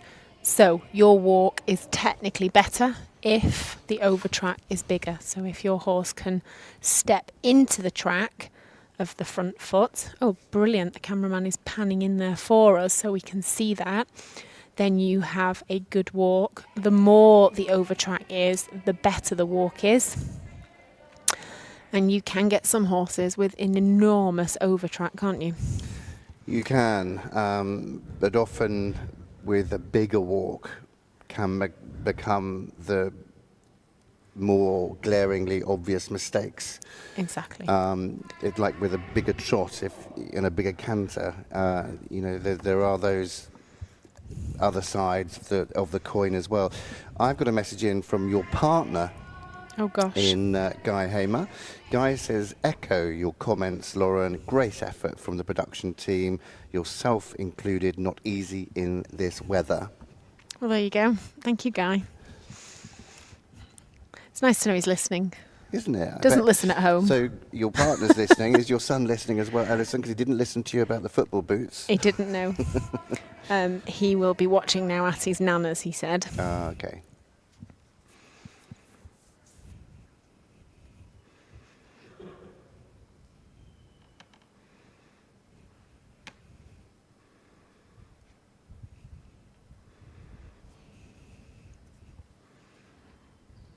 Well, I have to agree that Minsk K has a very good walk, and you can see that although not the biggest over track in the medium walk, he is stepping into the print of the hind foot is stepping into the print of the front foot.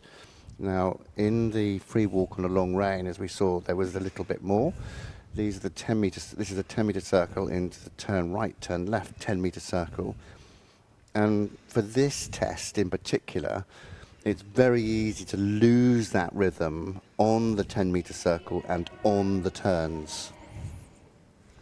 And that's where you would get the mark affected, wouldn't you? Yeah.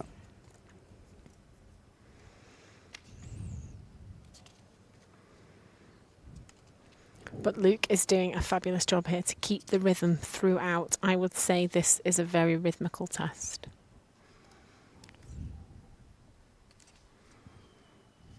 Oh.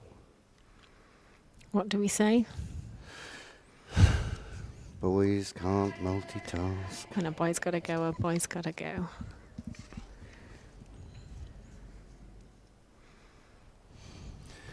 It's a difficult one, isn't it? Because a lot of places, a lot of yards, when the horses go to empty themselves, say stop. So you can pick the droppings up without ruining the expensive surface. Correct. However, I've seen it happen at Olympic Robert Games. Dover. Correct. Where his horse stopped in the middle of a test to go to the toilet.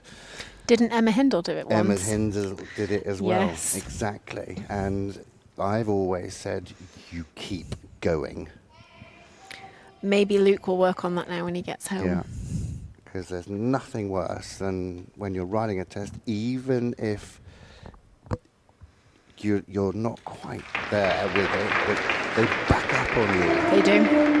A super halt there from Luke, so that concludes our test for the 87, the Dressage Championship Grade 1. And we go quite quickly, so don't disappear, into class 88, which is the Dressage Championship Grade 1 Open, where we just have the one rider from Pennywells who is due in 2 minutes. And I think she is out there now.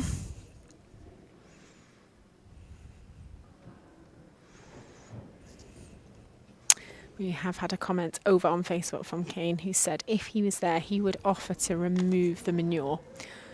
Oh, that's very kind of him. We've got very, very kind... It's a big old job, and they're very... volunteers. They're very good, the volunteers. I see them, one comes in with the barrow, one comes in with the scoop, and gone. Away. It is important that we do look after Hartbury's very expensive surfaces.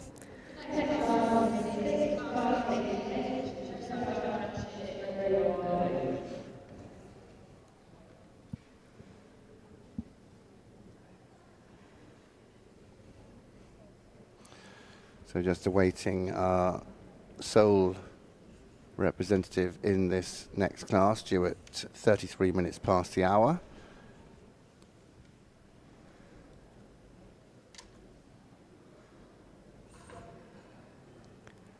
And Jessica Chapman, who you said you've commented on, Jessica's been messaging in. Tato did it to her last time she did a test at the Nationals. He decided to do a toilet trip in the middle of her test. There you go. You know, but we have to remember these are live animals, and as much as we say we train them, at the end of the day, they can do whatever they want, and we're not going to stop them. True. So. Yeah. Half a ton of horse.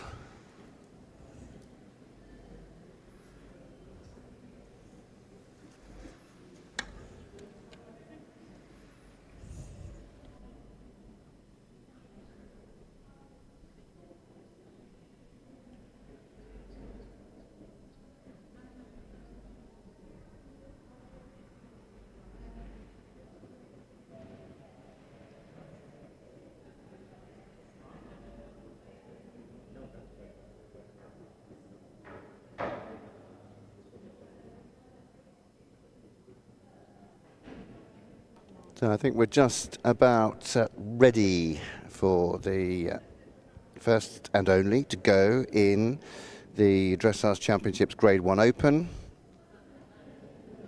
Final preparations being made in the warm-up area, but I have spotted them. You have spotted them, and you have seen the gate opening. Yeah. That's a clear sign someone's coming in.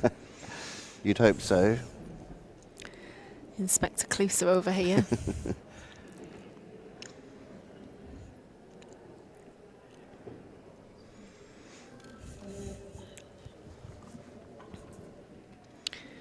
And the next horse and rider comes from Pennywells RDA.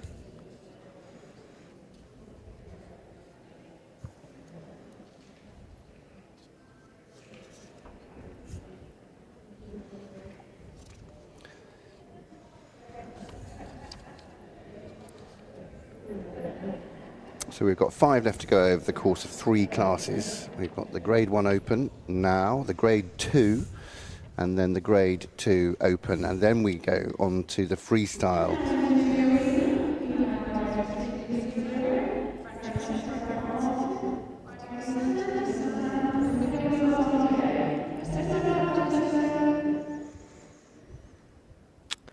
So here we have riding Sandhill Sam from Pennywells RDA is Cheska Martin.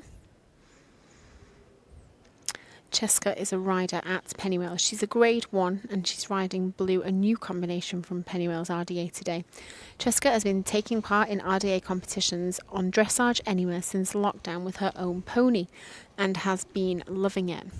Now, Dressage Anywhere started in lockdown so that we could all do our dressage at home and practice. And do you know what, Spencer? I never did one of them. And you know the reason why is because I was never happy enough to send the video in. The thing that I found really difficult, and I was telling people this when it was the virtuals, is that when you have to film a dressage test at home, you have to commit yourself to saying, this is it, no matter what goes wrong, I'm sending it in. And every time I halted, I went, no, I can do that better.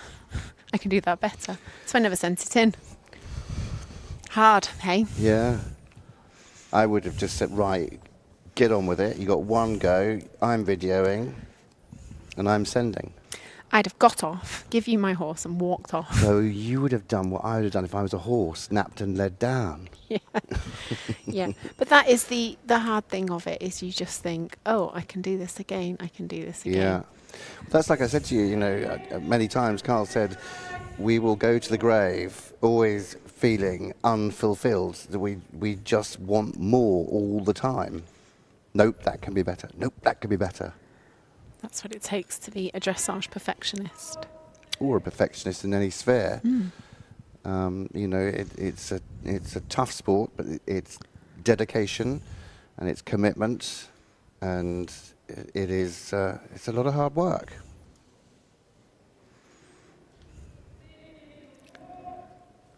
So Cheska is super turned out here. She looks really smart. She does, doesn't she, in her waistcoat?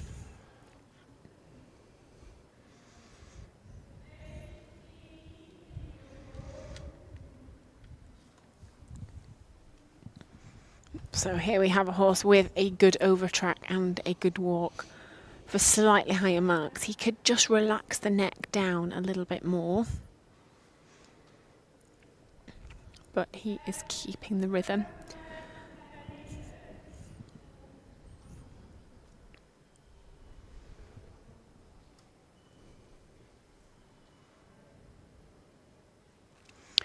So something else we are looking for on these dressage tests is when we have the circles, we want the horse to follow the bend of the circle.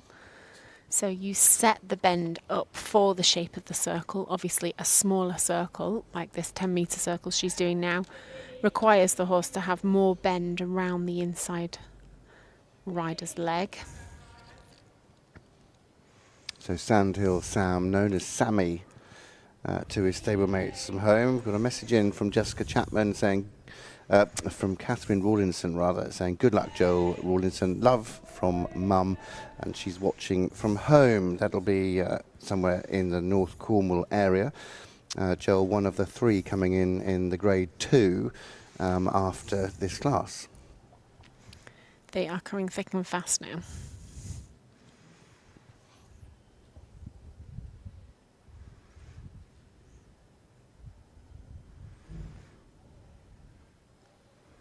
We see another rider here with the looped reins, just making it a little bit easier to keep the contact. And you have to set these reins, don't you, for the riders. So if another rider gets on, you have to set them at the length that they need, which is sometimes unhelpful because sometimes you need to have a longer or a shorter rein. Yeah. I know when I rode the event horse, which then became the daughter's dressage horse for Para. I had to ride the mare in the loop reins, but I rode her on my little finger. So I had the loop tucked around my little finger, and that was all I rode her on. So I knew then that when the daughter got on, who was suffering with myotonic dystrophy, or still does, she was able to ride that mare on a very light but consistent contact.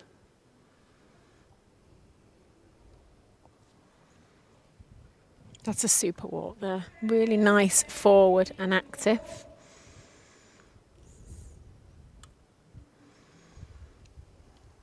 We have Sophie Lingfield over on Facebook who says, I'm also a grade 1 rider, but just cheerleading this year. It's brilliant to watch the live stream. And, oh, my phone just took it away from me. It's brilliant watching the live stream, and I actually have time to see my friends compete.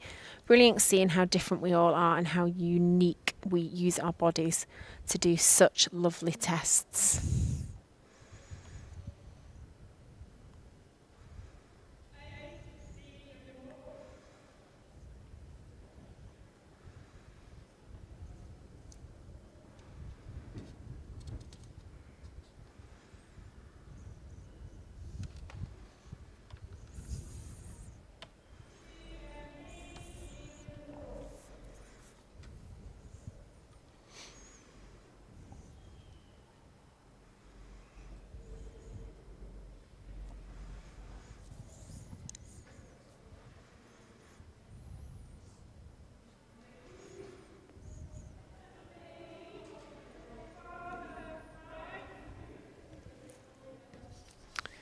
So Sandhill Sam could just be a little bit easier in the contact here and keep his head a little bit stiller to help Cheska out. But she's doing a really nice job of just sitting quietly and navigating him through this test, which I must say is a complicated test. It's like a kid and a crayon has drawn this one. It's all over, isn't it? Yeah, it is, and it's a totally different test, the Open, to the previous test that we saw. But you're absolutely right. That's a great way of explaining how this test rides.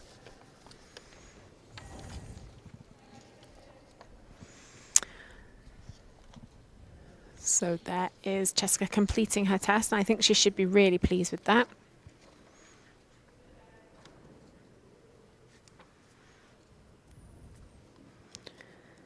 So that completes our Class 88, which was the Dressage Champion Grade 1 Open. We now move on to the Grade 2.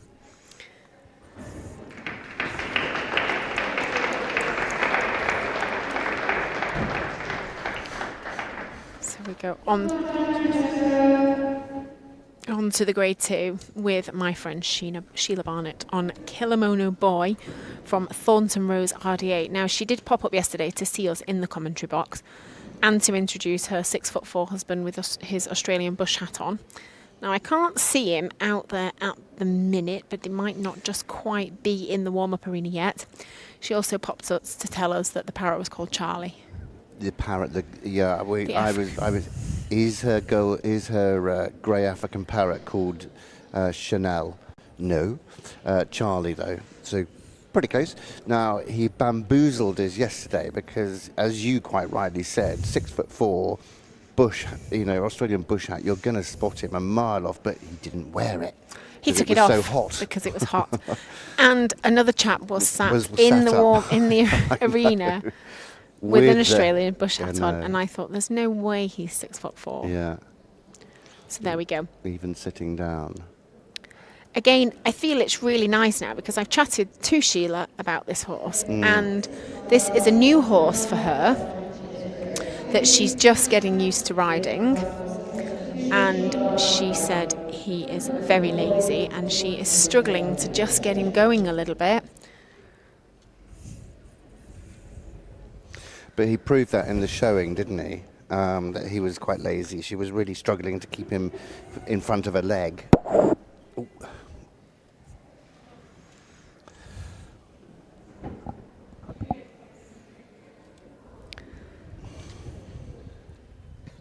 So here she is just going around the outside of the arena.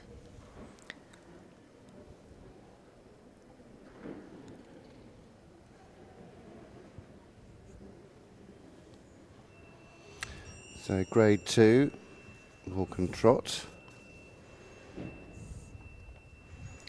From Thornton Rose RDA. So for those that don't know Sheila, she has quite a big bio, so I'm going to read it.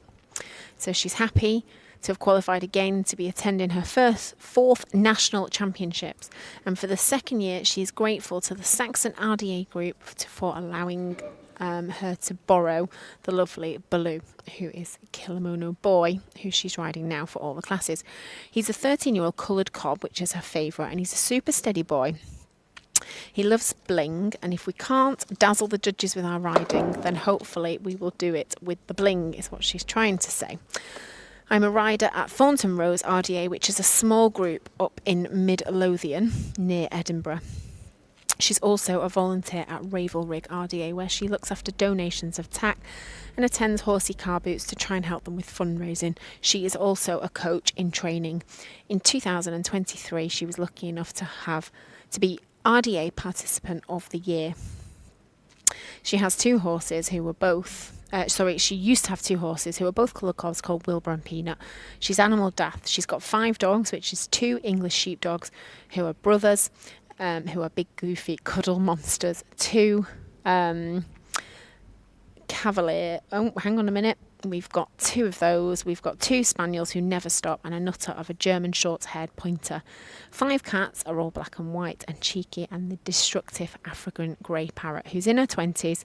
It's called Charlie. She does speak, and she's like the 6th cat who regularly meows. Oh, and she also swears in her husband's voice. So there we go. And last but by no means least, she's got a very supportive husband who comes every year, and he's also 6'4". She's roped him into volunteering, and he can be seen in his Australian bush hat. Well done, everyone. And then Sheila says, what did you think of my test? I said, well, I didn't actually see it because I was too busy reading your massive bio, but there we go. So she goes off here into a trot. Now I'm pleased to see she's got him going a lot more forward today. I think she's had a word with him, or maybe the parrot did.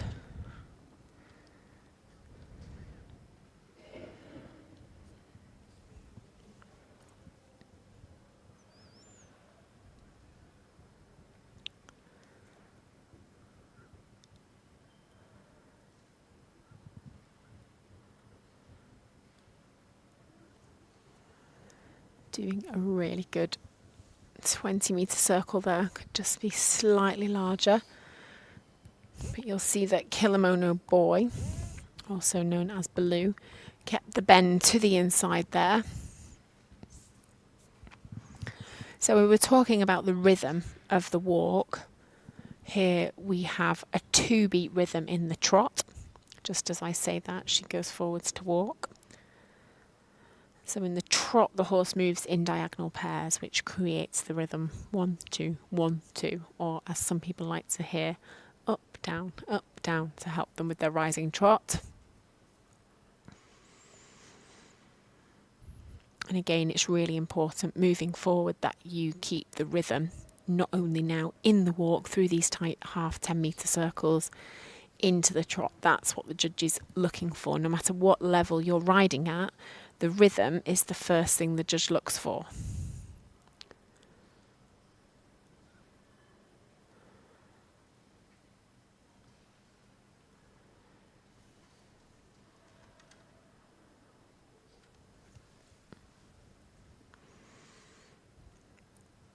And Kane Williams over on Facebook wants to know, does she own a farm, as that's an awful lot of animals?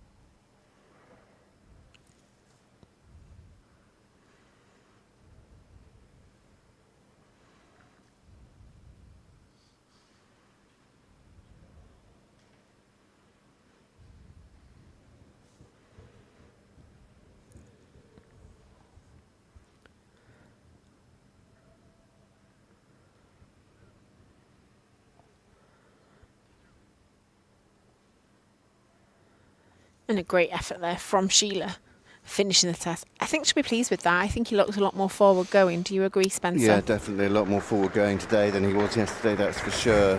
Whether he just got a little bit of stage fright yesterday, one will never know. But yeah, a much better performance here today in the whiteboards of the dressage, and I think she'd have been much, much happier with the outcome. So as Sheila and Kilnamona Boy complete their dressage test, it'll wave up to us.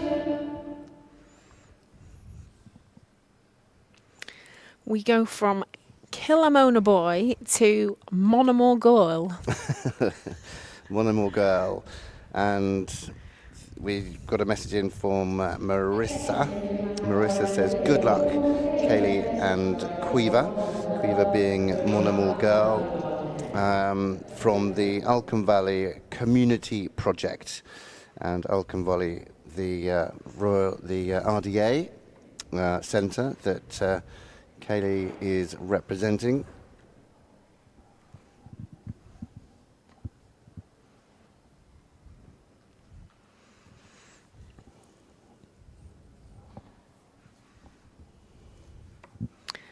So Kayla has cerebral palsy and cannot walk unaided. She started riding at the age of 2 as physiotherapy. She fell in love with it, and now here she is competing at the Nationals. I would say that is a success story.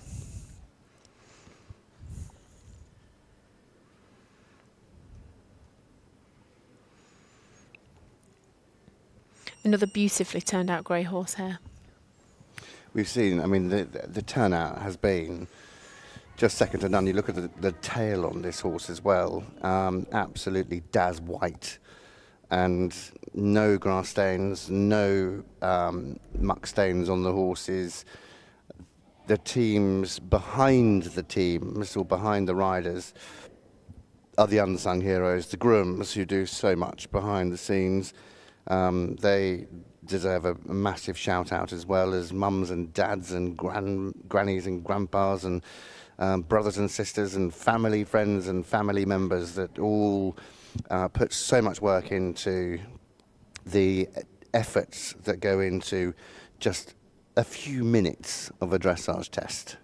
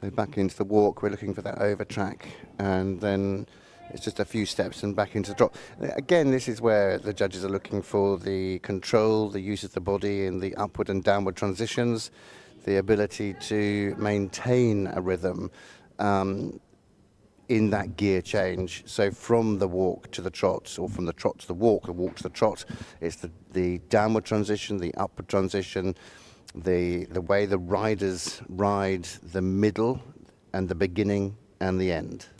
Are you ready for one of my good words? Go. You want that transition to look smooth, not jaggy. Love it. Yeah. So flippy flappy reins, yeah, wafty legs, yeah, and non-jaggy transitions. Non-jaggy transitions. They've got to look smooth. They have. It is the harmony between horse and rider. I've always said as well, you know, I've got a few favourite sayings, but I've always said there's a fine line between expression and explosion, and that is very true of how one rides a dressage test. You're looking for that extra little, but it's how far do you push it, how far do you go, where's that line drawn, and it's not the same every day either. Some days we go in there and we think, I wasn't able to do that last week and now I can, or I could last week and now I can't, and it's knowing those really fine lines. And in those transitions, I always say, in and out, You want to feel like it's a plane taking off, not a plane landing. So you're always thinking the hind end is the engine of the plane or the pistons of a ship, and that when you're riding those transitions, that the engine's creating the thrust, that you then get that uphill feeling. Pushing you up the hill. Yeah. Mm-hmm.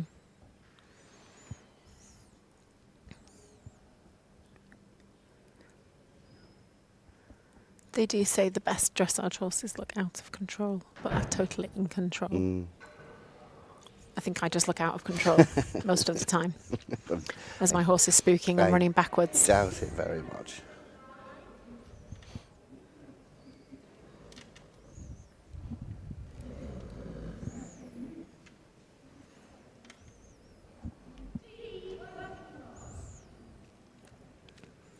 This is a tricky movement, so you have to turn on the centre line, and at D, remember that extra marker. Yeah. Go forwards to trot to G, where you just halt. Mm-hmm. There's no hiding on the centre line anyway. No, there isn't. The judge can see everything. So, Kayla, I think you will be very pleased with your test there on Monmore Girl from Alcombe Valley RDA. As we now go forward to our final rider of this class, 89. We've done a lot of classes, haven't we? We have. We are flying through them. We have. So this was the Grade 2 Championship. We have our last rider due to come at any second now. We are actually 3 minutes ahead of time. Ooh. Which is good considering the show jumping had us a good 45 minutes behind. Yeah, and we were 40 minutes late finishing yesterday. Nearly 9 o'clock yesterday evening we finished the commentary. And it was a long day yesterday in this heat as well. It makes it even harder. But as you say, one left to go, and we've got great support from older brother in Joseph. Good luck to my little brother in Joel, and Mum is also watching. Catherine, Mum is watching from home. Good luck, Joel. Love from Mum. And it will be Joel Rawlinson next to go with Buster the 8th and representing North Cornwall. But even though it was a late night last night, it was a great night watching the vaulting to music. It really was. We saw some outstanding performances, didn't we, as well? We saw some sass that you could bottle up and sell. And one in particular made barrel vaulting interesting, exciting, and got the crowd all involved as well. He got the crowd going like Elton John at one of his concerts. Yeah, he did. I think he's going to be a showman, that's for sure. Yeah, the greatest. The greatest showman. See what I did there? Yeah, I see what you did there. You don't miss a beat, you, do you? I try not to.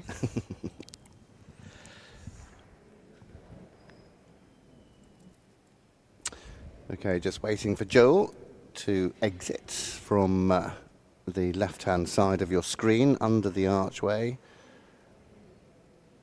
I think I can see a little bit of movement down there. Okay, so just a limit for all of you people who are watching over on the Facebook. Facebook actually have a limit to our live streaming. So after this next horse, the Facebook streaming will finish, but you still can catch up with us on YouTube and on Horse and Country. Okay, that's good to know. That is good to know. So the stream's going to end on Facebook. Yes. But you can head over to YouTube. It's free to watch, or Horse and Country if you're a subscriber, or is it free to watch on there? Don't know. You'll have to go and check that out. Joel is about to come into the arena. Here he comes. The last of the Grade 2s. So just a word of warning, if you're watching on Facebook, head over to now YouTube or Horse and Country, and you can watch along on there. I am just double checking whether he will restart it on the Facebook or whether it's going to be going off completely. So Joel Rawlinson is in. Charlotte Stanbridge says good luck, Joel. Marissa says well done, Kayla.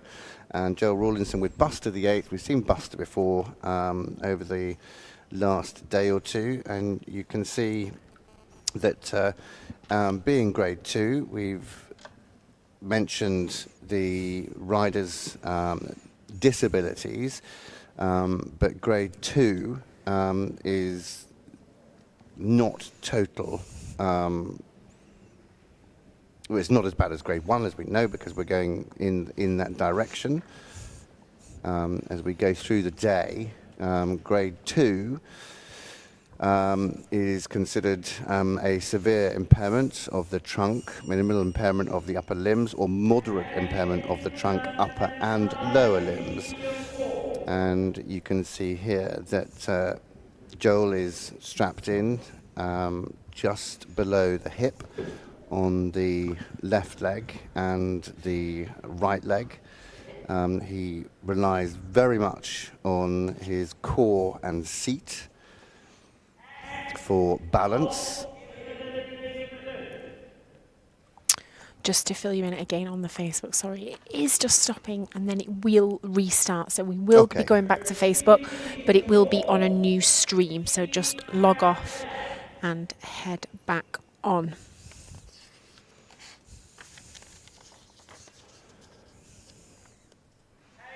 So riders are classified based on their severity of their physical impairment for grade 2, with those with more significant impairments. The championship movements include entering the centre line, halting mobility, the transitions between walk and trot, tracking left, tracking right, and each movement is judged on a scale of 10, with 10 being excellent and 0 being not performed.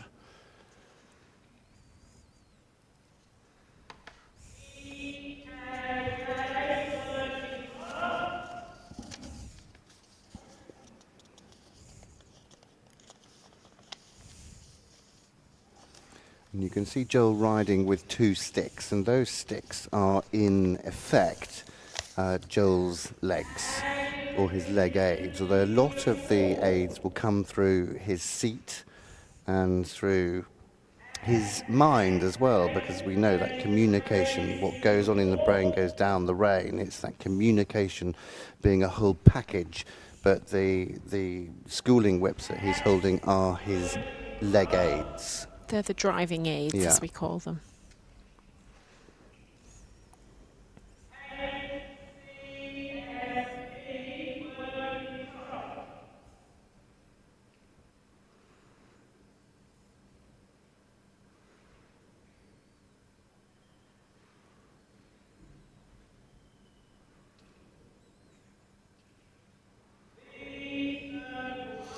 And again, you see these horses. I mean, they are quite remarkable. Buster has been trained to this level, and Joel, very much as a partnership with this horse, have learnt their own unique way of going. Riders at this level are allowed to use a little bit of voice as well as an artificial aid.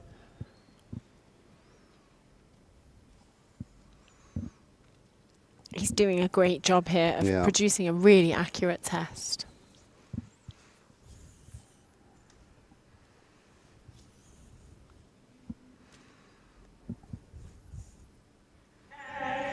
And this is his first time ever at the National Championships. Yeah, doing a really good job.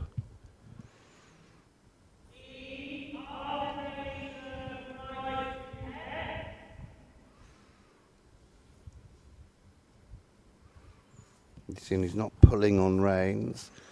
He's using you can see he's using the stick to move the horse, and that is his leg that he's using. And you'll see here, he'll use the right stick as his right leg, just tapping. And that's what's driving Buster forwards and encouraging him in which direction he should be going. Should it be left? Should it be right? And you can very much use your seat bone as well. And I was very much taught that even with a flying change, it is a lot of your seat bones that are doing the work. It's not about flinging yourself from side to side. It is about what is going on underneath the saddle and so many nerve endings under the saddle that a small movement can control half a ton of horse very easily.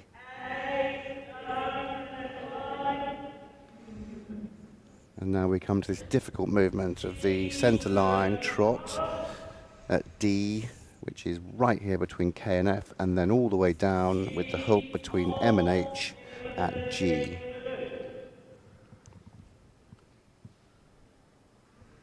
And here you'll see him just sit up and he'll squeeze his bottom, squeeze the rein and into a halt. Great job.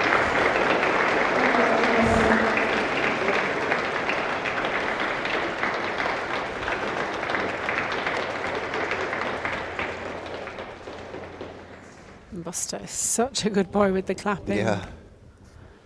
Well done, Joel. Very good. Very, very good indeed. And Mum watching from home.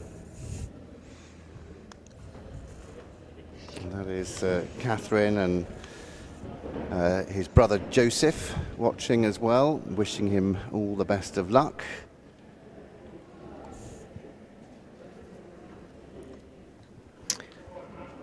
We saw a brief glimpse, and we can just see him there right in the corner of the screen. That is Mr. Vaulting Sass himself. He's a firm favourite of mine. So we just have 2 minutes before we go over to the Class 90, which is the Grade 2 Open. And there are just a couple of messages that I just need to catch up with on Facebook. Vanessa Andrews says, well done to all the Pennywells riders who are competing this weekend.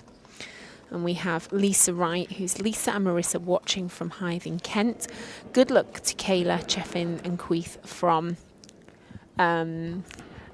the Alka Valley Community Project. We are very proud of your hard work and achievements. And Courtney, whoa, Bryce. Let's go, Kayla. I'm so proud of you. You've got this.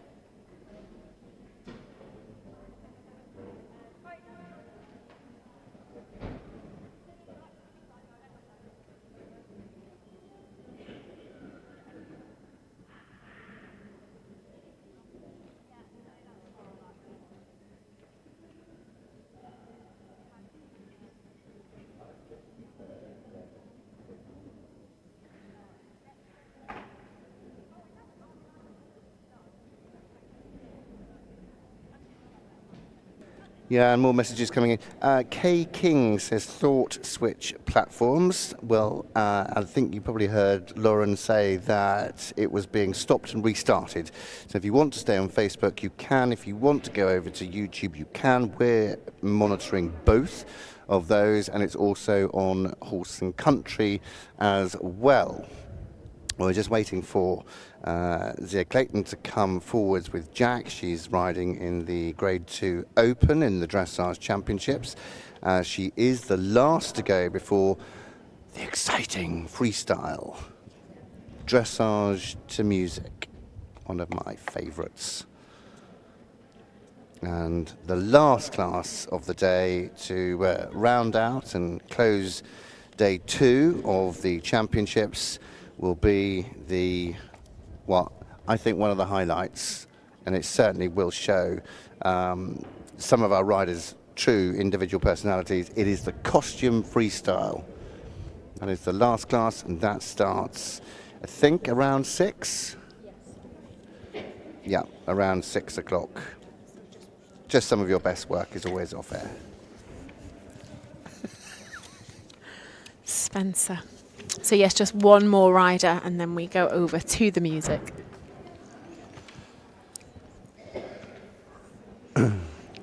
So due in at 6:09. So it's 10 past 6 now, 10 past 4 now. Due in at 4:09. So should be coming around the corner. Now. Ring round the corner when she comes. Let's hope she comes fast. That way, no more singing. No more singing from Spencer. Here she comes, as if by magique. To save us all. Yeah.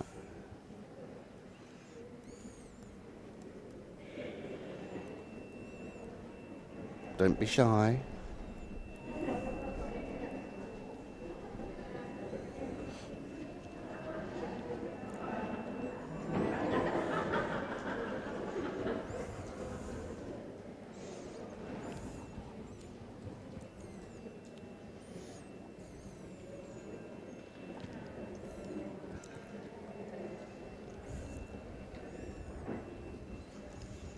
Just as the Facebook is going over, it's amazing that we've had 79 comments.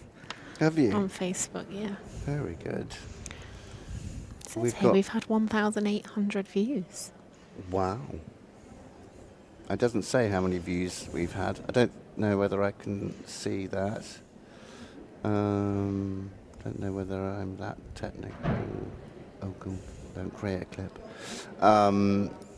Oh goodness, now I've lost whatever that... We've only had 14 comments, no one likes talking to me. Standard. Ooh. Volume. So no, we've had quite a few comments, but we've got 53 people watching. How many have you got? Well, we're not on at the moment, so that's an unfair. Okay, well, I thought that Zia was coming round the corner, only because she is there. She's just being a bit shy, because the girl that's with her has come up the stairs ready to video. That's very observant of you. I'm an observant kind of guy.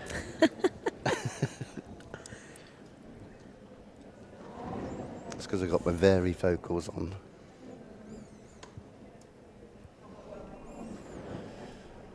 Yeah, I think I'm going to need some varifocals. Are you? Well, I keep thinking now when I look out into the arena. Yeah. And then when I look at my screen. I know. My eyes are just having to adjust a little bit too much. That's what mine do. I do tend to find that I look like the Churchill nodding dog advert quite a lot of the time. Trying to see where it works best.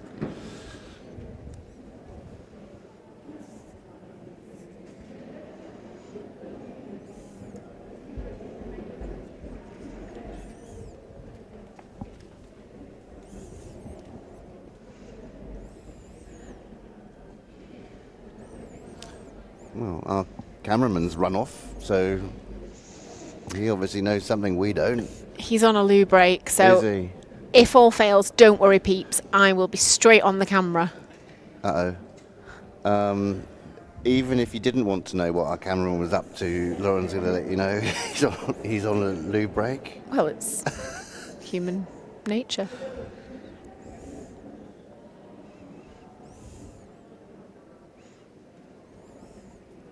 I think then we might just throw to a quick advert or a couple of good luck things. Our cameraman obviously knows that it's going to be at least a sprinkle away. So we'll do a couple of good lucks.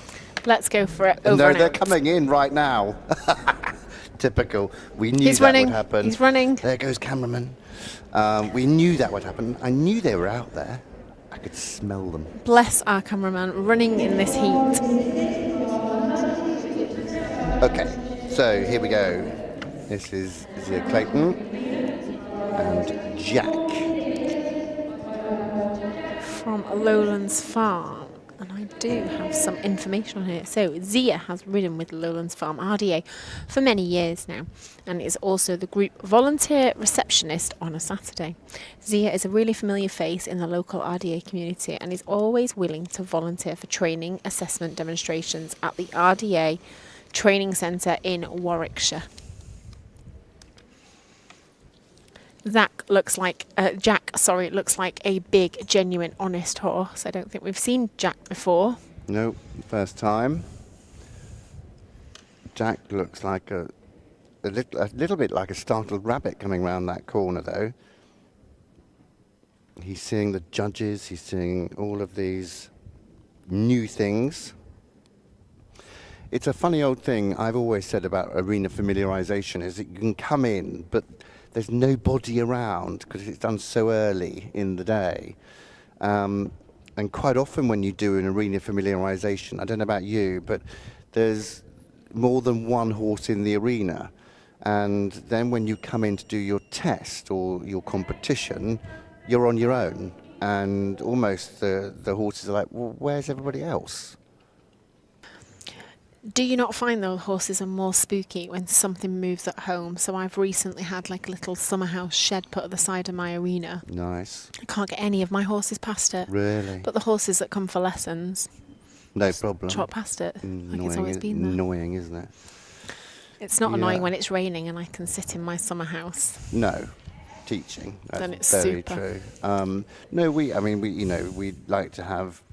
I've usually had banners around the arena and the odd bit of music playing as well. And I know that some horses before big competitions, and there was a very famous incident when, I can't remember which horse it was, it's escaping my brain at the moment because there's so much useless information in there. I don't know which box that's coming from, but there was a very famous horse that went to an Olympic Games, but went to a football match before the Olympics to try and get that horse used to crowds and noise and movement, and it's very interesting, isn't it?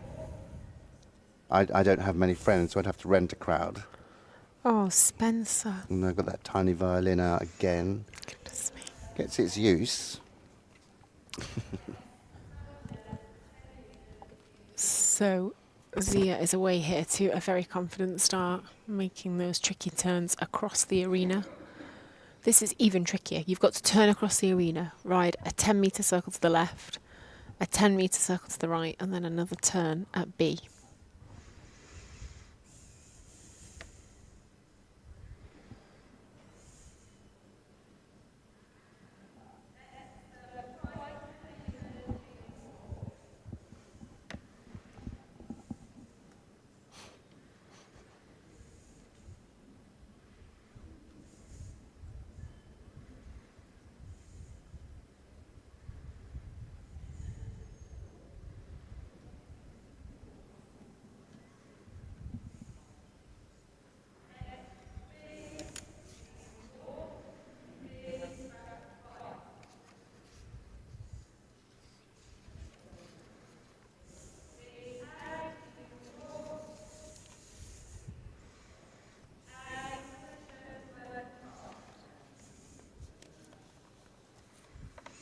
So she's just sending the signals there to say, come on, any minute now. We will be going forwards to the trot. And off she goes there, so it's a nice clean transition.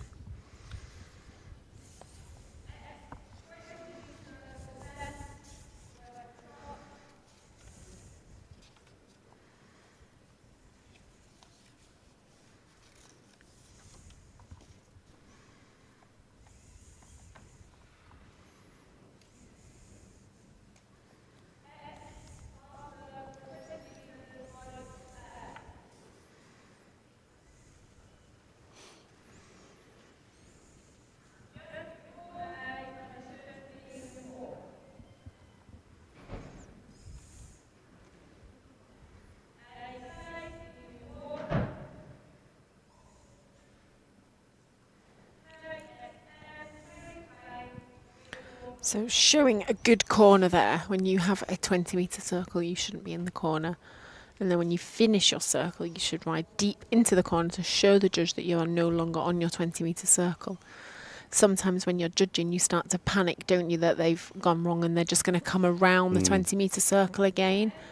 So by really riding into your corners, you are letting the judge know not to panic. You know where you're going. Not to mention setting your horse up well. Yeah.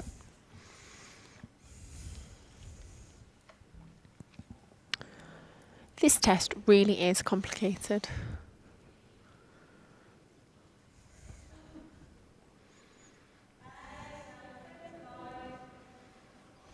It's one of those tests, isn't it, that you think, did they have a bottle of wine before they wrote it? Yeah. It's just not the easiest test to get a horse through, as it's not really flowing, is it? No, not at all. There's a lot of sort of stopping, starting and tight turns, especially for a big horse like this.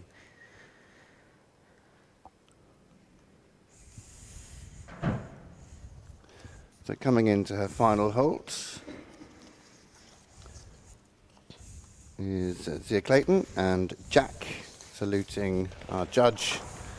And that draws to a close the individuals. And we will move on to the freestyle very, very shortly. We've got the freestyle grade 1, the freestyle grade 2, the freestyle grade 7, the dressage costume freestyle. That starts at 6 o'clock, but we're about to move fairly swiftly on, I would think, into the dressage freestyle, the grade 1 to music. With Claire Humphreys and Boise, who I can see at the moment in the warm-up. Yep. So we will give you a moment's break while we get that next rider in.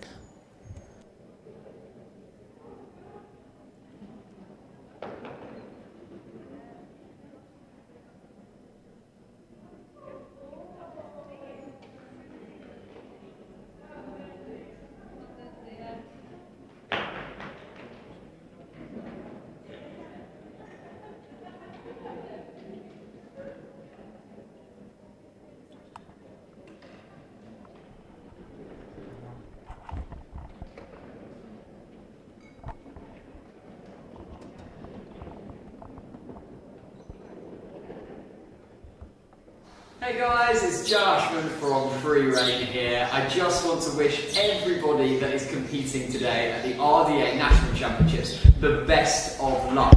Just qualifying is such an incredible achievement on its own. So enjoy the day, make the best of it, and have a lovely, lovely time. Bye! Wishing everyone the very best of luck this weekend at the RDA Summer Champ Show from everyone here at Team New Zealand. Good luck, everybody!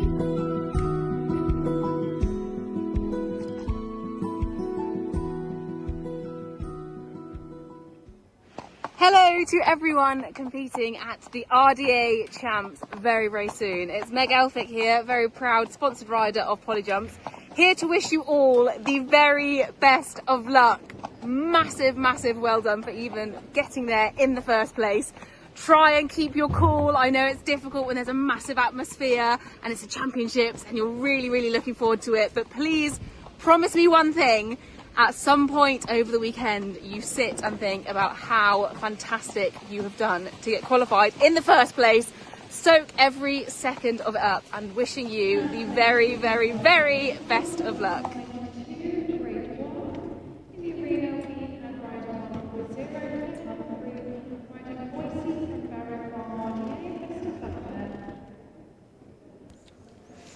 So here we have it, everybody. This is the start of our freestyle. When you get a little bit of a rest from listening to me and Spencer, we're going to let you hear the music. But our first rider is number 140, which is Claire Humphrey, riding Boise from Barrow Farm RDA.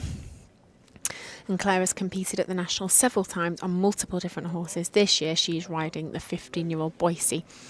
Claire has ridden Boise for a few years now and competed him at last year's Nationals. So settle in and I hope you enjoy her music.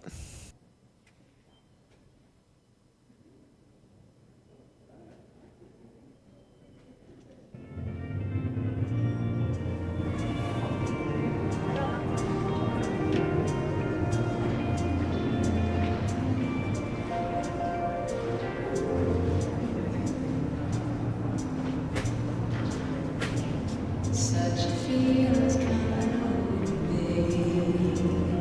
There is wonder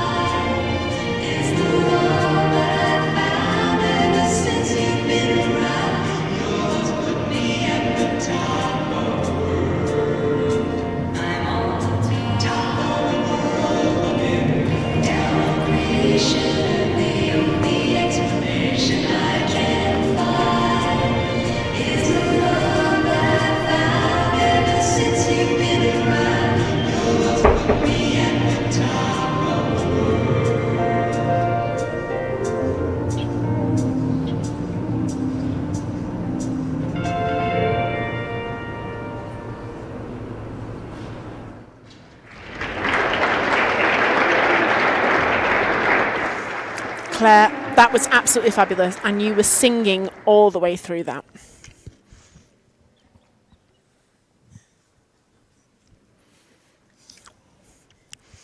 Do you have a special reason why you chose that song, or is it just your favourite song?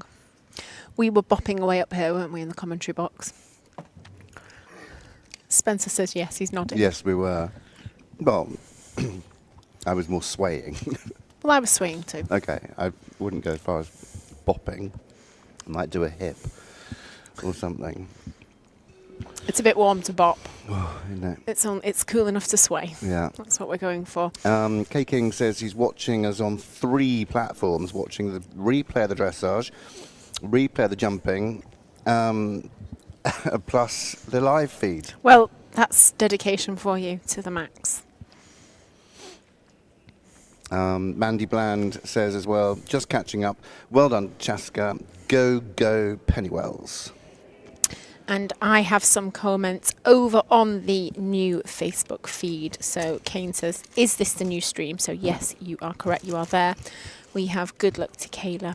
What time is the dressage on till? 7:30 was that? Quarter to 7, I think. Quarter to 7. Somebody says, has the dressage freestyle finished? No, we are still going, so don't run away just yet. Charlotte Marshall, good luck to everyone competing at the RDA National Championships weekend. Have fun and enjoy. Somebody asked, has Kayla been yet? Yes, she has. She may well be in the music coming up. Nope, she will be coming up again at 4:45, 16:47 to be exact, so don't go anywhere.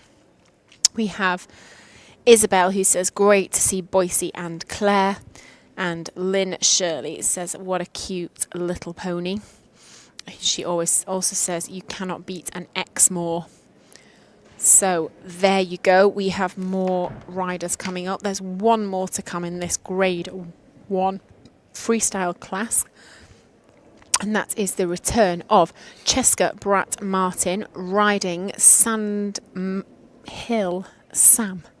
Sandhill Sam. From Pennywells RDA. Olivia over on Facebook says, when is the dressage to music? It is now, so turn your sound up and you are away. We have Elaine Fursland. She's on holiday in Krakow. But she's a coach from Stevenage and District RDA. We have no riders competing this year, but we do have some entries in the arts and crafts and one result already in with a third. So well done to you guys. So, Cheska, off you go. What do we think she'll choose? What's her music? Oh. I'm yet to hear a Queen or an ABBA medley. Well, you got that wrong yesterday, didn't you, as well? You're not going to live that down. Yeah, I'd love a bit of ABBA. I love a bit of Queen. Bohemian Rhapsody is always a fun one. I mean, we know as well. You know, we watched the likes of Lottie Fry and her new music that came out actually at the World Championships in Herning when I was there first year. She rode it, and it really took us all by surprise. But right, let's just sit down. What's playing? Sit down, relax, chill, and enjoy. Cheska Bratt Martin and Sandhill Sam.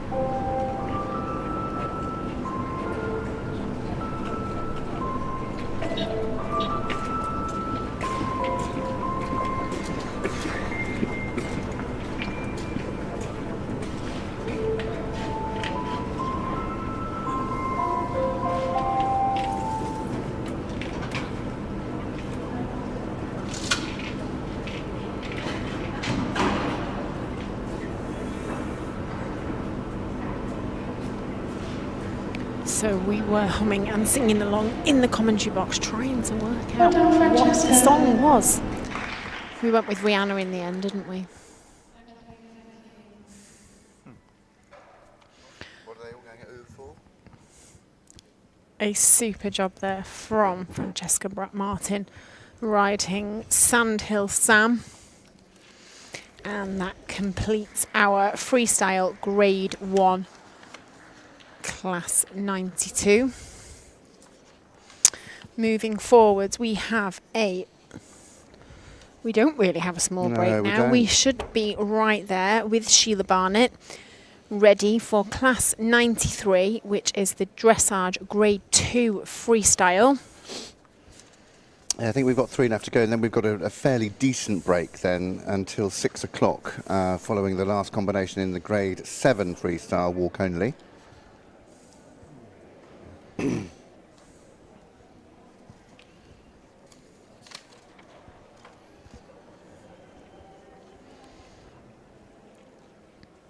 John Dixon has just messaged in saying good luck to Joel from Audrey. I think Joel's already been, but your good luck message has been passed on. Kay King says, my heart just got melted by that horse. I think she was on about the first test that we saw in Boise. Yeah. It was a lovely test, wasn't it, to the Carpenters. And we have Stacey over on Facebook who says, watching from home in Surrey, I was competing yesterday morning in the carriage driving open class for Stella Hancock driving group. Everyone is doing really well and hope everybody is enjoying themselves. Well, I certainly am enjoying myself. Spencer? Yeah, I don't know how you coped yesterday in that heat with the driving. We walked outside for a drink, didn't we, and quickly run back in. We did. We ran out and sprinted back in. Okay, here we go. We've got Kilnamona Boy and Sheila Barnett. Now, we're not going to read the biog this time. Lauren's read it twice. She's pretty exhausted by reading that twice. All we know is that she's got a whole menagerie of pets at home. A parrot that swears in the voice of her husband. Yeah. And meows like a cat. Named Charlie. So I am going to enjoy the music here. This is Sheila Barnett on Kilnamona Boy. Kilnamona. There we go. Thank you very much. I've said a lot of horses' names now. That's why you're here, Spencer. Kilnamona Boy. Kilnamona Boy. Baloo for short. And Sheila is going to get him all fired up here. I haven't seen the husband. I can spot him. Where? He's not got his hat on. Satin green, right in front of us. Right in front of us. Where the NAF sign is, just slightly above. Oh, there. So we're talking around about 2 o'clock, 3 o'clock. It depends where you sat. It's at 12 o'clock from me. Oh. I'm in that direction. Well, if I move. Okay. So the bell goes. Sheila, good luck. I can't wait to hear your music.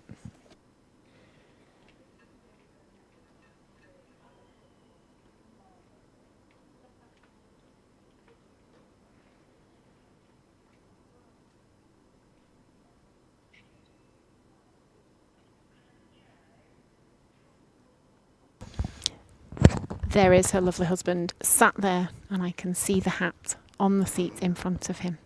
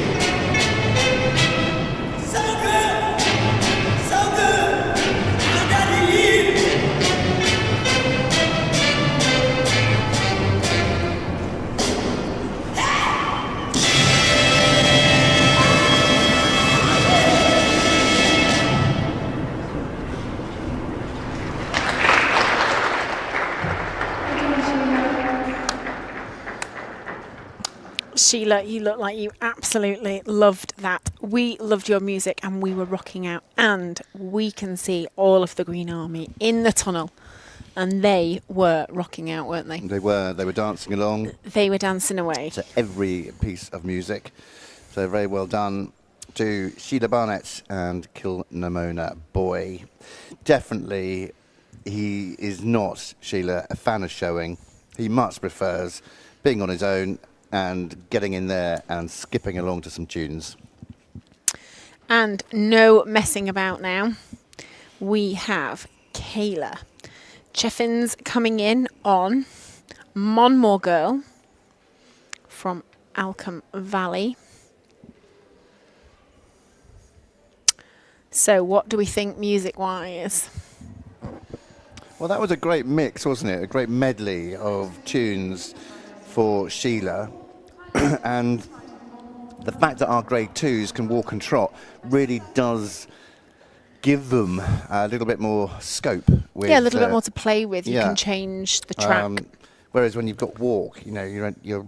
You can only really play with one level. Whereas, you know, with the walk and trot, we can up the ante a little bit more. So it'll be really interesting. I think that Sheila showed some great use of variety within her music choices, and it was lovely to watch, and certainly lovely to watch the Barmy Green Army of volunteers dancing in the shoot. How as have you well. added Barmy in? Well, you know, Barmy Army and Barmy Green Army, and they were enjoying themselves. Yeah, they certainly are. So we'll hand you over to the main arena, and our next to go, we'll leave you with the music of Kayla Cheffins and Monmore Girl.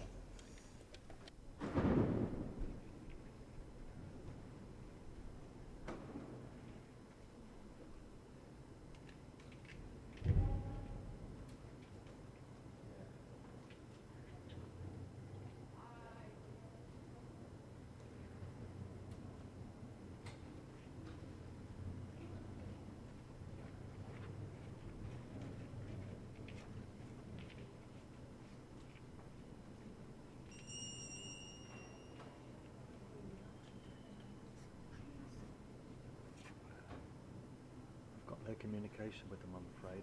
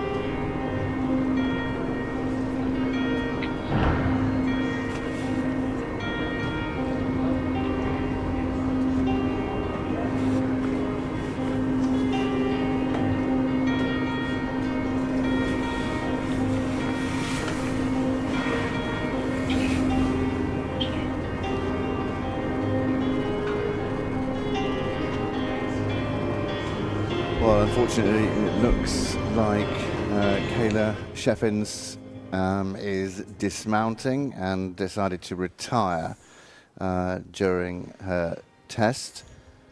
Although the music's continuing to play, I think we can cut the music now. That's a real shame. I mean, just one more girl just getting a little bit tense and a little bit excitable in the arena, and you know, these riders. No, don't clap, don't clap.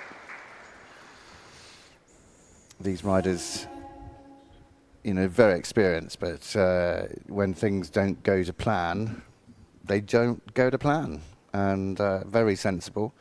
That's why we've got people around the arena. She's got her team around the arena, and you know, it's just all about looking after both horse and rider. It just got a little bit much for Monmore girl towards the end there, unfortunately, and she just wasn't quite able to settle things down. We're going to settle things down a little bit because we have got a very short break before the next grade 7 freestyle. This is walk only, due in at 5:05, and it's now just gone 5 to 5. So I think this is a good time to probably play some good luck adverts to competitors here over the course of the 3 days. So let's have a listen to what some of our fans had to say. Hey guys, it's Joshman from Free Rein here. I just want to wish everybody that is competing today at the RDA National Championships the best of luck. Just qualifying is such an incredible achievement on its own. So enjoy the day, make the best of it, and have a lovely, lovely time. Bye. Wishing everyone the very best of luck this weekend at the RDA Summer Champ Show from everyone here at Team New Zealand. Good luck, everybody!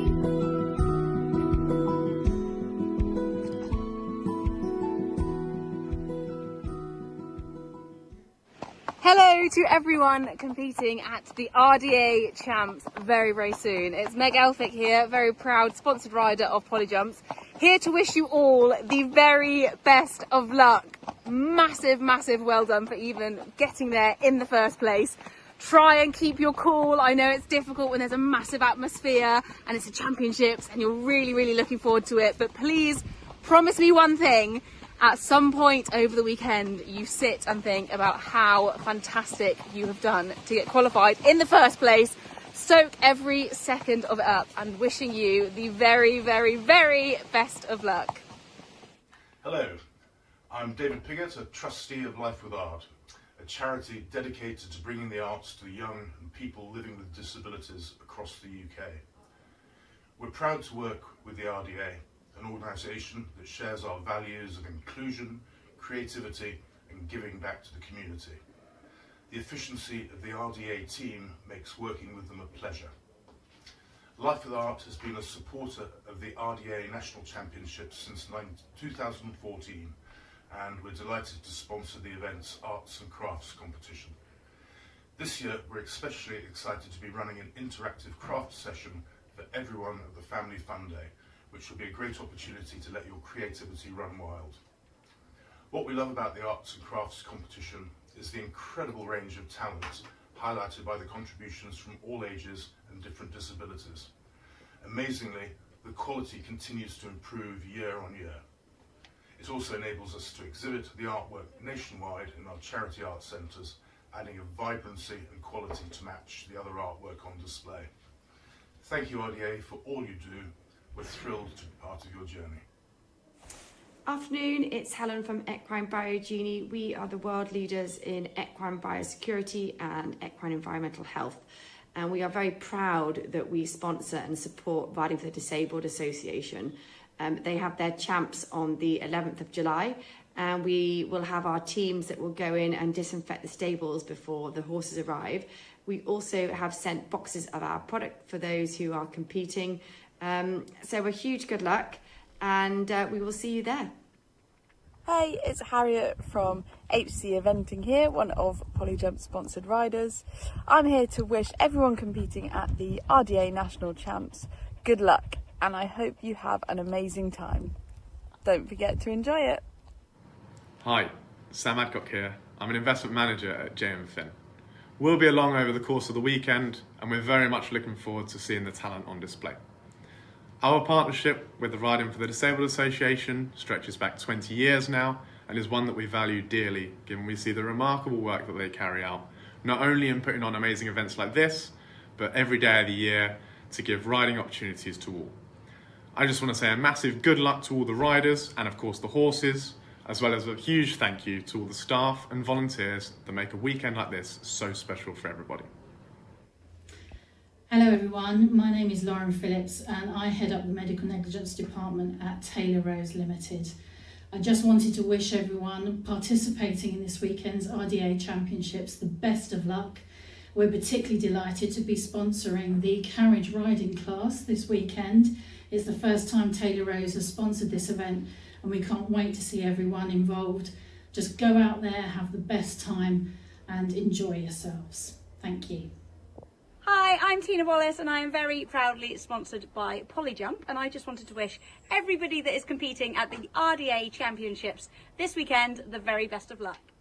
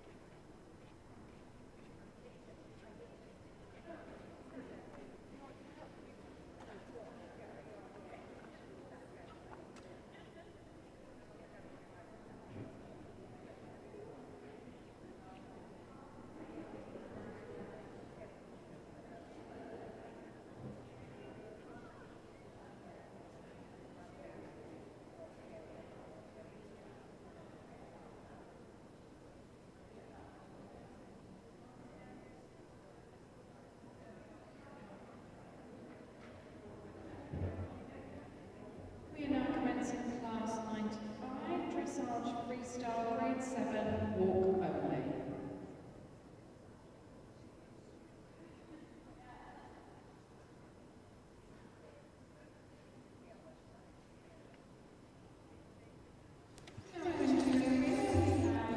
So here we have class 95, which is the dressage freestyle grade 7 walk only. This is the number 112, Book McCrossan, riding Indy from Omar. She is a junior rider.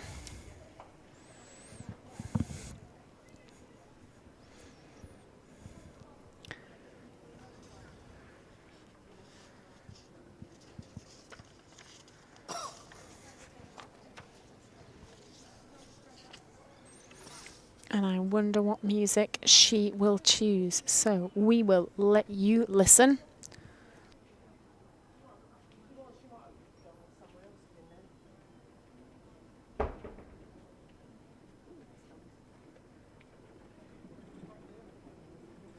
Well, just one small problem.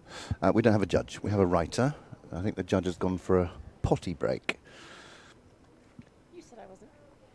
You said I wasn't allowed to say the cameraman had gone for a potty break. Well, you know. I think we'll judge. It's a 10 from us. I think you'd be a very hard judge. Do you? Yeah. I do quite a lot of judging. I think I'm pretty fair. Let's ask somebody who's been judged by you. No, don't.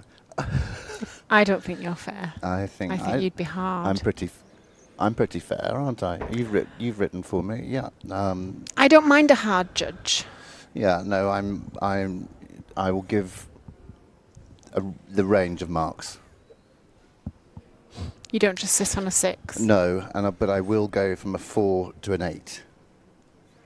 I won't let the previous movement affect the next movement if it doesn't affect it, because that does happen quite a lot in dressage. And that's why we do have 10 marks available. Well, you don't know, actually. You have 20 marks, don't you? You do. Because you have half marks. Yeah. Do you have 20 marks, or is it 19.5? Can you give a 0.5? Can't know, it's 19.5. Yeah, there you go. So it's only 10. So it's 0.5, 0.5. Although I don't think anyone's ever given a 0.5, because it's either a 0 or a 1. Yeah. There's no half measure on that one, is there? It's either performed-ish or not performed. So the judge is back. We know where you've been. And we are ready to go. So good luck to Brooke and Indy. I can't wait to hear your music.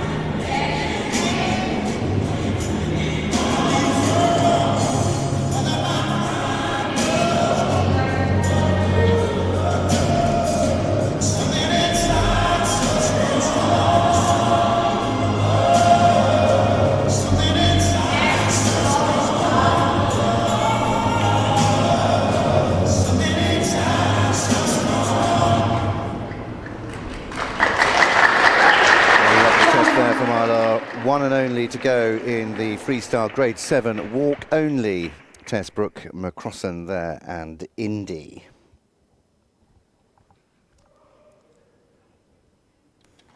So we have a short break now.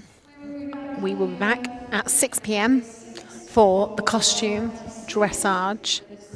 To music. To music. Yeah, I can't wait for that. Going to see some real personalities out there, that's for sure. The time to dress up, show off, and really have some fun. And we hope that you can join us for that last class of the middle day of the Dressage Championships, the National RDA Dressage Championships here at Hartpury. We'll be back at 6. See you there.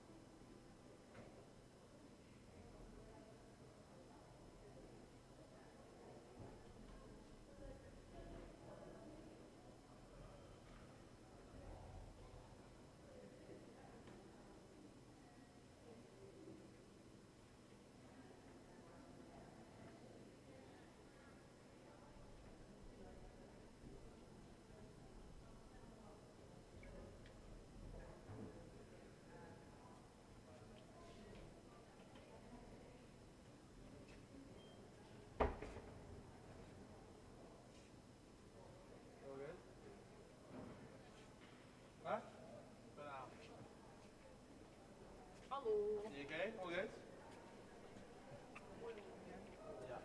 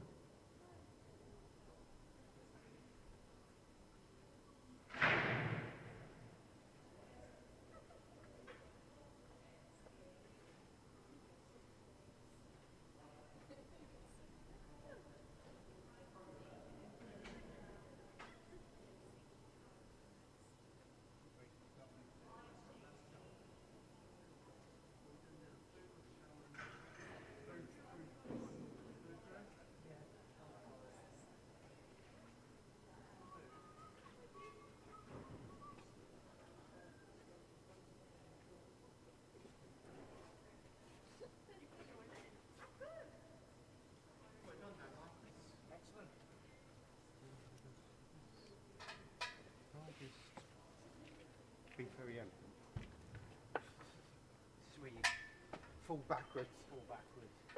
Harold. Doughboys stuff, isn't it? Yeah. See that can be arranged.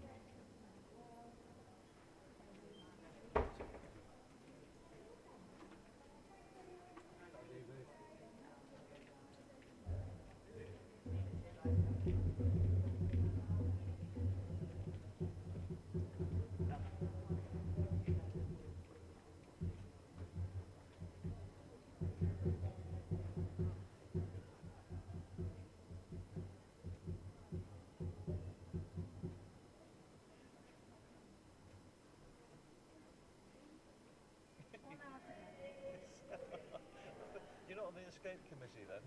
No. Pretty kind of my job if I was.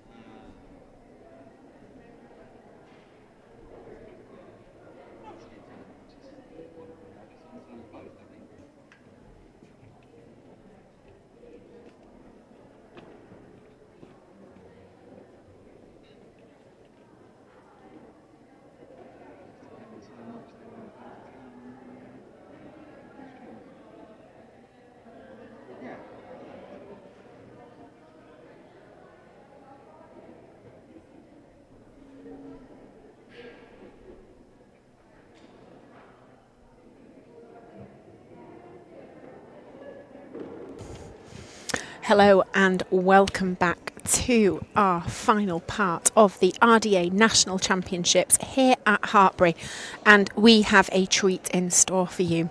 Our last class is class 96, which is the costume freestyle, which is dressage to music, dressed up.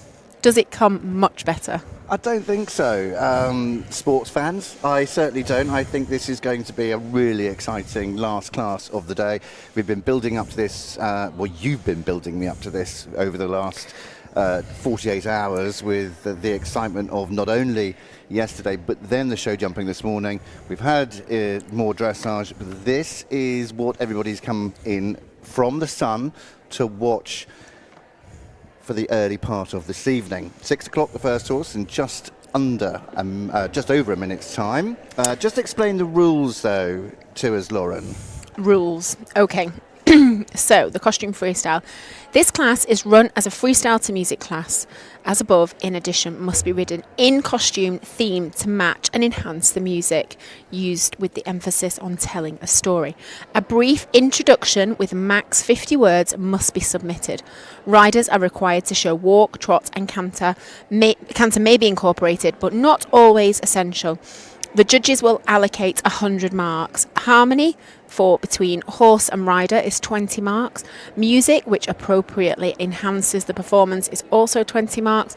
Costume, which is suitable for the rider, horse and the performance, is 20 marks. And the overall entertainment, performance and presentation gives you another 40 marks, making up your 100 marks. Now, the first rider is here to go, and the 6 riders that we have seen all these riders before, I think. I don't think there's any that we haven't. No, we have seen all of them. A couple of changes in horses, or one change in horse, certainly. We'll let you know about that in just a few moments' time.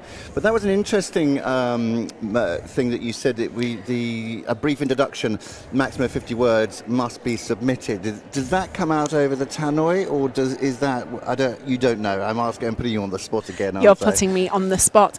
I can't remember. I think somebody has to tell the story as they go in. Okay. The last time I watched this was a group, so they are allowed props. You will see now on your screen some props being carried into the arena for the first rider, who we can see is in the tunnel. Now, no prizes for guessing what the music is going to be, because the costume will absolutely give it away. You might be able to guess with the props that are being put around the arena at the moment. But let's see. So your first rider in is going to be number 175. What's his name? Jordan Phelps. That's Olaf. And? Sven, is he called? Sven the reindeer. That's the There's fella. Sven with his carrot. That's the chappie. So yes, our first... Is the carrot real? Is the horse going to get it at the end? I think that would be a great end to the thing. So here we go. We have Jordan Phelps coming in with Ryan Cullen, the preacher, who is a senior rider for the Saxon RDA. And like I said, we have seen her do her dressage earlier on. Yesterday it was, I do believe. Lots of people messaging in saying, OMG, can't wait for the costume freestyle. That was Jessica Chapman, Park Lane Stables RDA, looking forward to this. And Jessica's come back in again saying, eek. Eek. In fact, I think she says, I'm so excited, I can't wait. So tension is building. The stands are filling up. The seats are filling up. Yeah, more to the sort of mid, central and right-hand side of there you can see. More people coming in. I think they're going to leave it to the last minute, aren't they? I mean, it is 6:01. Certainly people have been very excited about that. The fact that we've got this costume freestyle.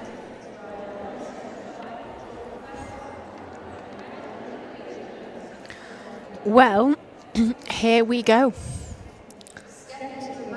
Take it away, Jordan.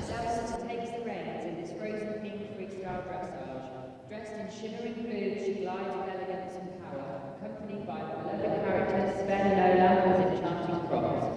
Let the music movement to bring Arundel's Icy Beauty to life in the arena, feel free to sing along.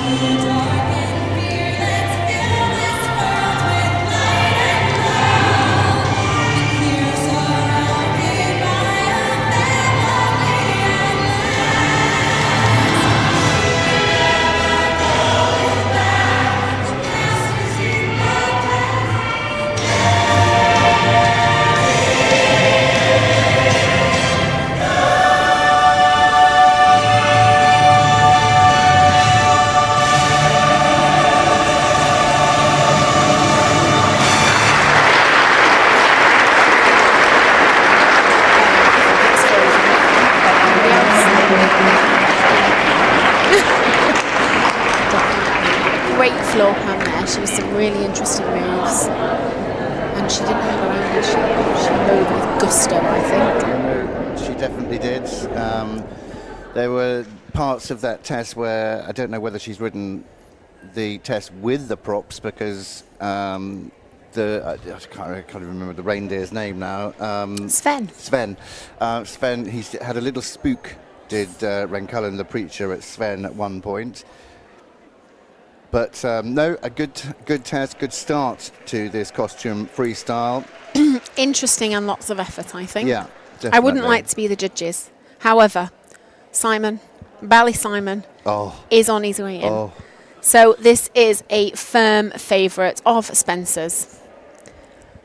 Spencer is doing the tash. Is doing the action to signal this horse has the most amazing moustache. It's the longest moustache I think I've ever seen, and it deserves a prize of its own. I know that we've seen a couple of horses that are Facebook famous, but this horse surely deserves to be Facebook famous for his moustache.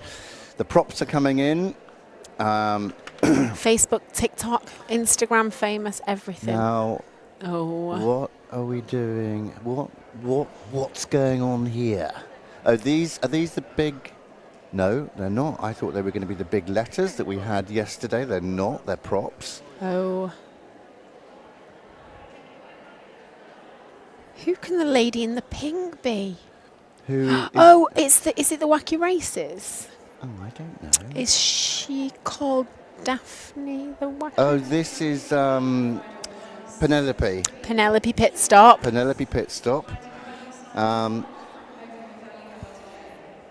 So I think what we should do. Here we go.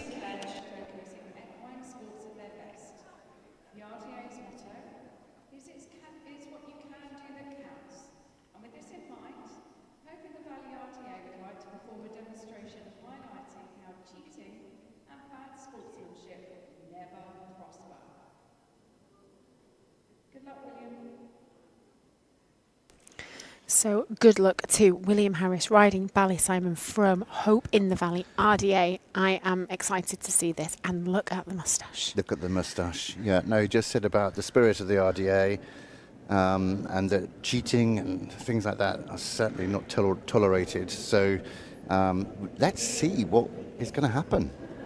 Enjoy.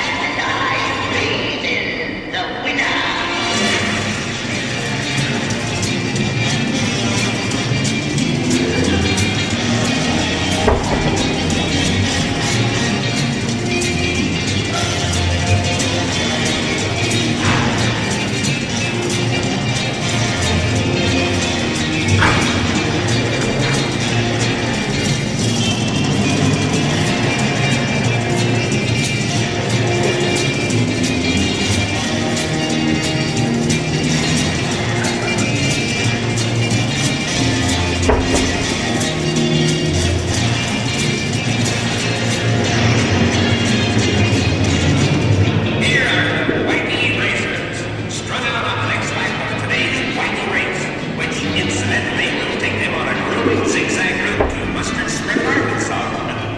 Attempting to gain the lead over the other contenders is that villainous Dick Dastardly, who would leave no stone unturned to gain an advantage.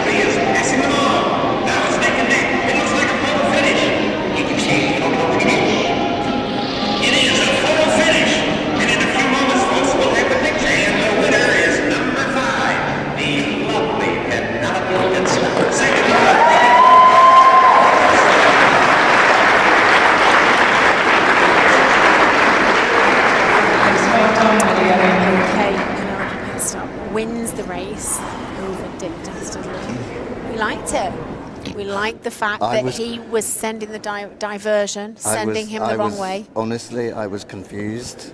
Well, it doesn't take a lot. It doesn't take a lot, and it is, late on a Saturday for you. It and is. You have been let out but on a don't weekend. Get let out very often, and it's past my curfew, and it took me a while. I'm not going to lie, but then I realised he was Dick Dastardly as he was coming to the halt. And Penelope Pitstop was going to win. The difficult thing is, I couldn't see all of the. Have you got the wrong glasses on again? No, I couldn't see the diversions because everything was facing the crowd, and we're behind the boards. I mean, I'm sat in the same place as you. Yeah, you're a little bit brighter. But no, great performance, and William always does a brilliant job, and that Tash is just, that's just a 10 anyway, isn't it? But fabulous there from William Harris and Bally Simon, the first for the Hope in the Valley RDA.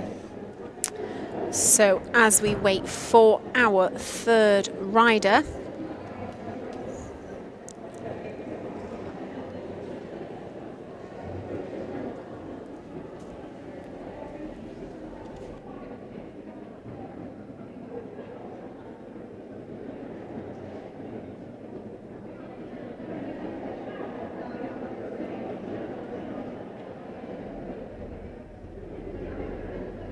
Well, a couple of messages in, and one from Equestrian Lover saying, I loved your Frozen performance. That was to Jordan. It was incredible. Your costume was so beautiful, and I love the snowflakes on the horse.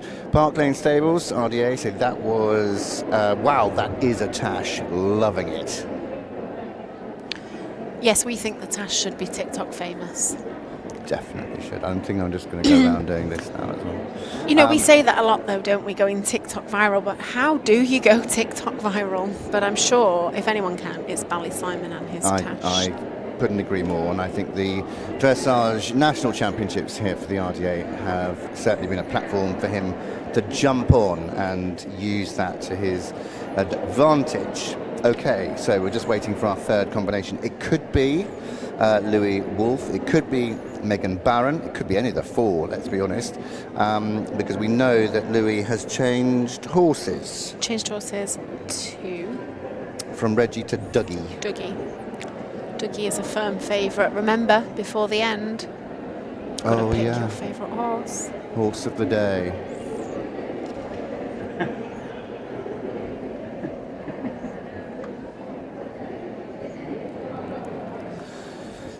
So just a few moments away. Do send your questions in if you have any.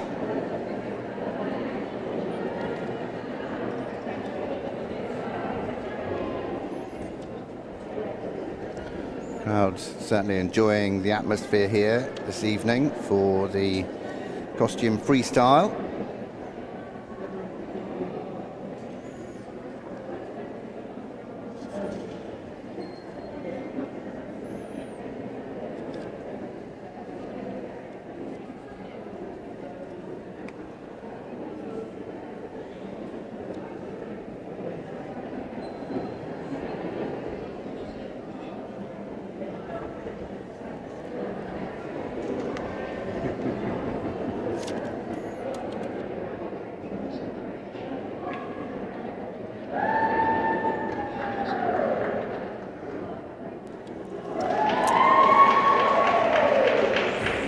Someone's getting excited. I thought we were starting a Can't Mexican see wave. anything. I thought we were starting a Mexican wave over there. Oh. Do you think we can start one? I don't know. Is that what they were trying to do? I've got the No. wrong glasses on. No, but they can't hear us. No. No.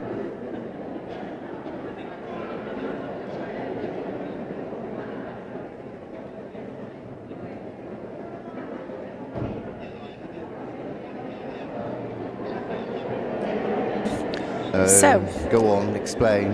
if you are over there Might be a delay. watching on Facebook, there will be a slight delay. However, we think we could start a Mexican wave over there if we start at the side closest to the cafe, and then we work towards the commentary box. When there's no horse in the arena, though, I think this could work. So what we've got to do now is time this delay. We've got to try and see if anyone's listening. They've got to put their hands in the air to start with, I think. And do give us a wave, because we're sat over here on our own. Maybe no one's watching. Embarrassing, wasn't it? All by myself. I sing that every Christmas. Oh, I know. Spencer. Tiny violin making a third appearance today. Oh, goodness me. I thought that had gone back in its case. No, it's always. I don't lock it till I go to bed. That'll be I early don't think tonight. anyone's listening, unless there's a really, really big delay. Well, I can tell you because I'm watching the live stream.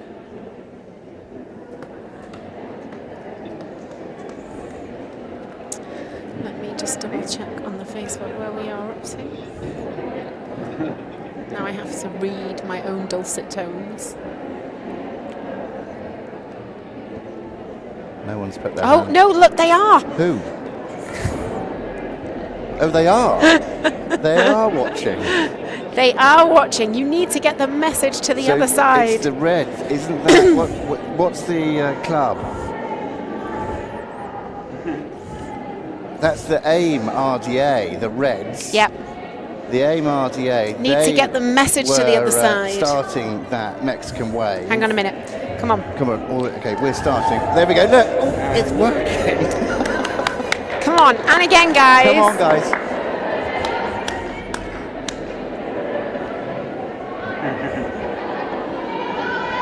Send it back. Yep. Yay! Yeah. And Brilliant. And then back again. Back again. Come on. Come on. Yeah, go. There we go. Brilliant. Oh, it didn't work over here. Well done. And that was all started by AIM RDA. Well done, guys. They're still going. That's what we need.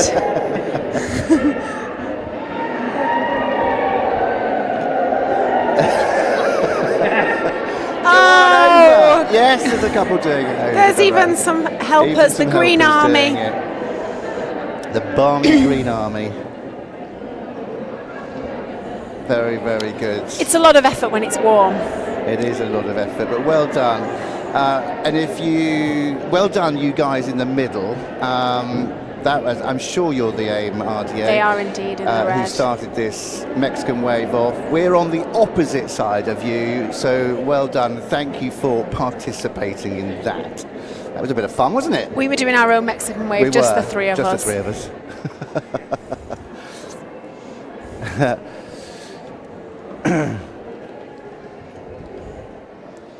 Carol Kendall on Facebook says, "We love it. Happy times." Happy times.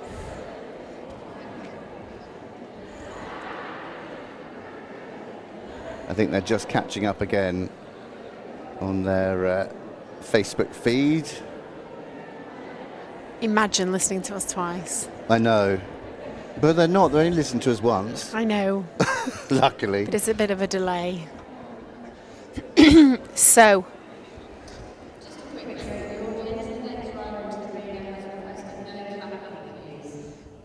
And certainly no Mexican waves. We did say don't do it when there's a horse. Oh, we did, yeah. I did put that out. Well done.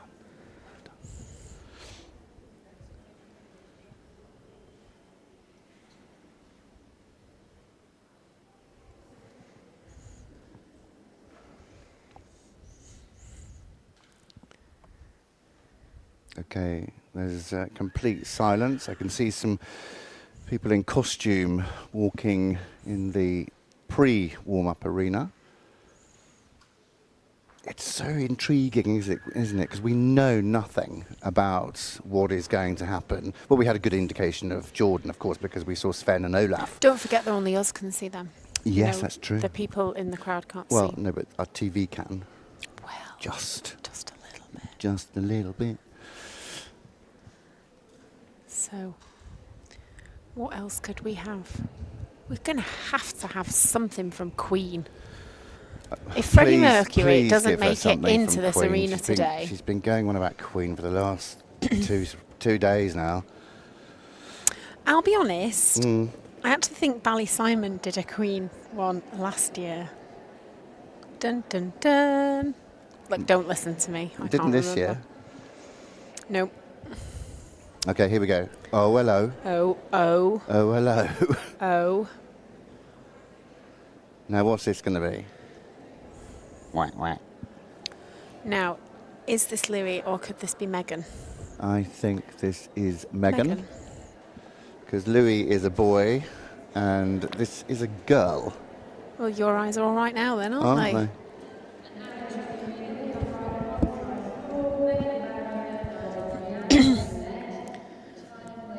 So we definitely have Megan Barron riding Rianne's Roulette for Tynanweir RDA.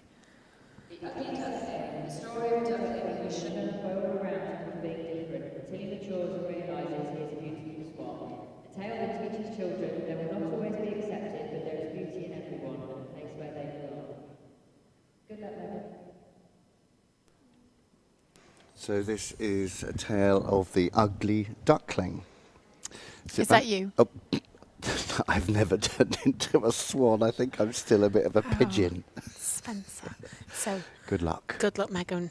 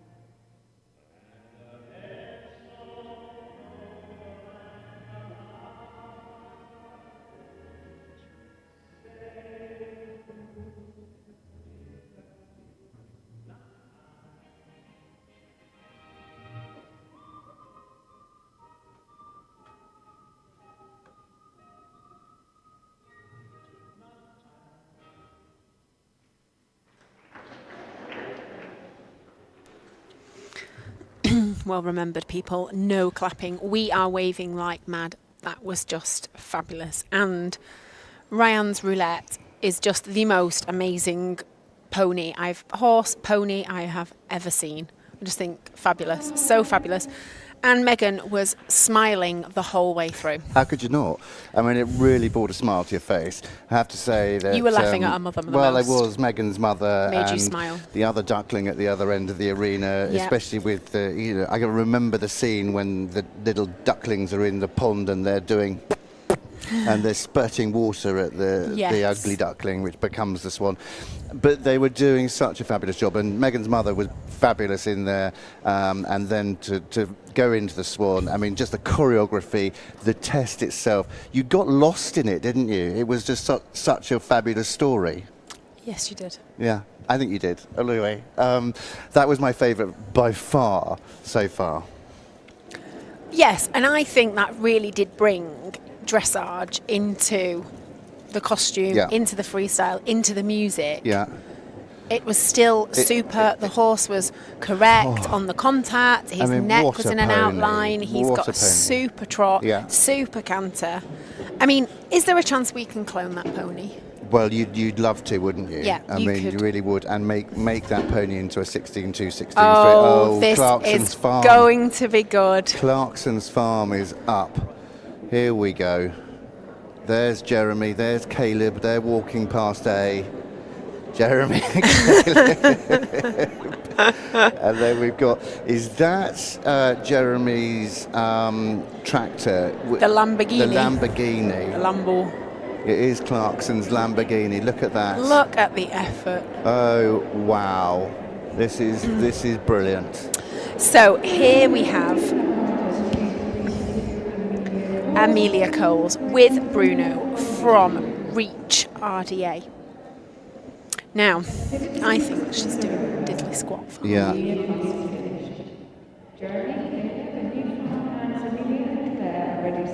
Survived another hard, busy year at the Diddley Squat Farm, where they will hopefully produce enough food for the famous Diddley Squat farm shop. Good luck, Amelia. Well, this is going to be entertaining, if nothing else. And Spencer, get back on your seat. I know, but it's exciting. We've got the British flag for British farming. We've got the Clarkson Farm on the tail of this tractor. There is the Lamborghini. There's Clarkson running with his big belly. No, that's Caleb running with his big belt. Look, No, Clarkson's that's Clarkson. got one Oh, too. they both got big bellies. And there are the farmers down there backing British farming all the way. And Lisa. And Lisa's there with her there's hat on. Lisa. Yeah, there's Lisa. Where's Gerald? Oh, Gerald, you won't He's be able to busy. understand a word. He's busy making a stone wall. He probably is. So we will leave you in peace to Enjoy. listen to this. Let's go.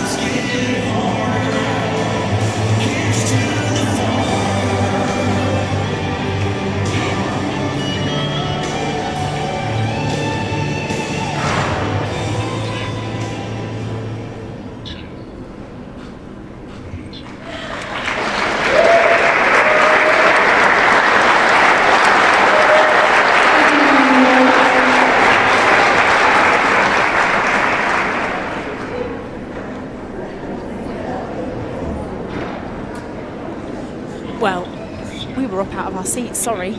We left our microphones to make sure we could see. That was absolutely brilliant. The one thing we can't see is what the sign says on the little shutter on the hut. So we will see that shortly. I know that something was along the lines of no farming, no food. Yep. And no farm tax. Maybe. We might see on the way out now, but that was a really original idea. Yeah. Really well thought out. Oh. Bruno's like, right, get me out of here now. And it says on, I think that's just a... Closed. Oh, closed. Okay. Oh, so Diddley Farm Squat closed. No farming, no food, no farm tax closed. I like.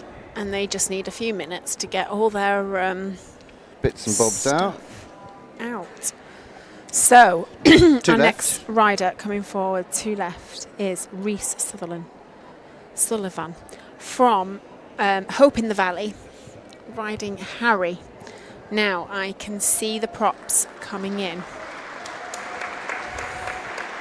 Big clap here. There goes the Lambo. There goes the Lambo. The Lambo. Okay, dirty. Oh. Dirty. Oh, dirty. What's that, dirty? Oh, we're trying to guess. Oh, come on, cameraman, help us our eyesight out here. Zoom in for us. Can't quite see, can we? So that is a box. It's like he can hear us. I know. It's good, isn't he? I think he's probably being directed by Gary. Oh, dirt. Is that dirt or dirty? No, dirt. With the tiniest jump wing I've ever seen. Yeah. I could use that. So what's in the other box? We've got a few. No, I was thinking we were having some clues So there. there we go. Look at that camera work. Dirt. And a box. Is it something about washing? What's the other one? Oh, that's a good question. What's that got on it? Crown. Is that a crown and scepter? Oh. Oh. Oh. Oh. Oh, it might be, you know. What? Okay, what's... Oh. I'm thinking Pirates of the Caribbean. Oh, are you? I'm thinking we've got Jack Sparrow. I think you might be right. Let's listen. 7-4, Reese Sullivan, riding Harry from Hope in the Valley, RDA. Captain Jack Sparrow is sailing the Caribbean Sea and the Sea of the Underworld with his jar of dirt for protection. He is seeking the Aztec treasure of cursed gold. Can Captain Jack Sparrow and David Jones work together, or will their feud keep them from their destinies? Good luck, Reese.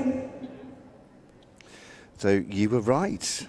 It is Captain Jack Sparrow. I think it was 1982 the last time that you were wrong, if I remember rightly. But it is Captain Jack Sparrow. It was then, you are correct. It was 1982. Just a few years after I was born. So. It was a few years before me. Was it? So here we go. Sit back, relax, enjoy the next few minutes. I don't want this to end. Can anyone else come in?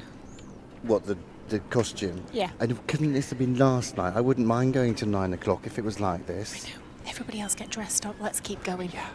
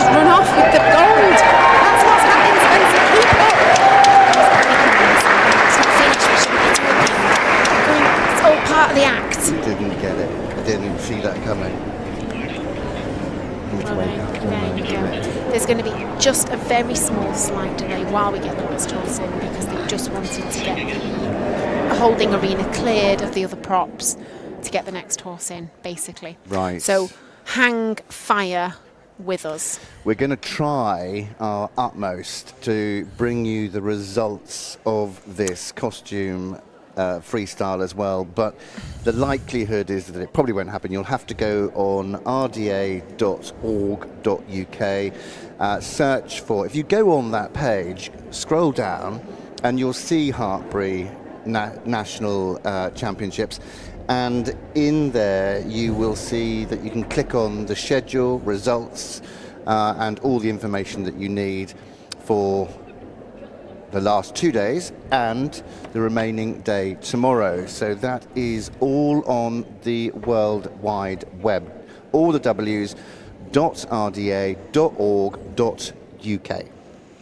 So there you go. And just while we are waiting for the last competitor of the day, I'm not ready for it to end. No, I'm not either. Well, we had a little break. We run out there. We got some food. I could go all night now. I know, I could. However, we need to remember that we have some fabulous sponsors. I was going to say fantastic, and it turned into fabulous, and that's what... It's a new word. You can do what you like. Well, I've been talking for a while now, and I am getting a bit tongue-twisted. So here we go. So Oliver Wright has sponsored the performance showing and show jumping, and JM Finn has sponsored the endurance and vaulting over the time. But we've also had, and we've not really given these guys a mention in here because we've not really seen much of it, but we can't do this whole show and everything that goes on outside without the rest of the sponsors. We've got Taylor Rose, who has sponsored the carriage driving. 50 years anniversary of carriage driving this year. Taylor Rose is a top 60 independent law firm with over 1,700 experts operating nationwide. Whether you're looking for legal support on a personal matter or guidance for your business, Taylor Rose has a wealth of experienced lawyers ready to help you. The firm also has a medical negligence team specialising in everything from misdiagnosis to surgical errors. The other thing is we have a best turned out, and this is sponsored by Harry Hall, who is a British equestrian brand with a history dating all the way back to 1891. Do you remember them setting up? I do. It's 2 years after I was born. Initially a tailor and a bootmaker, the company shifted its focus to equestrian clothing after World War II. I told you were born before the war. Today, Harry Hall is known for its range of riding apparel, including competition wear, everyday clothing, and clothing for horse care. They offer horse insurance and membership through the Harry Hall One Club, a community for horse owners and riders. And something else that we have got going on outside, we've got something called Life with Art, and that has sponsored our arts and crafts Life with Art was established in 2010 with the purpose of helping young disabled people throughout the UK in the education of arts. They support a range of associations from national charities to local community groups they occupy a number of charity centres around the world, and they hold both workshops and art exhibitions. Life with Art have a series of photographic expeditions highlighting the work and activities of their associated charities. Each thought-provoking and moving expedition is displayed through charity art centres around the country, and they are open for general public for viewings. And last but by no means least, we have the People's Postcode Lottery Partnership. The People's Postcode Lottery is a key supporter of the RDA, and their ongoing funding helps make events like this happen. They have raised, through the players, a total of £6 million have been raised to support the RDA's life-changing work so far. Oh, they've still got one left. I think they've been told. Judges were getting up and going. We've got one left to go, judges. Part-timers. The judges made me run in the heat. I was like, we can't lose the judges. We've got one more. Right, what have we got? Oh, hello. Here we go. Oh, it's the Beatles, isn't it? Is it? That's got to be George and Ringo. Abbey Road. Yeah, I can see the Liverpool scarves. Here we go. I'm sure. Please don't tell me this is a boy in a dress. What's wrong? All right, then I won't. It is, though. What's wrong with the boy in a dress? Nothing is wrong. Have you seen the Boy in a Dress film? Is that the same as the Boy in Striped Pyjamas? No, it's a little bit similar. But the Boy in the Dress is a really good film. Look it up. We will. Sunflowers. So this is Louis Wolfe riding Dougie, I do believe. We think Dougie over Reggie. Reggie's been a bit of a busy boy, so this is going to be Dougie coming in. From Park Lane Stables. And this is our last... It is. Our last performance of the middle day, and it's quite sad. The end of the middle. I know. The beginning of the end. So I think we're going to have a brief introduction that will come out in just a moment. Props are getting ready. So are they going to do an ABBA medley? ABBA? You're trying to confuse me more. A little bit. Look, it's been 2 very long, hot, warm days. I think they might do a... Is anybody going to do Queen? No. After this... Have we got any freestyle tomorrow? No. Oh, that's it then. No Queen. After this, I think we're going to have to do... I want to break free. Oh, wait. Across the top. Have we started trying to push the results through? Yes, and unfortunately they don't think they're going to be able to get them to us before the end. Well, we could have a guess, couldn't we? Online, on live. Are we putting a 50p bet on? Yes, and then we'll let you know tomorrow, because it's a dead heat at the moment. It's a draw, so this could be the deciding factor on the last day. Who is going to be the winner? 50p. You weren't wrong when you said it was a dead heat. I'm absolutely roasting. Still on fire up here. Yeah. Literally. Okay. Oh, are we going again? Everybody is excited. Oh, they are. Trying to do the Mexican wave again. We haven't got as many people in the seats as we did have, especially on that far right-hand side. I mean, you know, the thing to do, guys, is to spread out. Is to all sit on the middle row. Or get more people in. Please don't move during Hang on, there's a horse coming in. Oh, look at this. Oh, this is good. Oh, this is impressive. You are in for a treat. And I am just checking up. We do have some freestyles tomorrow for you. Queen. Please play Queen. Look at that.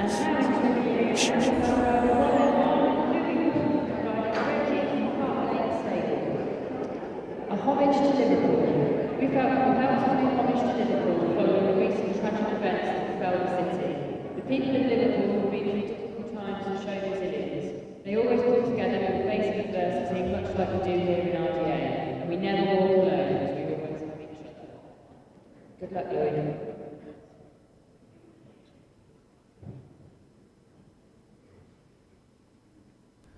Well, very quickly, the hand has gone up and the music is about to start. It is a tribute, the live bird in the middle of the Beatles.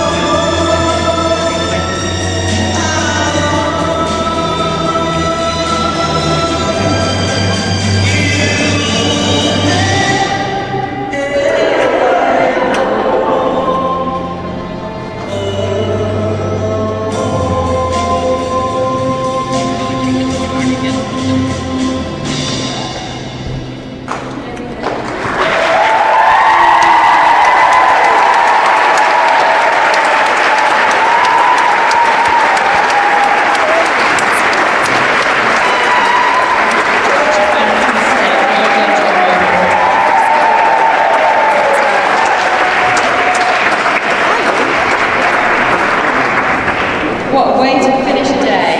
That is it here tonight, folks. Just a reminder, the prize giving is going to be at 7:30 in the prize giving arcade. And just one more reminder to check out the prize charts on free job out there in the arena. And I have to say that for me, the winner of the fancy dress freestyle to music, it goes between... I know what you're going to say. What? Yeah? The Beatles. The Beatles. And Diddley Squat. No. No, I've gone for the Beatles. And the Ugly Duckling. And Swan Lake, Okay. the Ugly Duckling. Okay. So I have to choose one, and the hairs stood up on the back of my neck, all over. The hairs were vertical, and I'm going for... You can get wax for that, the you know. Beatles. Yay. So that is to Louis Wolfe and Dougie and the team. What a brilliant, brilliant job they've done. This has been amazing. We've really enjoyed the crowd. They've truly supported every single rider out there today. And for you guys at home for watching and tuning in wherever you've been watching, thank you so, so much. It's been an absolute honour, hasn't it? From start to finish, from the show jumping, the dressage, and this, the freestyle dressage to music. I'm not ready for it to end. I No. could sit here all night and watch some more of this. But it does have to end. It does. These people do need some rest. We've got a full schedule tomorrow. Of dressage. Yeah. A full schedule of dressage here in the main arena. There's stuff going on outside. There's lots going on. Now, horse of the day. Horse of the day. Now, this has been a tough one again. And Lauren and I have deliberated at length. Yesterday, it went to the driving mare. Dana. And today's horse of the day... Drum roll. Is... Paddy. Paddy with the red gorilla on his bottom has been our horse of the day. 2 rounds of show jumping. He performed in the arena here today, and we just think he was a true gentleman for both of his riders. Now, tomorrow, Lauren, we've got a lot going on. What time do we start? What have we got going on? I knew you were going to ask me that. That's why I was looking on the iPad. We start at 8:33 in the morning, so be here or be square. Yeah, and then dressage the whole way through, and it's all going to be live on the platforms of Facebook, of YouTube, and Horse and Country. And Horse and Country. Again tomorrow, and it's the final day. Can you believe it? It's gone very fast, even though they've been long days, they've been hot days. It truly has been magical here at the 2025 National Dressage Championships for the riding for the disabled. Yeah, so that's it for us. It is. Over and out. We have chatted away all day. Everybody wants a rest, Yeah. including our Gary. Including our Gary and the team, the wonderful camera work that they've been doing. So from myself, Spencer Sturmey, And from me, Lauren O'Hagan, it has been an absolute pleasure, and please let me come back next year, because this is firmly in my calendar now. It certainly is. Well, thank you so much for watching, everybody. We'll see you again, same place, same time, tomorrow morning, 8:30. See you tomorrow.